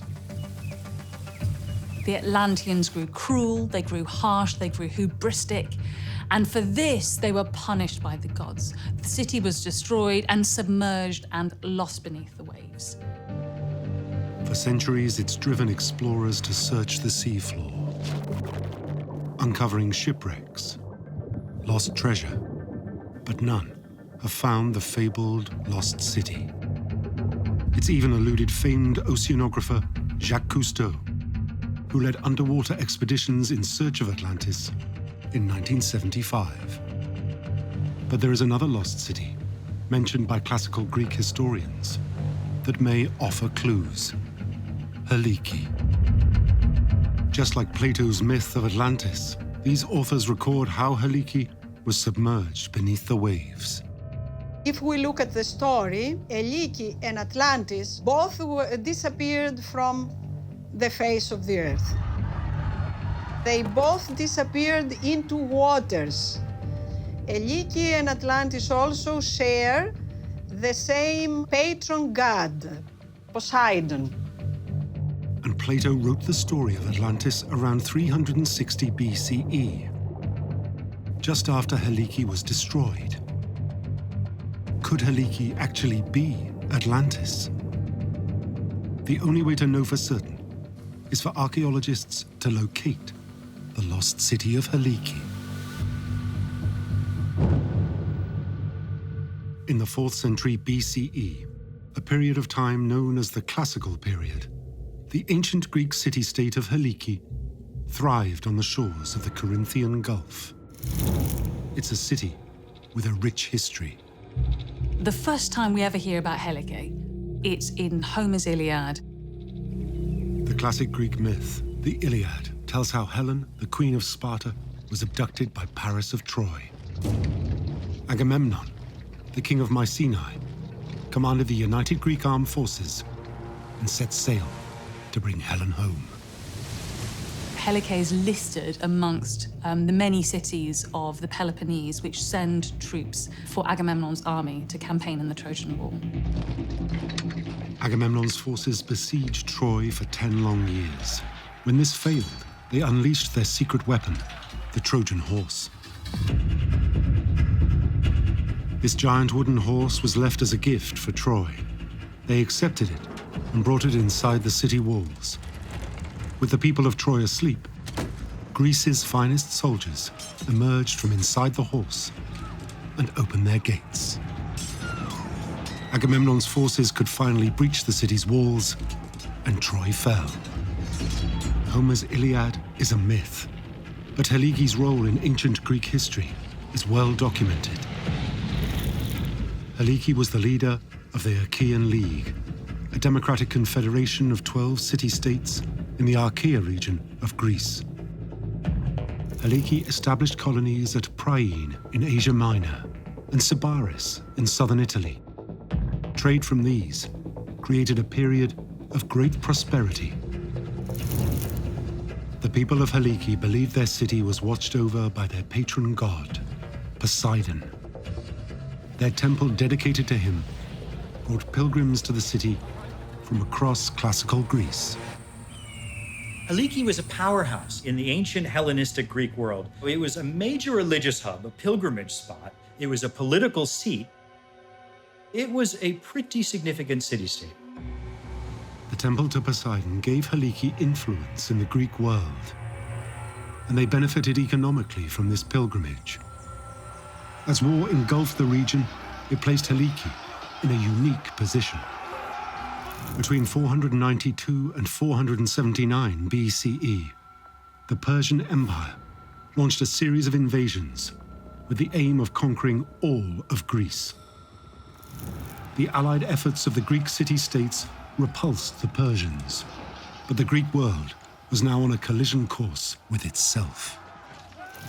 In 431 BCE, Greece erupted in war between Athens and Sparta. By 404 BCE, Sparta was victorious. But the economic cost across the region was dire. Poverty soon became widespread. But the people of Helike realized just how economically important the Temple of Poseidon was to their survival.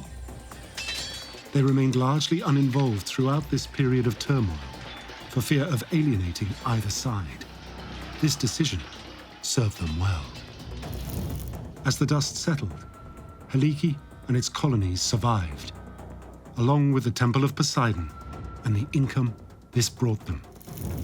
And for a city-state that relied heavily on maritime trade, it made sense that their patron god was the god of the sea. Poseidon is the god of the trade networks. He's the god who the sailors would be praying to before they set out on their long voyages across the Mediterranean. He's the god who would guarantee you safe passage and bring you back home safely as well. But Poseidon didn't keep the people of Helike safe. According to the legend, the people of Helike closely guarded the temple venerating Poseidon. When they refused to share sacred items with other cities, he was angered. They had treated extremely badly a sacred delegation who had come from Ionia requesting copies of the altar and some other sacred items. They had dragged these sacred ambassadors from the sanctuary, and some stories say they actually killed them. In 373 BCE, Poseidon destroyed the city. The destruction was so complete that it sent shockwaves around the ancient world. The story of Helike's demise very quickly enters into the popular consciousness. We first get it in the writings of Ephorus, we find it in Strabo, we find it in Ovid, we find it in Pausanias, in Diodorus, and Polybius. It's everywhere. The story starts in 373 BCE, and we hear that Poseidon is angry with the inhabitants of Helike. And what he does is he uses his trident, he causes a terrible earthquake.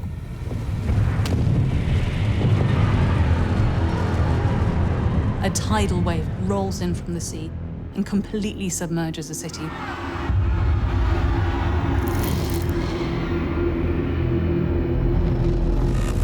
The entire population of Helike was wiped out in this catastrophe, one fell swoop.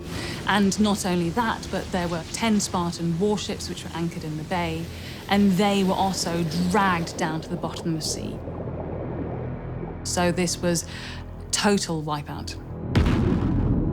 Helike's destruction was so severe that the only way the ancient Greek writers could come to terms with it was to blame it on the supernatural.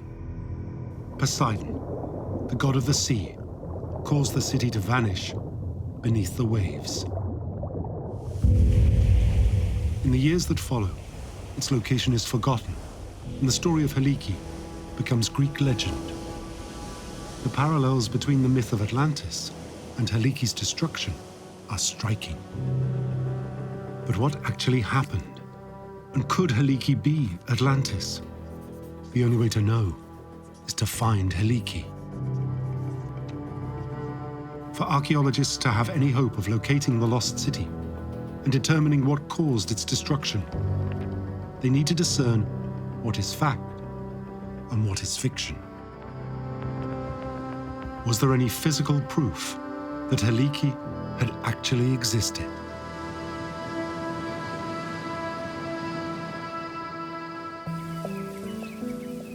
Two of Germany's leading archaeologists, Adolf Michaelis and Alexander Konza, explore the shores surrounding the Gulf of Corinth. While resting in a village, they are sold an ancient artifact, a bronze coin. Poseidon is depicted in a very fine representation of his head, which is a very beautiful classical, actually, depiction of Poseidon.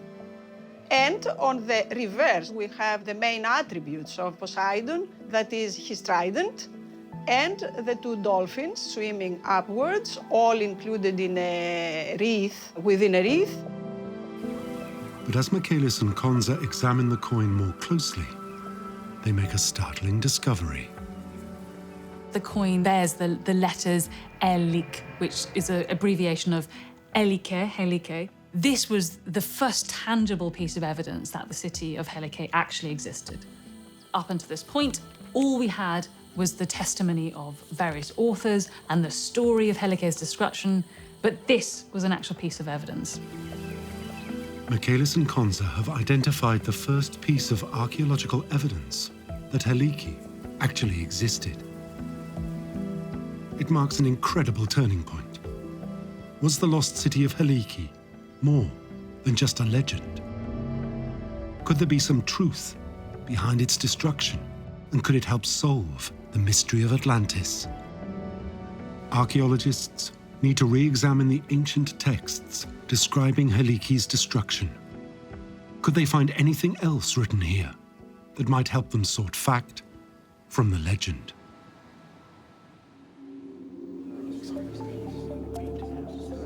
A key text recounting the disappearance of Helike was written in the 2nd century CE by the renowned Roman author Aelian. Buried in his account is a detail that may lend veracity to the written destruction event, a tsunami caused by an earthquake. There's a Roman author who who talks about the destruction of Helike. And he mentions that 5 days before the event, all the animals, all the rats, all the insects went scurrying away from the site, and that people should have taken that as warning something bad was about to happen. It's an intriguing detail. But is there any truth to the phenomenon? Geologist Ian Stewart has heard similar stories before.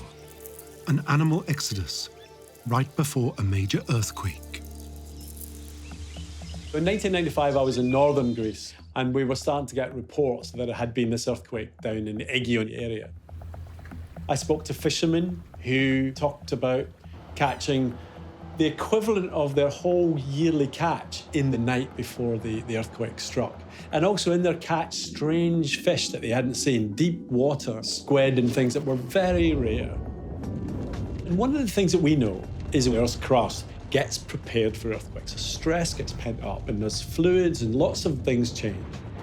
So the only slight thing is whether animals, particularly ground-dwelling animals, could be sensitive to that. And that seems to be not that far from reality. The story of animals fleeing Helike in the lead up to its destruction might just be true. And according to the ancient writers, the tsunami that submerged Helike was triggered by an earthquake. But would a tsunami account for its total eradication? To know for certain, archaeologists need to locate Helike. Only then can they begin to understand the cause of its destruction. The hunt is on for the lost city of Helike. They turn again to the ancient texts. It's believed that the remains of Helike were visible for hundreds of years after it was destroyed, and many ancient writers gave descriptions of its location. But over time, its ruins disappeared, and these descriptions lost their meaning. The archaeologists searching for Helike are forced to start from scratch, almost. Poring over the ancient texts, they find a clue. The ancient Greek geographer Strabo recorded that Helike had been submerged in what he describes as a poros. But what exactly is a poros? Poros in ancient Greek means a narrow passage of water. Archaeologists interpreted this as the Corinthian Gulf. It was a solid lead for the archaeological investigators. The ruins of Helike had to be somewhere in the Corinthian Gulf. The problem is, the Gulf encompasses a colossal area, 2,500 square kilometers. And according to the ancient texts, just like the myth of Atlantis, the ruins should be underwater. The expectation was that Helike lay somewhere on the seabed in the Gulf of Corinth. And so over the generations, it becomes this holy grail of underwater archaeology to find where Helike was. Archaeologists now have a rough geographic area for Helike. It's clear to them that it must lay submerged at the bottom of the Gulf of Corinth. But how can you locate a lost city on the seafloor? It would require an entirely new form of archaeology and a new breed of archaeologist.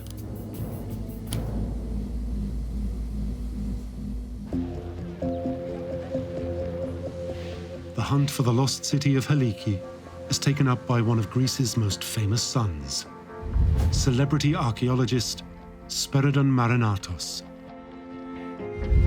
In 1967, Marinatos became a Greek national hero when he uncovered the prehistoric city of Akrotiri on the island of Santorini. For some, the civilization on Akrotiri was a strong contender for the lost city of Atlantis. But Marinatos found no evidence to back up this theory, and his ultimate dream was to find Helike. If the lost city could ever be located, Marinatos had particularly high hopes for what it might contain.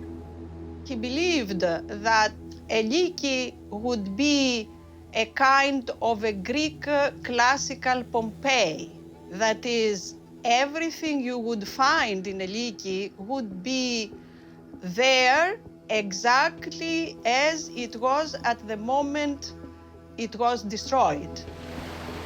If he could find the city, maybe he could solve the mystery of its destruction. Could he also solve the mystery of Atlantis? Marinatos needs a way of peering beneath the waves to identify any human-made structures on the seabed.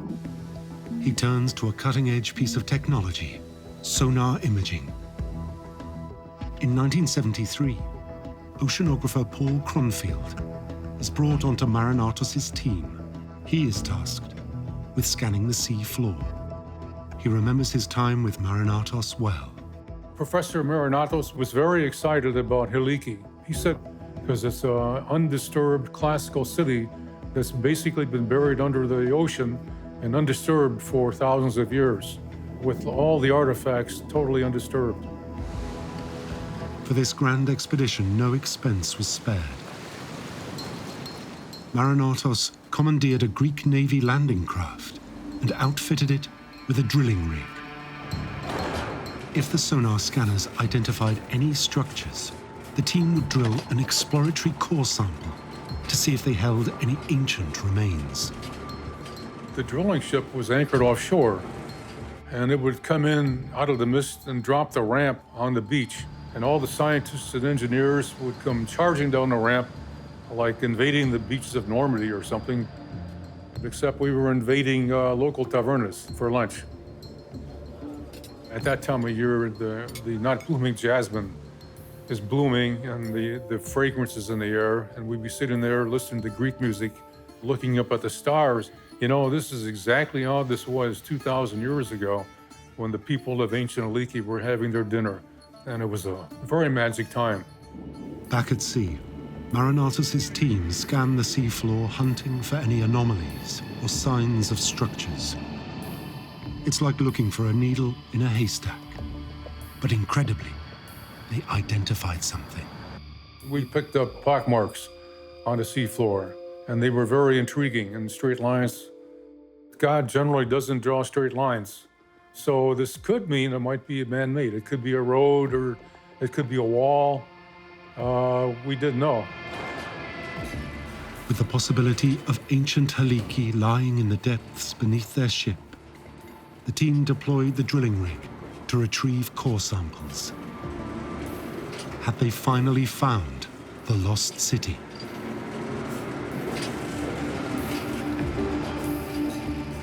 There was so much excitement each time we retrieved the core. You know, sleep was impossible. We had to be there because everyone expected to see some artifacts or something in there that would indicate a discovery. It just kept everybody very much electrified. But all they found was mud and gravel. After having spent all that time drilling and subbottom profiling, and then find nothing, it was very disappointing.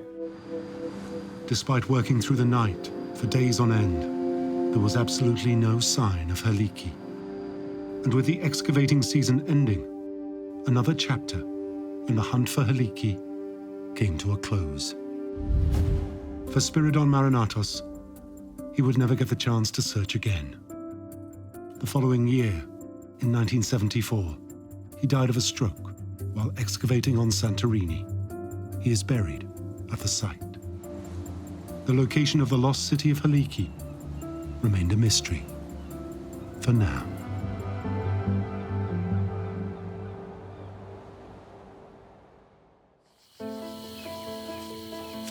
Archaeologist Professor Dora Katsanapoulou grew up on the shores of the Corinthian Gulf, close to where Helike was said to be located. She is well acquainted with the legend of the ancient city's destruction. People who are raised in the region, they all hear about this story because Helike was the most important city in the region.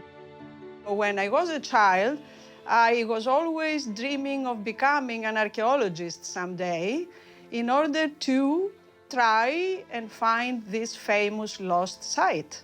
So it was a childhood dream, I would say. In 1988, Katsanapoulou assembles a team and begins turning her dream into a reality. She picks up where Marinatos left off, using sonar scanners to map the bottom of the Gulf of Corinth. Soon, the sonar picks up something intriguing. In one location, we found remains of something that looks like being man-made. It's something that has to do with installations of a port. And in another location, in a greater depth, we may have remains of some wrecks of ships. Analyzing the sonar readout was a man now familiar with the region, oceanographer Paul Cronfield.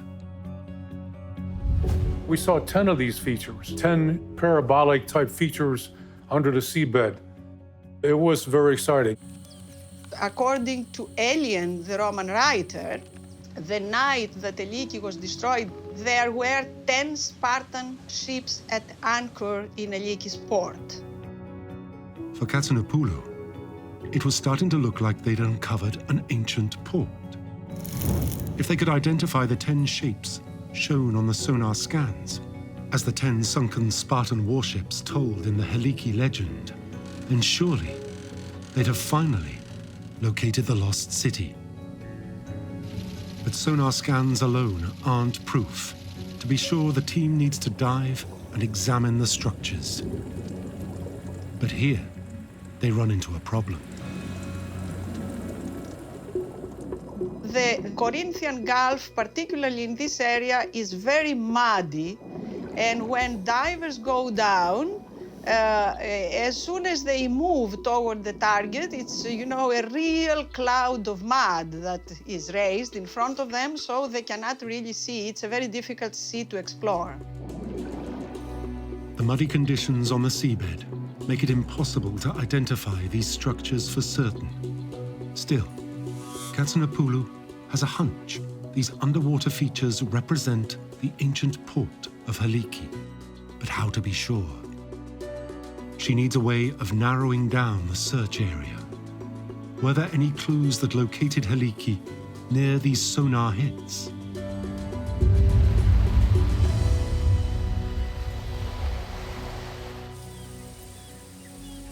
Katsinopoulou returns to the ancient texts. Reading the work of the ancient Greek geographer Pausanias, she comes across something. A description of Helike in relation to the neighboring town, Aegion. Crucially, it mentions a distance. One says that Helike is 40 stades, that is 7 kilometers, east of the city of Aegion.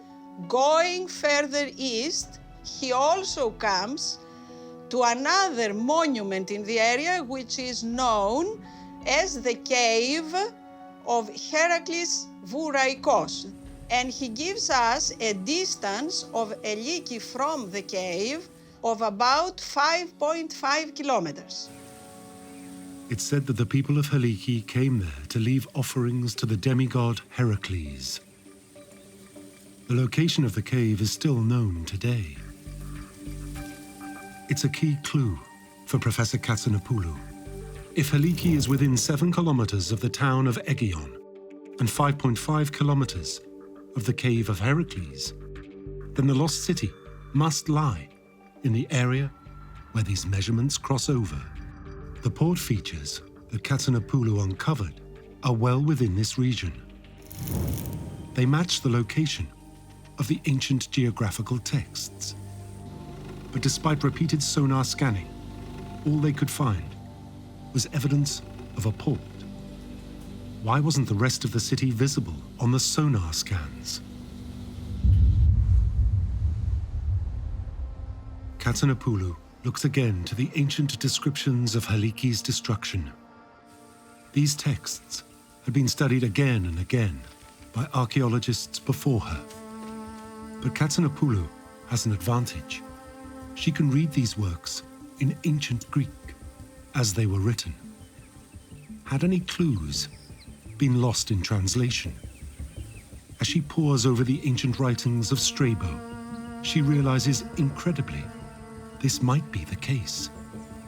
It all hinged on the meaning of the word poros, the body of water that Helike was said to have been submerged in. Poros in ancient Greek means a narrow passage of water. But most archaeologists had interpreted this as the Corinthian Gulf, which was absolutely wrong, because the ancient sources knew the Corinthian Gulf by name. So they could mention the Corinthian Gulf. They didn't have a reason to say poros. Now, what poros would mean, in my interpretation, was an inland lagoon or lake. According to Professor Katsanopoulou's research, the lost city of Helike wasn't at the bottom of the Gulf of Corinth after all, but had been submerged in an inland lagoon. It's a blow for those hoping Helike is Atlantis. Plato's mythological city had been submerged and lost to the sea floor, not a lagoon. But still, in the search for Helike, it's an incredible breakthrough. It was beginning to make sense why Katsanopoulou's sonar scans only showed a port, not the rest of the city. There was only one problem. If you're thinking about this as a lagoon, there isn't a lagoon there now. There's just solid land. So where was the poros? Okay, then I thought, since we have a poros that is an inland lagoon, then the ruins of the city should lie under this lagoon, because this lagoon covered up, actually, the destroyed city. But at the point where the sonar scans had identified a port, there was no lagoon, only dry land. But all of Katsanopoulou's evidence pointed to Helike being here. Was it possible that the lagoon had dried up? The fact that you have a feature close to the shore that may belong to a port, that shows to you that the city is on land. So we said, okay, we checked it out, it's nothing in the sea, we have now to prepare for starting on land. Katsanopoulou steps ashore. Was there any evidence that this area had once been underwater? If she could find any, then she would be one step closer to locating the lost city of Helike. Among the trees on a farm, just outside the town of Rizomulus, Katsanopoulou notices something unusual, a bridge, but no river.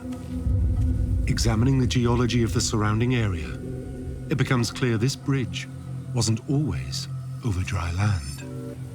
Over millions of years, the craggy mountains further inland have been eaten away by rivers coursing through them. As the rivers make their way to the coast, they carry with them a huge amount of rocks and debris. One of the things that really impressed me was just the sheer amount of material that was coming from the mountainside. Those rivers that were coming through, bringing huge amounts of debris down and spreading it across the coastline. So this was one of the most dynamic landscapes I'd ever encountered. Each winter, the rivers break their banks and deposit sediment across the entire plain. It explains why the bridge is now over dry land. That bridge was at one point over a river, and it's no longer over a river. The river's about 500 meters away. So that tells us that the rivers have changed since the classical time. As the sediment builds year after year, the rivers gradually become silted up and the water changes course. The bridge is a feature that has to do with the geomorphological changes of the plain. Actually, the bridge is evidence for the shift of the river. For Katsanopoulou, it's a profound realization. The lost city of Helike was submerged in a lagoon, but all her evidence pointed to the location being on dry land. Katsanopoulou suspects a lagoon was once here, but had silted up over time. The lagoon had completely been silted over by the sediments brought down by the rivers. And that's why today you do not see any lagoon in the area. The lagoon, of course, it is buried under the dry land today. The ancient texts, the sonar scans, the existence of a lagoon, all pointed to Helike being under this plain. But to know for certain, her team will need to break ground.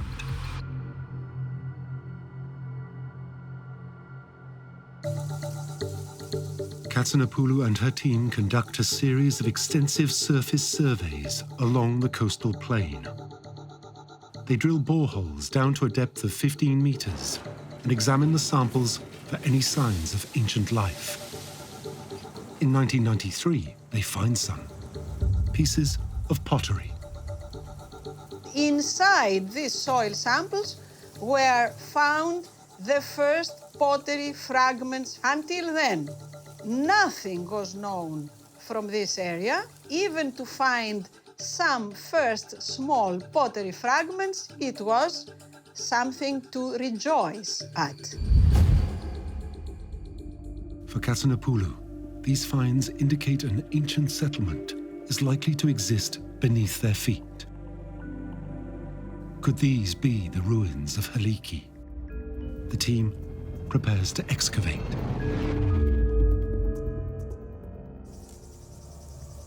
But before the archaeologists can start, they are woken in the night by a horrific noise.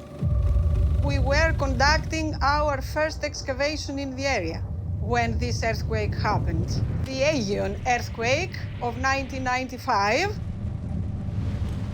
We were very much alarmed because, you know, that happened early in the morning. Of course, living through an earthquake event, it's something dramatic and terrifying. When the dust from the earthquake settles, Katsinapoulou's team finally break ground. Here they uncover the remains of an ancient building. Helike was destroyed in 373 BCE during the classical period. But frustratingly, the remains uncovered are Roman. They date from a far later period in history. But for Katsinapoulou, it proves they're on the right track. For me, it was very important because that proved for good that there is ancient occupation in this plain. And you have the real evidence in front of your eyes. You have a building. As more excavations are conducted, it becomes clear that the site held a very long occupation history. It's promising news. But to edge closer to proving this is Helike, Katsinapoulou's team need to uncover evidence that this site was inhabited during the classical period. In the foundation trench of this building, we discovered a nice group of pottery fragments from earlier periods, like classical, and even earlier, going back to the 8th century BC. That showed to us that we were in the right track, we were in the right area. The wealth of finds uncovered indicate that a significant, prosperous ancient city once existed here.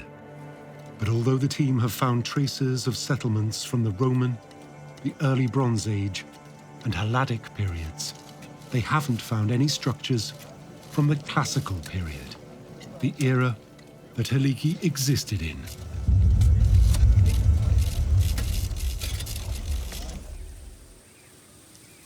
Until Professor Katsinapoulou's team make a discovery in 2001.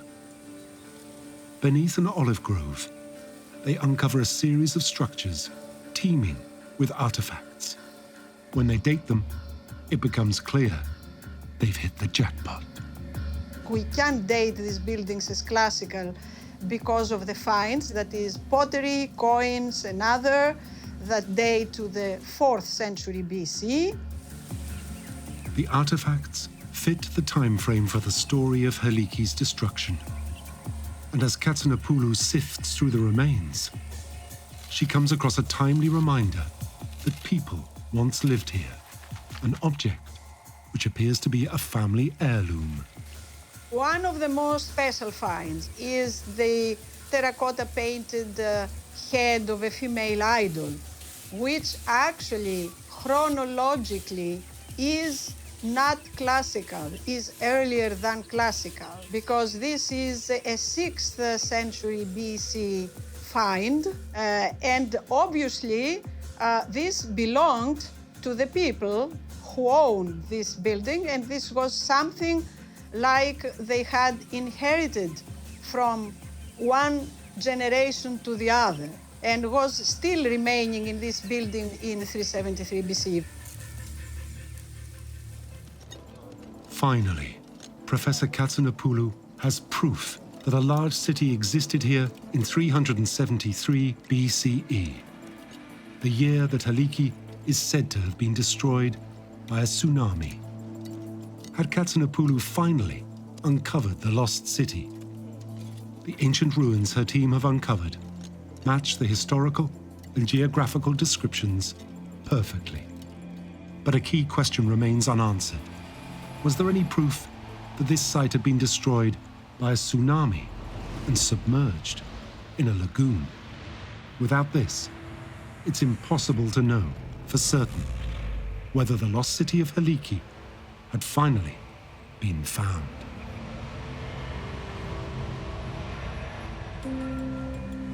If these ruins had once lay underwater, then the remains of aquatic life might still be present. Katsunapoulou's team re-examine the soil brought up by borehole drillings across the region. When they analyze the sediment samples, they make an important discovery: evidence of microscopic organisms usually found in a marine environment. You have organisms in these soil samples that show that the environment in which they are found is definitely a lagoonal environment. These ruins were once submerged in a lagoon, just as the ancient accounts of the destruction of Haliki described. For Katsunapoulou, she has proof that these ruins are the lost city of Haliki. It's an incredible moment. Finding something that for over a century was an unresolved problem for archaeology was a major moment. It's an amazing feeling that it is difficult to describe. It is a life's work for me. Could these ruins finally reveal the truth behind one of the ancient world's greatest mysteries? What actually caused the destruction of Haliki?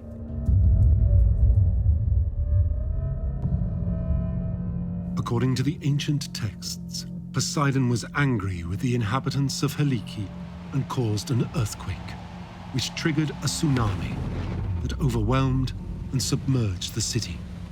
But was a tsunami actually responsible for the eradication of Haliki? As Katsunapoulou's team examined the ruins, they found clear evidence that the structures had been destroyed. And crucially, the destruction pattern pointed to a great wave. In 2 different locations have been found classical remains of buildings destroyed.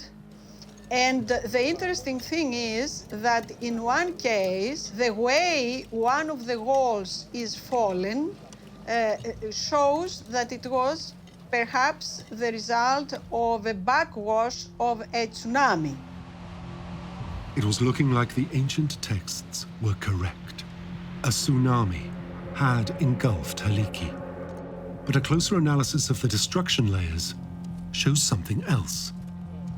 Haliki has suffered wide-scale destruction before the tsunami hit, almost as if the city was swallowed by the ground prior to being engulfed. What could have caused this? The Gulf of Corinth is a really interesting area because it's the most seismically active part of Greece, and Greece is the most seismically active part of Europe. Geologist Ian Stewart was investigating another earthquake that had occurred in 1861 when his paths crossed with Katsanapulu. What he discovered offered an answer. I was doing what was called paleoseismology. So you kind of excavate along the fault line and you get some evidence of when that fault last moved during an earthquake. I knew there was an earthquake that had happened in December 1861. So my question was the fault that I was looking at the one that also moved in the earlier earthquake of 373 BC? Stewart's geological analysis highlighted many similarities between the earthquake of 1861 and the earthquake that triggered the tsunami of 373 BCE.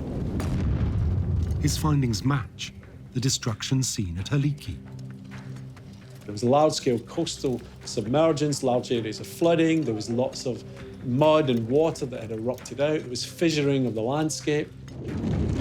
373 BC was a really big earthquake. The plain dropped maybe 3 meters. The tops of the olive trees were just sticking out of the water. This would have been the most intense jolt of this whole landscape. The whole area would have been shaking. And then you just get the feeling of it kind of collapsing down into the sea. It would have been the most extraordinary of event to have lived through. Terrifying. For Stewart, it seemed likely the earthquake of 373 BCE didn't just cause a tsunami, but shook the ground so violently that Helike was engulfed by water from below. It's a process known as liquefaction. It occurs when wet, loosely packed soil is shaken by an earthquake. It causes the soil particles to break contact, and the moisture rises to the surface. Solid ground takes on the consistency of a liquid. The main effects of liquefaction 373 BC are dramatic outpourings of water, in some cases kind of bursting and flooding out, but in some cases fountains, like almost like volcanic eruptions, exploding out under great pressure, transforming the whole physical kind of landscape, burying buildings, burying people, perhaps. It seems that in 373 BCE, the ancient city of Helike was hit by a cataclysmic earthquake. As the earth opened up, the city and its inhabitants were flooded by water bursting up from beneath their feet. With the city all but destroyed, a tsunami triggered by the earthquake engulfed all that remained of Helike. The city was lost beneath the waves. While Helike is giving up its secrets, the myth of the lost city of Atlantis remains as big a mystery as it's ever been. But as archaeologists continue to examine the evidence at Helike, similarities between the city's demise and Plato's tale of Atlantis become clear. Could Helike's destruction be its inspiration? Poseidon was the patron and most important god of Helike. As god of earthquakes, Poseidon was the most important god for Atlantis. But there is another reason that Plato would be interested in Helike's destruction. He was in Athens. Helike was not very far from Athens. The phenomenon that destroyed Helike impressed very much the ancients. So Plato heard about it. There's no doubt that he heard and he knew about it. In Plato's tale, the citizens of Atlantis angered the gods, who then sent an earthquake that made Atlantis sink into the sea. The Helike legend offers up a direct parallel. Poseidon is said to have destroyed the city in a fit of wrath at the way the people of Helike had behaved towards some visitors, wishing to venerate him. If you look at the period in Greek history that Plato lived through, there were lots of big earthquakes. Ones like Helike, where you had the cities destroyed overnight. So to my mind, it's perfectly reasonable that what Plato did was he took reality that he was seeing unfolding around him, and he transposed that into a story of a civilization that had happened way in the past. So it's one of those kind of factional accounts, really, where there's a bit of fact in there, but there's also a little bit of fiction.